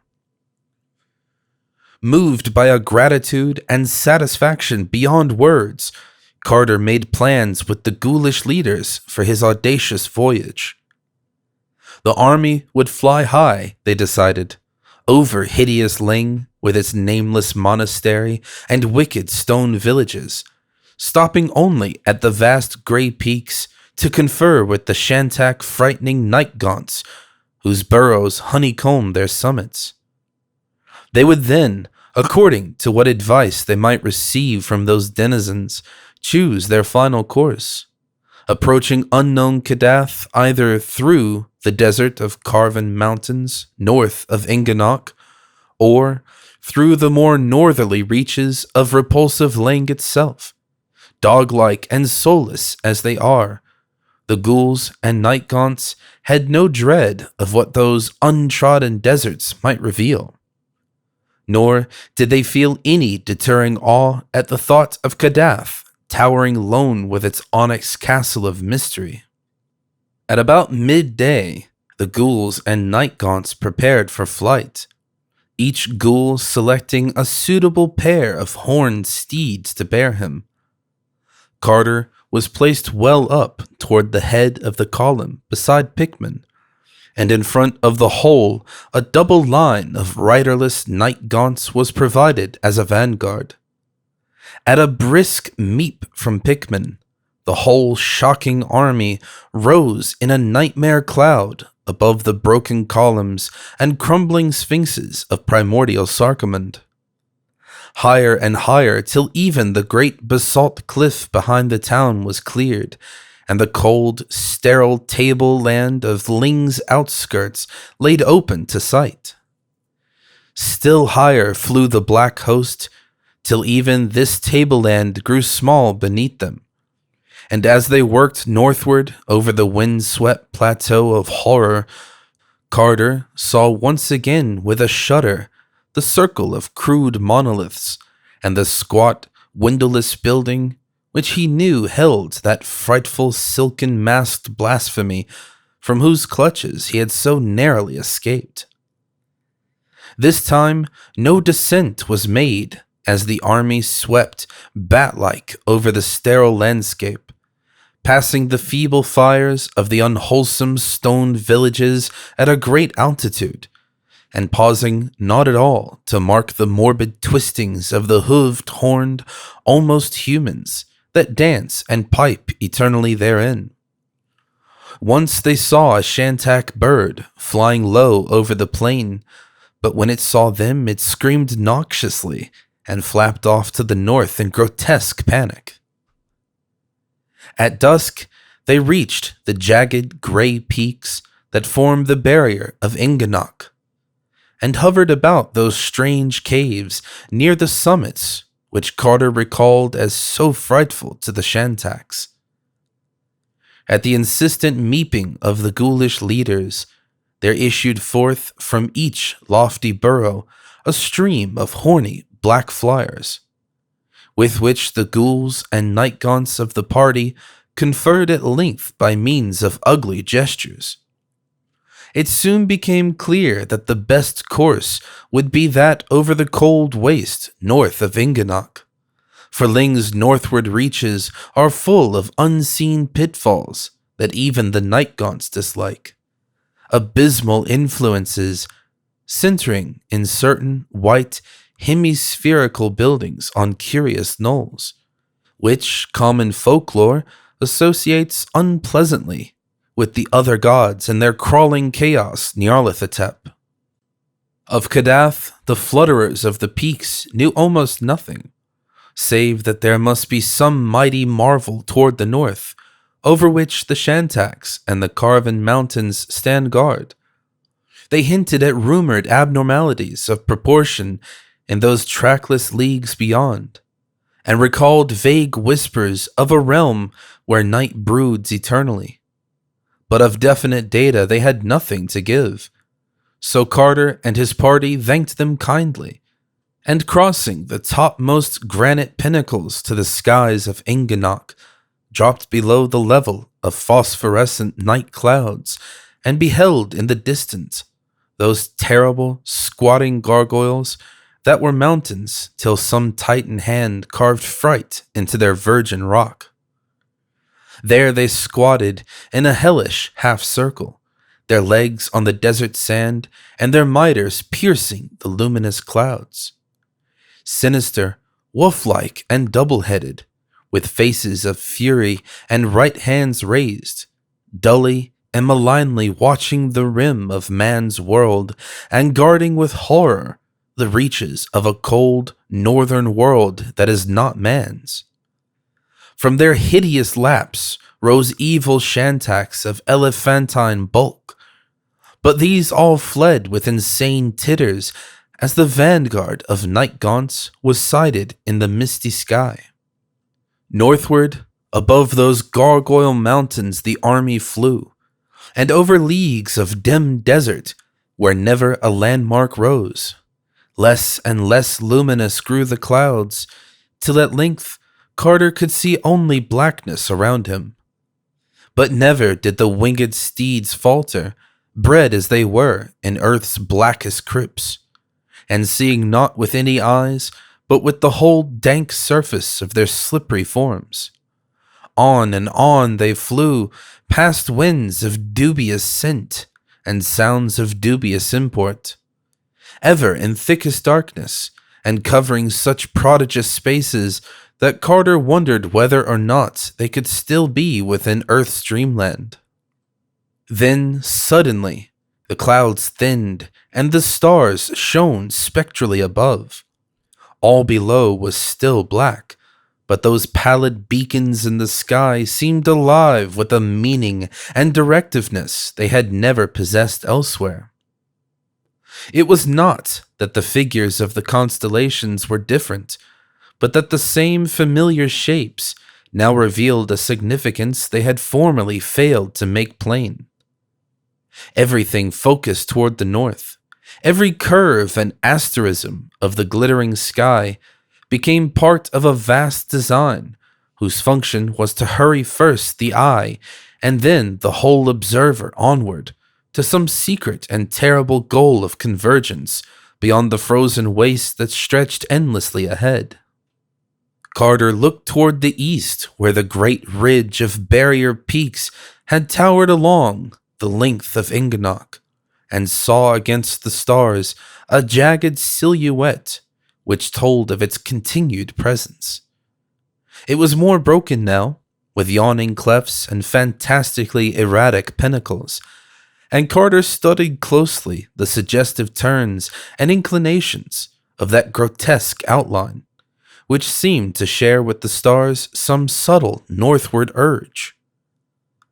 They were flying past at a tremendous speed, so that the watcher had to strain hard to catch details, when all at once he beheld just above the line of the topmost peaks a dark and moving object against the stars, whose course exactly paralleled that of his own bizarre party. The ghouls had likewise glimpsed it, for he heard their low glibbering all about him, and for a moment he fancied the object was a gigantic shantak of a size vastly greater than that of the average specimen. Soon, however, he saw that his theory would not hold, for the shape of the thing above the mountains was not that of any hippocephalic bird. Its outline against the stars, necessarily vague as it was, resembled rather some huge mitered head or pair of heads, infinitely magnified, and its rapid bobbing flight through the sky seemed most peculiarly a wingless one. Carter could not tell which side of the mountains it was on, but soon perceived that it had parts below the parts he had first seen, since it blotted out all the stars in place where the ridge was deeply cleft. Then came a wide gap in the range, where the hideous reaches of transmontane Ling were joined to the cold waste on this side by a low pass through which the stars shone wanly.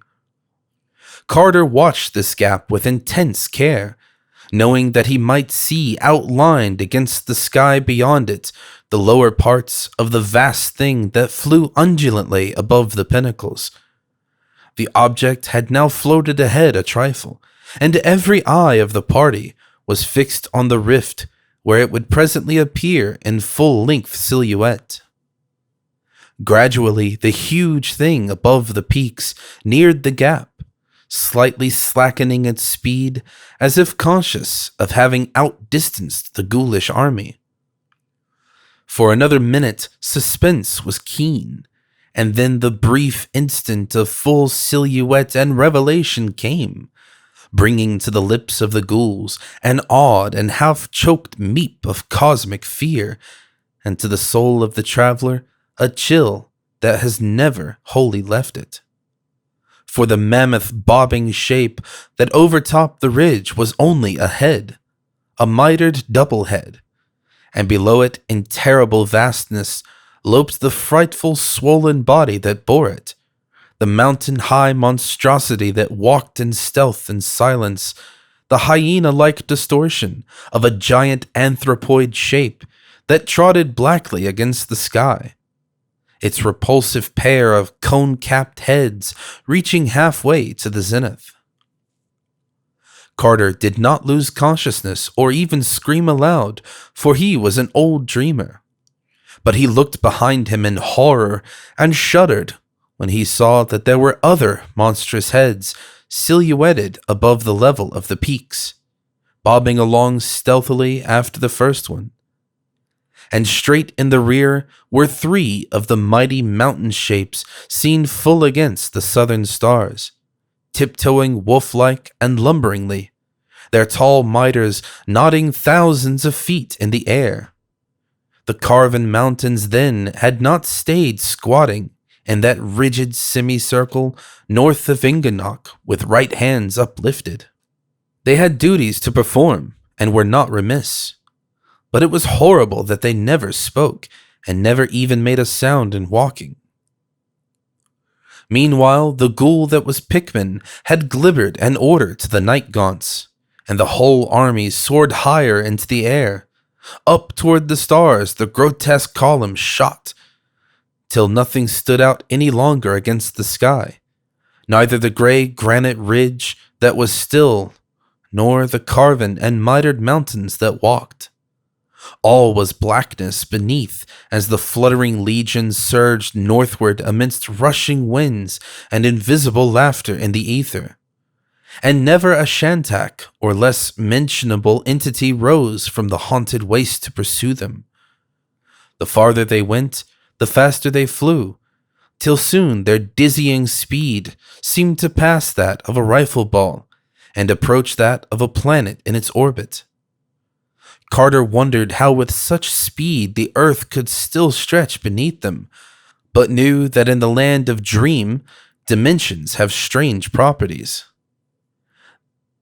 That they were in a realm of eternal night he felt certain, and he fancied that the constellations overhead had subtly emphasized their northward focus, gathering themselves up, as it were, to cast the flying army into the void of the boreal pole, as the folds of a bag are gathered up to cast out the last bits of substance therein. Then he noticed with terror that the wings of the Night-gaunts were not flapping any more. The horned and faceless steeds had folded their membranous appendages and were resting quite passive in the chaos of wind that whirled and chuckled as it bore them on. A force not of earth had seized on the army, and ghouls and Night-gaunts alike were powerless before a current which pulled madly and relentlessly into the north, whence no mortal had ever returned.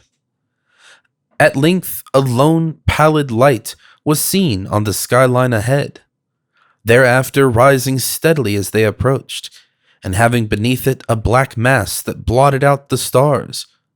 Carter saw that it must be some beacon on a mountain, for only a mountain could rise so vast as seen from so prodigious a height in the air. Higher and higher rose the light and the blackness beneath it, till half the northern sky was obscured by the rugged conical mass.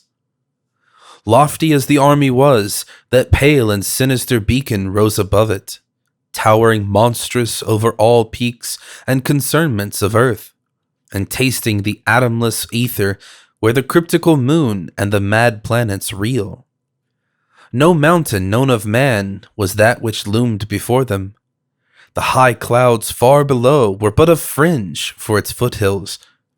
The gasping dizziness of topmost air was but a girdle for its loins. Scornful and spectral climbed that bridge betwixt earth and heaven, black in eternal night, and crowned with a shent of unknown stars, whose awful and significant outline grew every moment clearer. Ghouls meeped in wonder as they saw it, and Carter shivered in fear lest all the hurtling army be dashed to pieces on the unyielding onyx of that cyclopean cliff. Higher and higher rose the light, till it mingled with the loftiest orbs of the zenith and winked down at the flyers with lurid mockery. All the north beneath it was blackness now, dread, stony blackness from infinite depths to infinite heights, with only that pale, winking beacon perched unreachably at the top of all vision. Carter studied the light more closely, and saw at last what lines its inky background made against the stars. There were towers on that Titan mountain top, horrible domed towers, in noxious and incalculable tiers and clusters beyond any dreamable workmanship of man. Battlements and terraces of wonder and menace, all limbed, tiny and black and distant against the starry shent that glowed malevolently at the uppermost rim of sight. Capping that most measureless of mountains was a castle beyond all mortal thought, and in it glowed the demon light. Then Randolph Carter knew that his quest was done, and that he saw above him the goal of all forbidden steps and audacious visions, the fabulous, the incredible home of the great ones, atop unknown Kadath. Even as he realized this thing, Carter noticed a change in the course of the helplessly wind-sucked party. They were rising abruptly now, and it was plain that the focus of their flight was the onyx castle where the pale light shone. So close was the great black mountain that its sides sped by them dizzily as they shot upward, and in the darkness they could discern nothing upon it. Vaster and vaster loomed the tenebrous towers of the nighted castle above, and Carter could see that it was well nigh blasphemous in its immensity. Well might its stones have been quarried by nameless workmen in that horrible gulf rent out of the rock in the hill pass north of Inganok, for such was its size that a man on its threshold stood even as an ant on the steps of earth's loftiest fortress.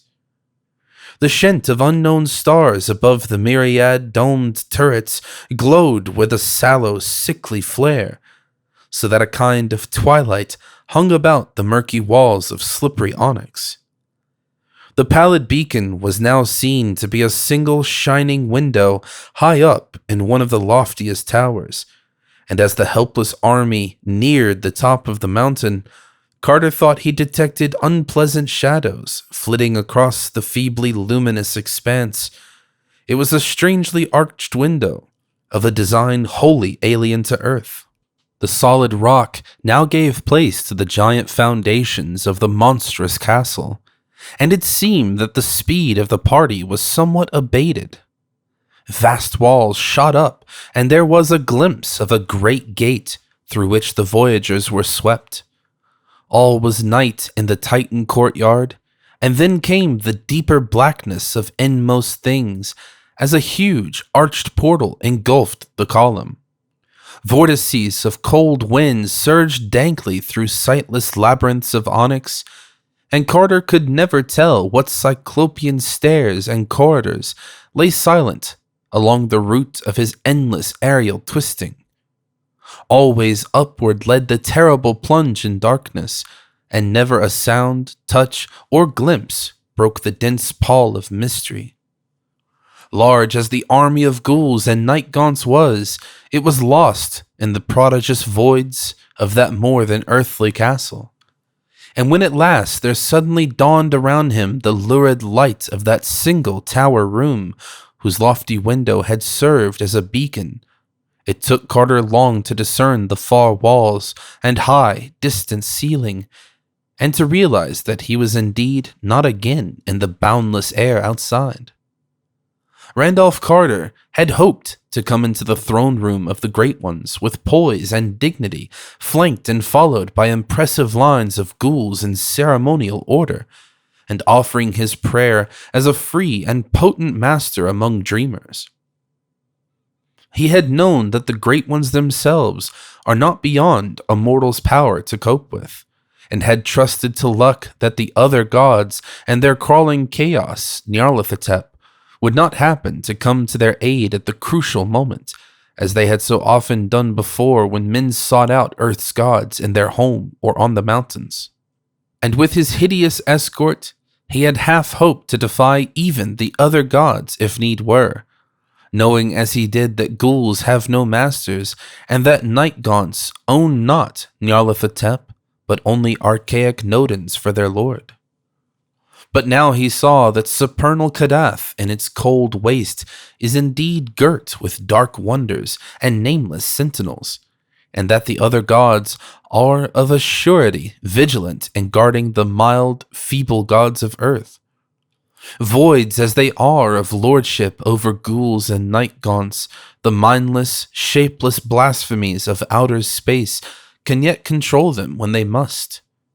So that it was not in state as a free and potent master of dreamers that Randolph Carter came into the Great Ones' throne room with his ghouls, swept and herded by nightmare tempests from the stars, and dogged by unseen horrors of the northern waste.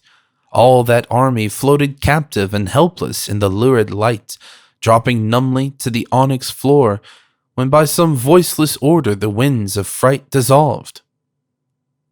Before no golden dais had Randolph Carter come, nor was there any august circle of crowned and haloed beings with narrow eyes, long-lobed ears, thin nose, and pointed chin, whose kinship to the carven face on Inganok might stamp them as those to whom a dreamer might pray. Save for that one tower room, the onyx castle atop Kadath was dark, and the masters were not there. Carter had come to unknown Kadath in the cold waste, but he had not yet found the gods. Yet still the lurid light glowed in that one tower room, whose size was so little less than that of all outdoors, and whose distant walls and roof were so nearly lost to sight in thin, curling mists. Earth's gods were not there, it was true, but of subtler and less visible presences there could be no lack. Where the mild gods are absent, the other gods are not unrepresented. And certainly the onyx castle of castles was far from tenantless. In what outrageous form or forms terror would next reveal itself, Carter could by no means imagine. He felt that his visit had been expected, and wondered how close a watch had all along been kept upon him by the crawling chaos Nyarlathotep. It is Nyarlathotep, horror of infinite shapes, and dread soul, and messenger of the other gods, that the fungus moon beasts serve.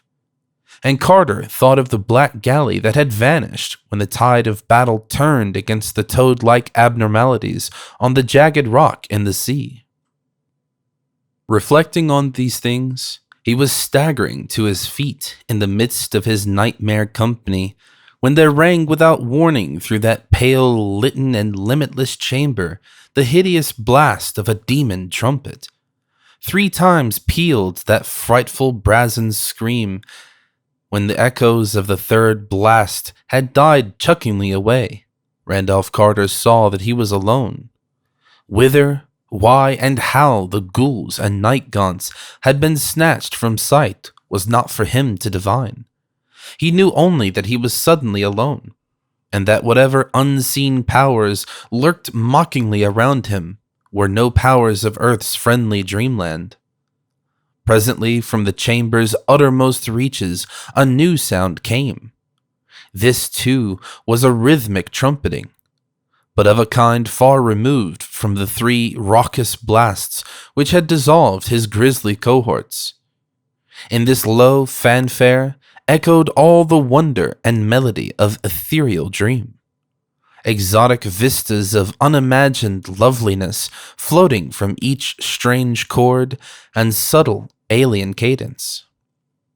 Odors of incense came to match the golden notes, and overhead a great light dawned, its colors changing in cycles unknown to Earth's spectrum, and following the song of the trumpet in weird symphonic harmonies. Torches flared in the distance, and the beat of drums throbbed nearer amidst waves of tense expectancy. Out of the thinning mists and the cloud of strange incense filed twin columns of giant black slaves with loincloths of iridescent silk. Upon their heads were strapped vast helmet-like torches of glittering metal, from which the fragrance of obscure balsams spread in fumous spirals. In their right hands were crystal wands whose tips were carven into leering chimeras, while their left hands grasped long and thin silver trumpets, which they blew in turn. Armlets and anklets of gold they had, and between each pair of anklets stretched a golden chain that held its wearer to a sober gait. That they were true black men of Earth's dreamland was at once apparent, but it seemed less likely that their rites and customs were holy things of our Earth. 10 feet from Carter the columns stopped, and as they did so, each trumpet flew abruptly to its bearer's thick lips.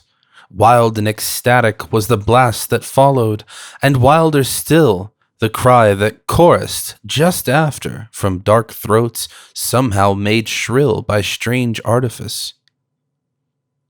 Then down the wide lane betwixt the 2 columns a lone figure strode, a tall, slim figure with the young face of an antique pharaoh, gay with prismatic robes and crowned with a golden shint that glowed with inherent light.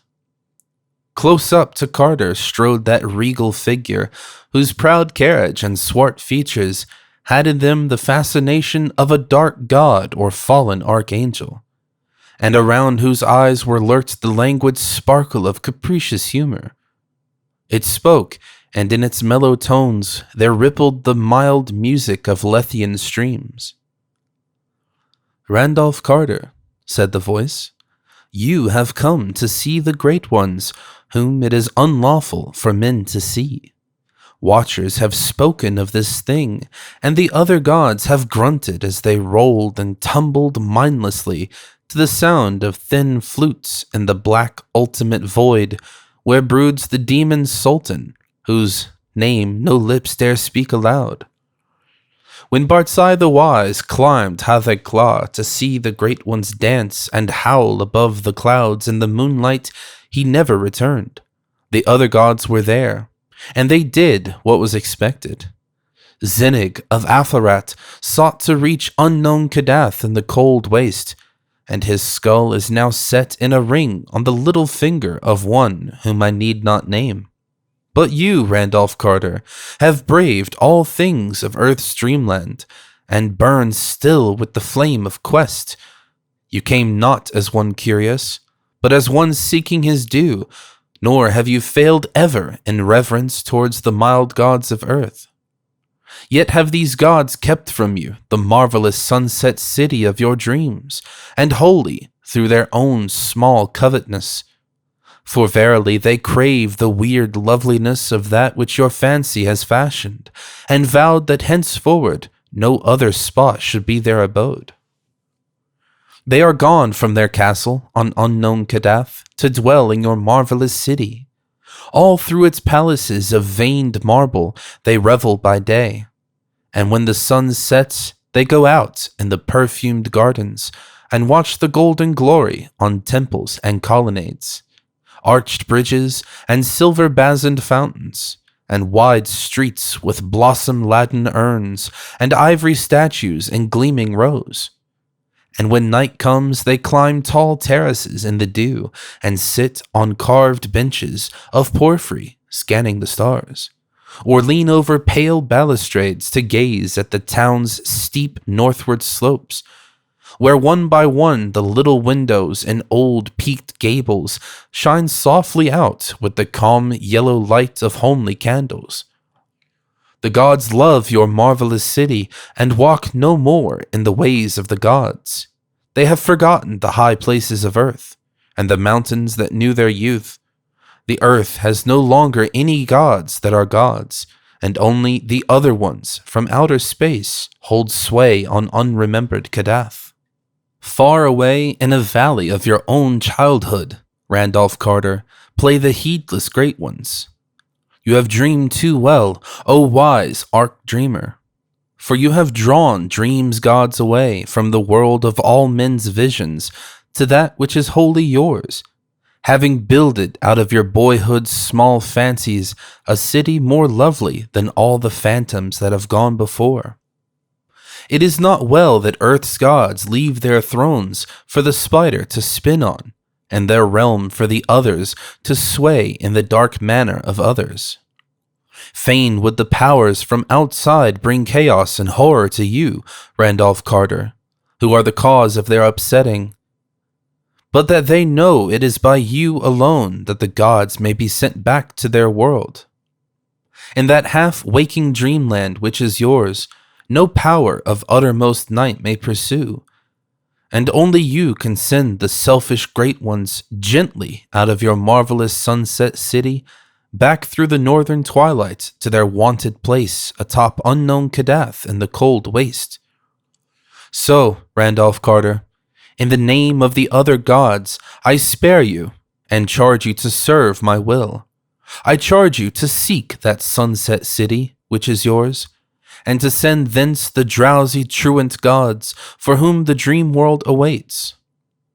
Not hard to find is that rosial fever of the gods, that fanfare of supernal trumpets and clash of immortal cymbals, that mystery whose place and meaning have haunted you through the halls of waking and the gulfs of dreaming, and tormented you with hints of vanished memory and the pain of lost things, awesome and momentous.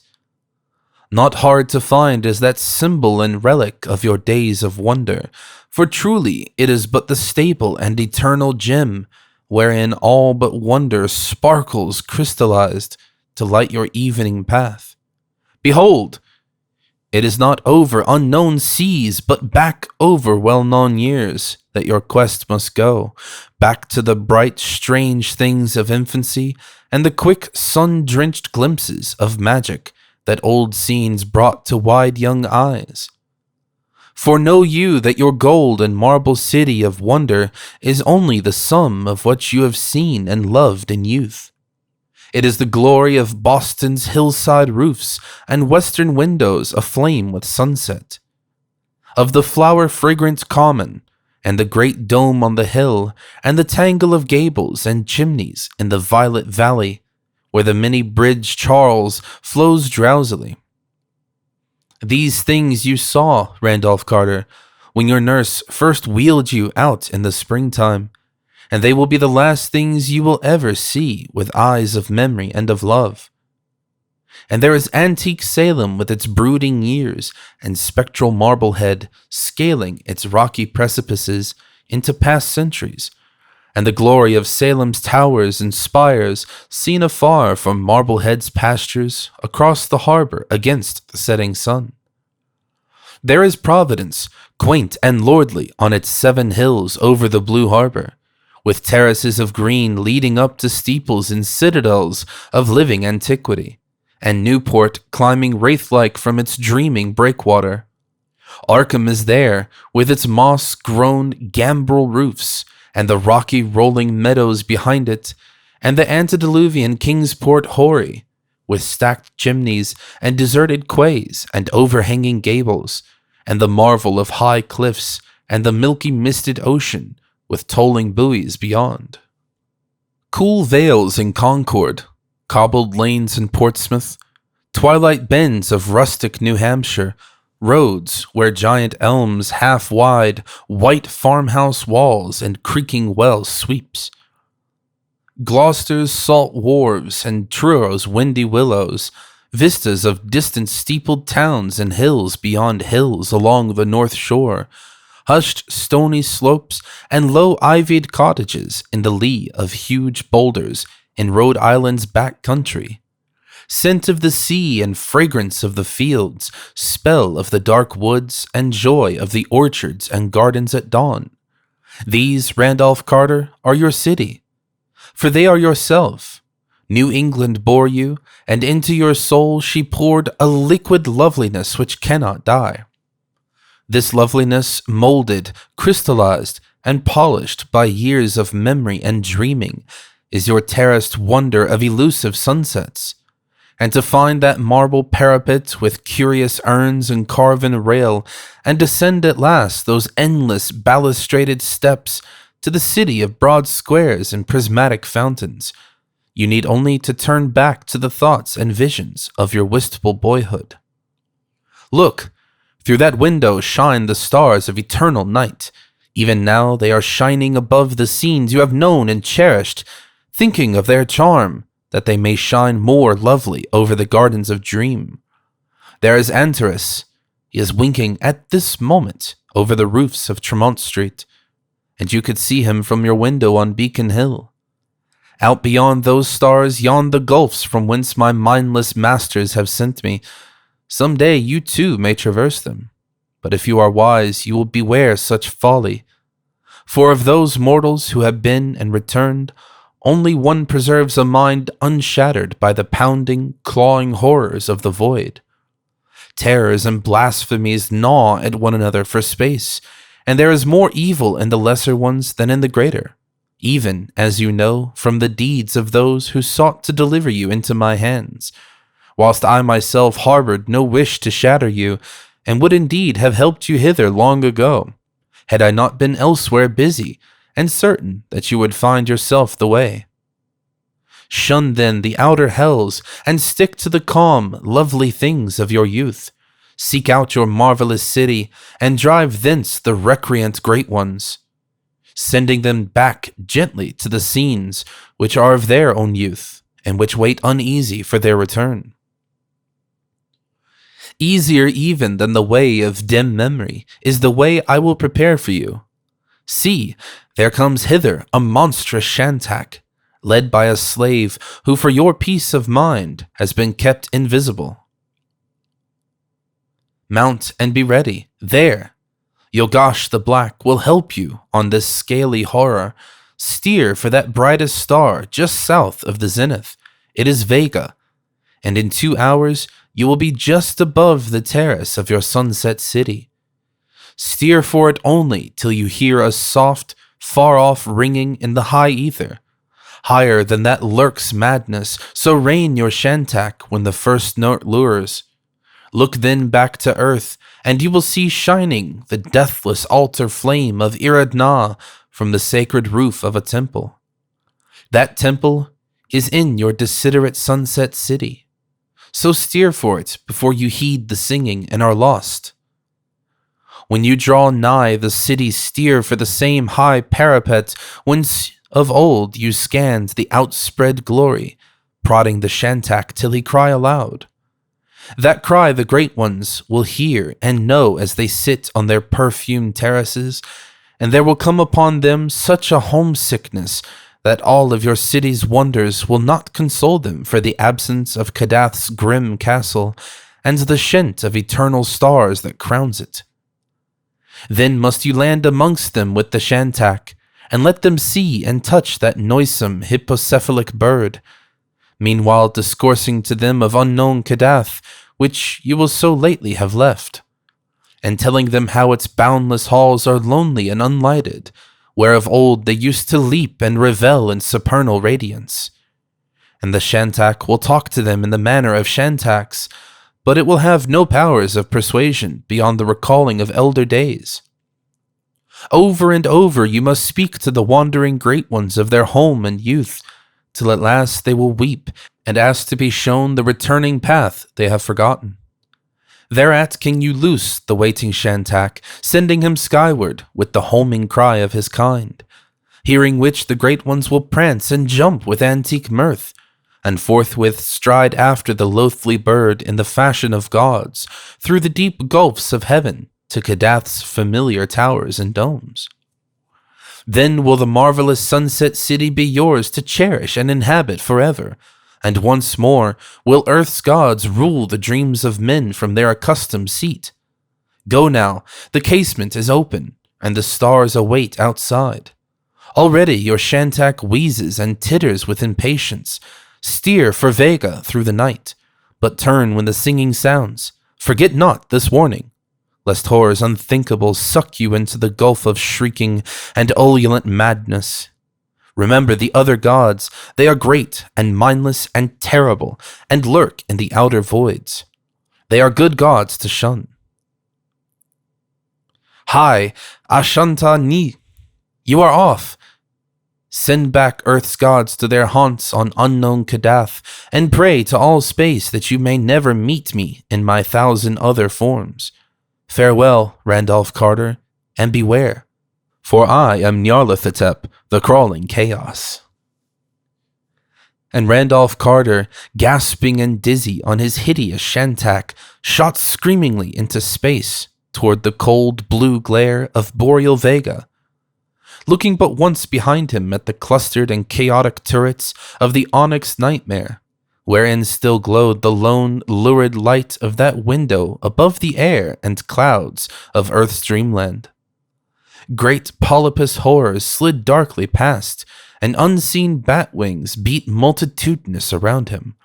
But still he clung to the unwholesome mane of that loathly and hippocephalic scale bird.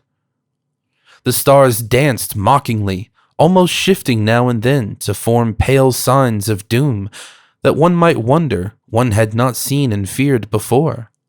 And ever the winds of aether howled a vague blackness and loneliness beyond the cosmos.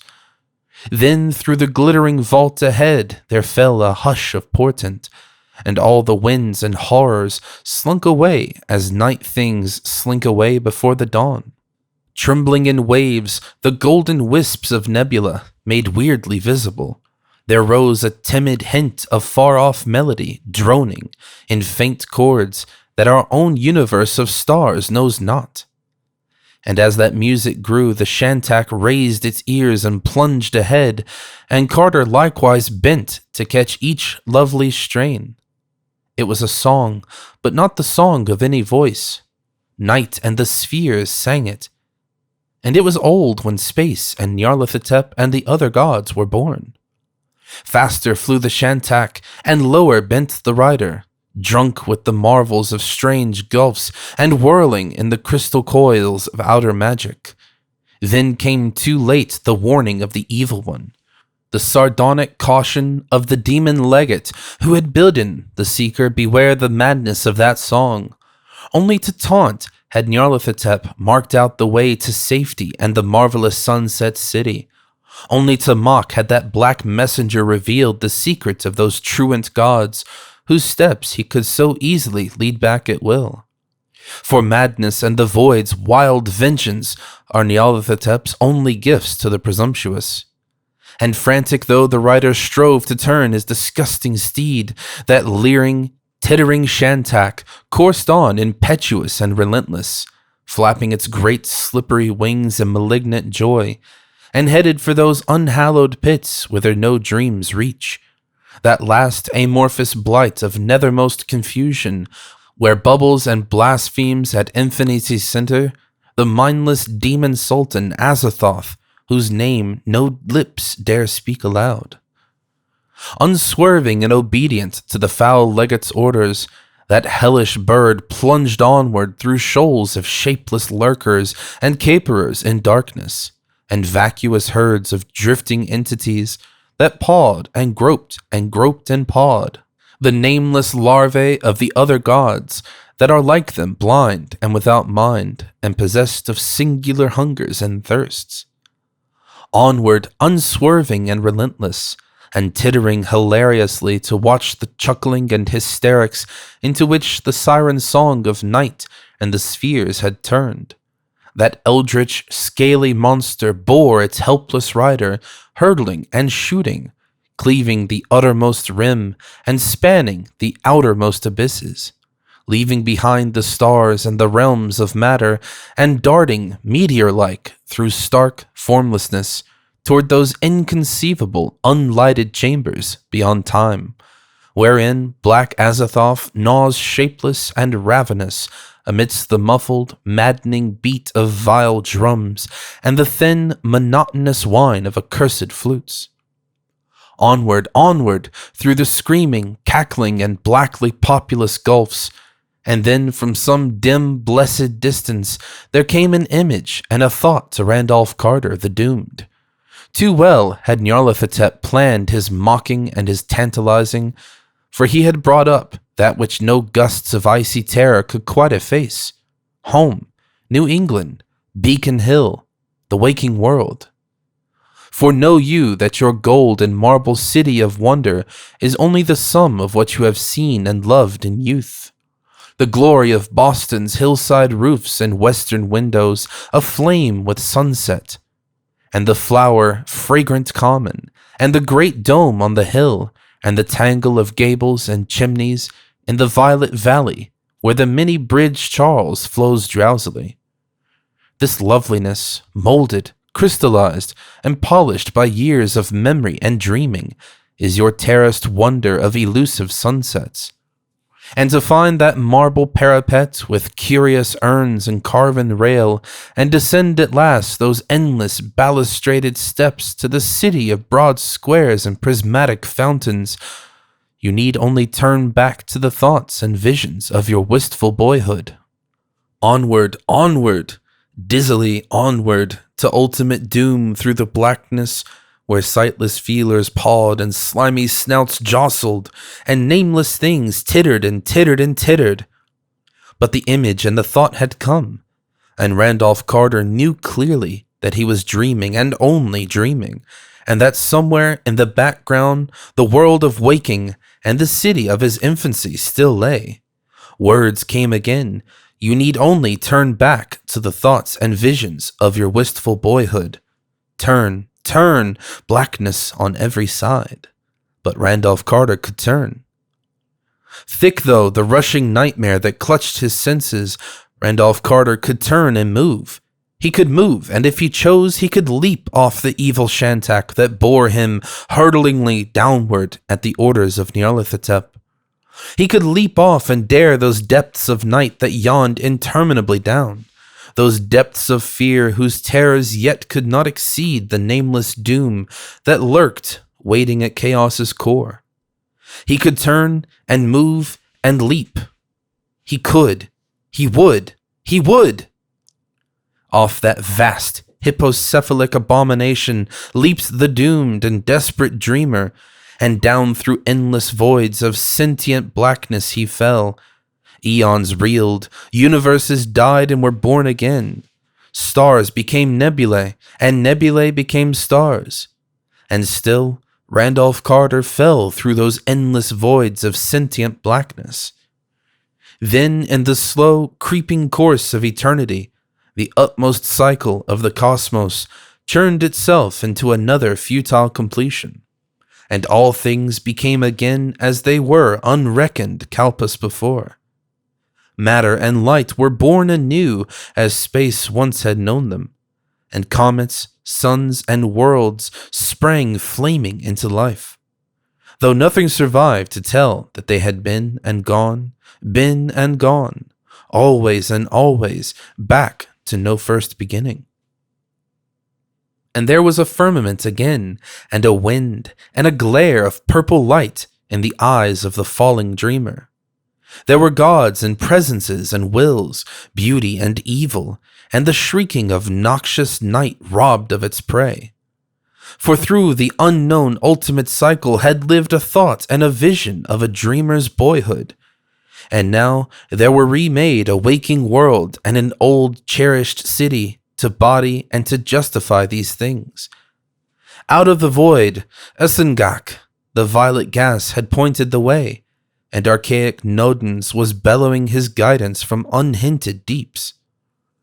Stars swelled to dawns, and dawns burst into fountains of gold, carmine, and purple, and still the dreamer fell. Cries rent the aether as ribbons of light beat back the fiends from outside, and hoary Nodens raised a howl of triumph when Nyarlathotep, close on his quarry, stopped baffled by a glare that seared his formless hunting horrors to grey dust. Randolph Carter had indeed descended at last the wide, marmoreal flights to his marvelous city, for he was come again to the fair New England world that had wrought him. So to the organ chords of morning's myriad whistles and dawn's blaze thrown dazzling through purple panes by the great gold dome of the State House on the hill, Randolph Carter leaped shoutingly awake within his Boston room. Birds sang in hidden gardens, and the perfume of trellised vines came wistful from arbors his grandfather had reared. Beauty and light glowed from classic mantel and carven cornice, and walls grotesquely figured, while a sleek black cat rose yawning from hearthside sleep that his master's start and shriek had disturbed. And vast infinities away, past the gate of deeper slumber, and the enchanted wood, and the garden lands, and the Serenarian sea, and the twilight reaches of Inganok, the crawling chaos, Nyarlathotep strode brooding into the onyx castle atop unknown Kadath in the cold waste, and taunted insolently the mild gods of earth, whom he had snatched abruptly from their scented revels in the marvelous Sunset City.